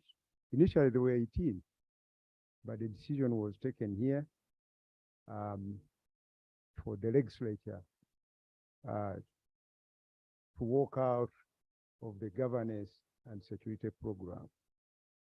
And the judiciary was learned from you, and they did the same thing. So we now have 20 programs. But in a recent review, we felt the need to actually collapse some of these programs, put them together, and we think that in the next NDP4, we shall be looking critically at that. There are those programs that we can actually bring together. You know, it's a whole learning process. As you implement, you learn a few more things, and then you adjust accordingly. This program, the NDP3, as you recall, was approved by Cabinet and the Parliament. And as I mentioned, is based on the programs, and that was what indeed you approved, and is implemented through the program implementation action plans, the PIAPs, because largely at the NDP level, you are talking about outcomes, but you want to simplify, to turn those outcomes, the ultimate goals, into actionable plans. So the PIAPs, which are the program implementation action plans, are the ones that identify the outputs and sharper interventions, actions that need to be taken. These are not determined by the Ministry of Finance, but the stakeholders within a program actually sit and agree on those PIAPs. And a new commitment we have made this year is actually a decision. It's not for the Ministry of Finance to allocate the money to the various boards. What we do, we allocate the money to the programs, and the criteria for allocating that money, I think, is outlined on page 48 of the DFP. That's where the criteria is. Based on that criteria, money is given to a program. And then the players within that program actually sit down and agree on the priority. For example, you'd expect the players in the agro-industrialization program to sit together, discuss the goals, objectives, interventions, etc., outputs, and then they share resources, the limited resources are available to them accordingly. Certainly, you may not expect that all the resources you need will be available. So you work within those scarce resources that are available to you. So we have moved, just hold on, we have moved a step further because we have come to agree that this whole transformation would require a change management approach, including a change in budgeting and accounting systems. We have introduced softwares in areas such as the IFMIS, the Integrated Financial Management System, and the PBS, the program-based budgeting tool. And all that is intended to integrate the plan through the budgeting process into the expenditure of the resources. So the whole thing is now integrated: planning, budgeting, expenditure. It's all now integrated, but we are continuing to learn as we do. Now, releases to local government. Honorable Taibu Herbert alleged that there's a disparity between the budget and the releases. And I think that statement was not quite correct. Because annually, local governments receive 100% of their budgets. And in addition, the development grants are released 100% by January, implying that they have 6 months to implement projects using the last release. So you are going to disrupt the flow. Could you come at the end? No, please, Honor will conclude, okay? I don't want anyone to interrupt you. Thank you very much. He has heard, because he's constantly harassing me. Now, shortfalls have been realized on wage, pension, and gratuity, we agree, but that was due to the poor planning by the local governments themselves.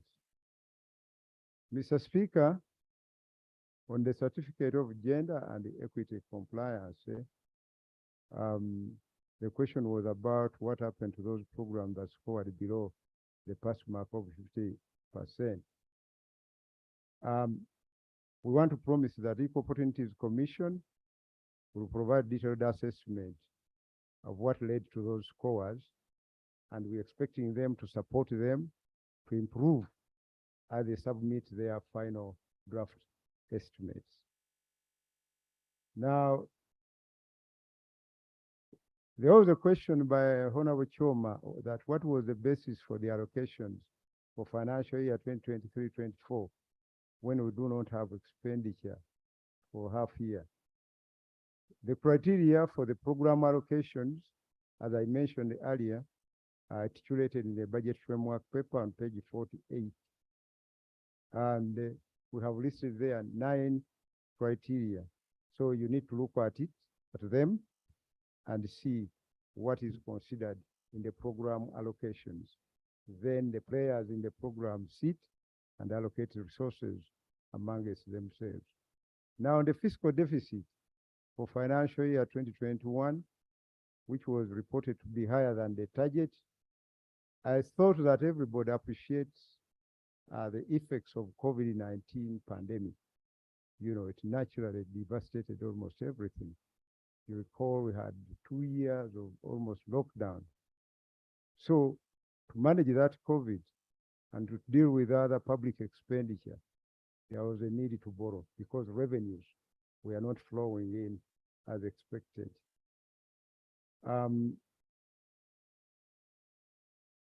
Now, about the beneficiaries of tax expenditures, these are always submitted, as already indicated by my colleague. They are submitted by the Ministry of Finance to Parliament as required by law. It's a matter of law. We have no excuse. We have to deliver them here. We can't run away from it. Now, on domestic areas, strategy has been prepared for implementation starting financial year 2023-2024. The strategy identifies the causes of those areas, which include non-compliance with the commitment control system and the poor prioritization of allocation and lower than expected revenue collections, among other factors. Now, we have also experienced areas on utilities. The solution for every institution is to be put on the prepayment system where this is found feasible. We also have areas to do with court awards, and we are working with the Office of the Attorney General to ensure that the government institutions do not continue losing cases in court, because that has been one of the biggest sources of arrears in government. So that particular window has got to be closed. But we have actually, over the years, we have been working together on arrears, and we have been committing a significant amount of resources to pay for those areas. Now, about SEG, the question was only 24 billion has been provided in financial year 2023-24, yet there's a debt of 5.1 billion. Now, for financial year 2023-24, program working groups were responsible for prioritizing allocations within their programs. So that is the decision that they took. But I want to add that, Mr. Speaker, that the inadequate allocation by the program was noted by the Minister of Finance and will be addressed before we issue the second budget call circular. I think those are some of the issues that I thought that I could respond on.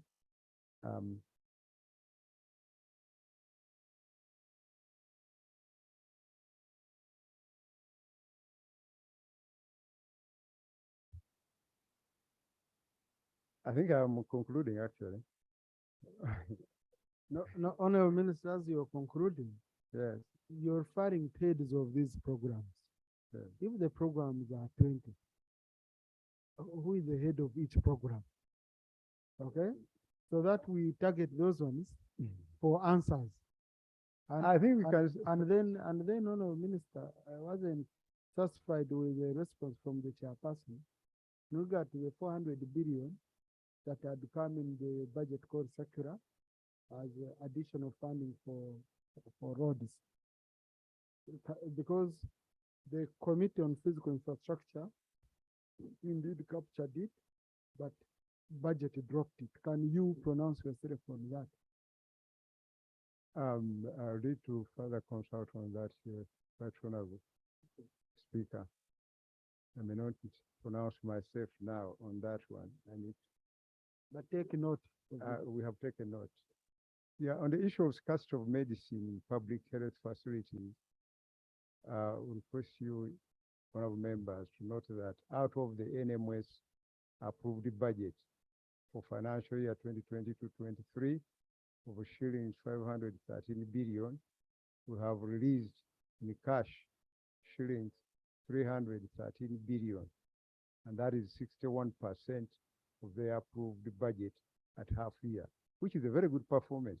We have gone beyond 50%. They also have an additional shilling 66.2 billion available on their account to spend. So there shouldn't be any claim of Ministry of Finance not releasing enough money to the national medical stores. Tomorrow come here and you tell them, because it's the first statement we are starting with. I request you, Honorable Minister, to be here. We sort that matter because they are saying finance is a problem. So tomorrow be here, we settle that matter. We hope they also be here. No, the minister, yes, at the beginning, in their eyes and no, at the beginning of the session, Honorable Minister, I told the House that I talked to the Minister for Health, and we agreed that she's making a statement here, and it is the first statement after communication from the Speaker. So please be here. Thank you so much, Right Honorable Speaker. Thank you. Thank you, colleagues. We still have time. We are going to interrogate all these issues and documents to do with the budget and all that. We are going to allow more debate on more issues, especially on tax exemption, the report we have on Karuma and others that are going to come in. Then we have the half-year budget performance. By that time, we shall have gotten it since they are reporting in April.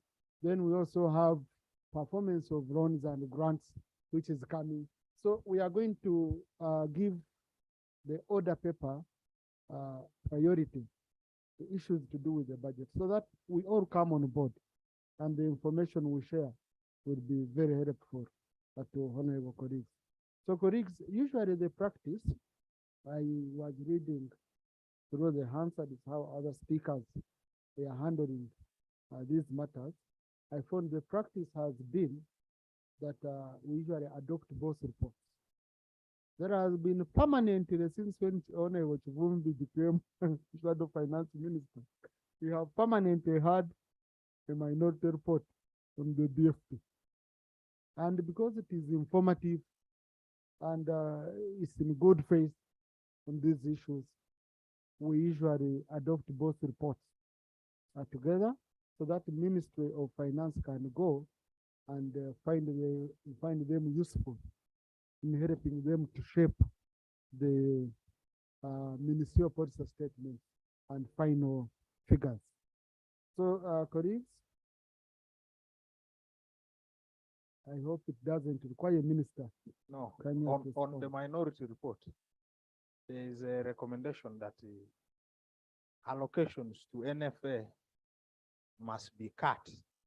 I did not find that recommendation informed on facts. First, the argument for the recommendation is that the NFA is making forest cover to disappear. And what we know is forest cover in this country is disappearing because the country is dependent on biomass. We are all using firewood and charcoal. 64% of Kampala's population, which has electricity. Honorable colleague, please, let me guide you on this. You had a chance to debate. You never raised that issue. No, please. We said they are together. The two come together. You can't, and you know the practice, we've been here for long. You don't start with the majority report, then you go to minority report. I guided, when I was guiding on segments, I was showing you, this is on page ABCD for majority and page ABCD for minority. So because the debate, they are together, and this is in which. But I promised arrange a meeting because Honorable Chivumbi had serious issues of concern as a member of Parliament and as a shadow minister. So I've instructed my office to arrange a meeting. Oh, you've had it. And yes. This morning, the government chief whip called a meeting which was attended by the Minister for Water and Environment and the board of NFA and the shadow minister for environment and myself and the entire top management of NFA. We've canvassed that issue squarely, and they have agreed on the following: one, that there are substance in what we are talking. Two, they are going to come here and make a substantive statement explaining details of their status. We have also put a proposal that we need to institute an investigation into the NFA, and they are saying it's agreeable. So that's why, Honorable Speaker, your approach is proper. Let the government go and study both documents and then find the merit in it, and we work on them accordingly. Colleagues, I now put the question that the majority report of the committee and minority report from the committee on the National Budget Framework Paper for financial years 2023, 2024 to 2027, 2028 be adopted. Those in favor say aye, and the contrary nay. And with amendment. With amendment. No, he has not yet amended anything. Okay? The ayes have it. Because colleagues, remember, the minority was not saying that you don't approve the budget framework paper. And that is what is very, very important. But it had very interesting recommendations and observations, of which we captured. So, colleagues, I want to congratulate you, Chair and team. I want to congratulate you, Honorable Minister, and I want to congratulate you, colleagues. We've done our part. I know most of you went to research. You've not been able to get an opportunity. I had wanted to frame this debate for around 2-3 days so that we can exhaust. But I'm sure the colleagues who have spoken, the ideas they brought, they are representative. They are representative of the ideas that we have. Now, number 3, honorable colleagues, it's not that every day you come here, you must speak. No, you get it? And I'm going to give you a chance on the next issue to do with the budget. The first person to speak will be Honorable Watkins Kapsan.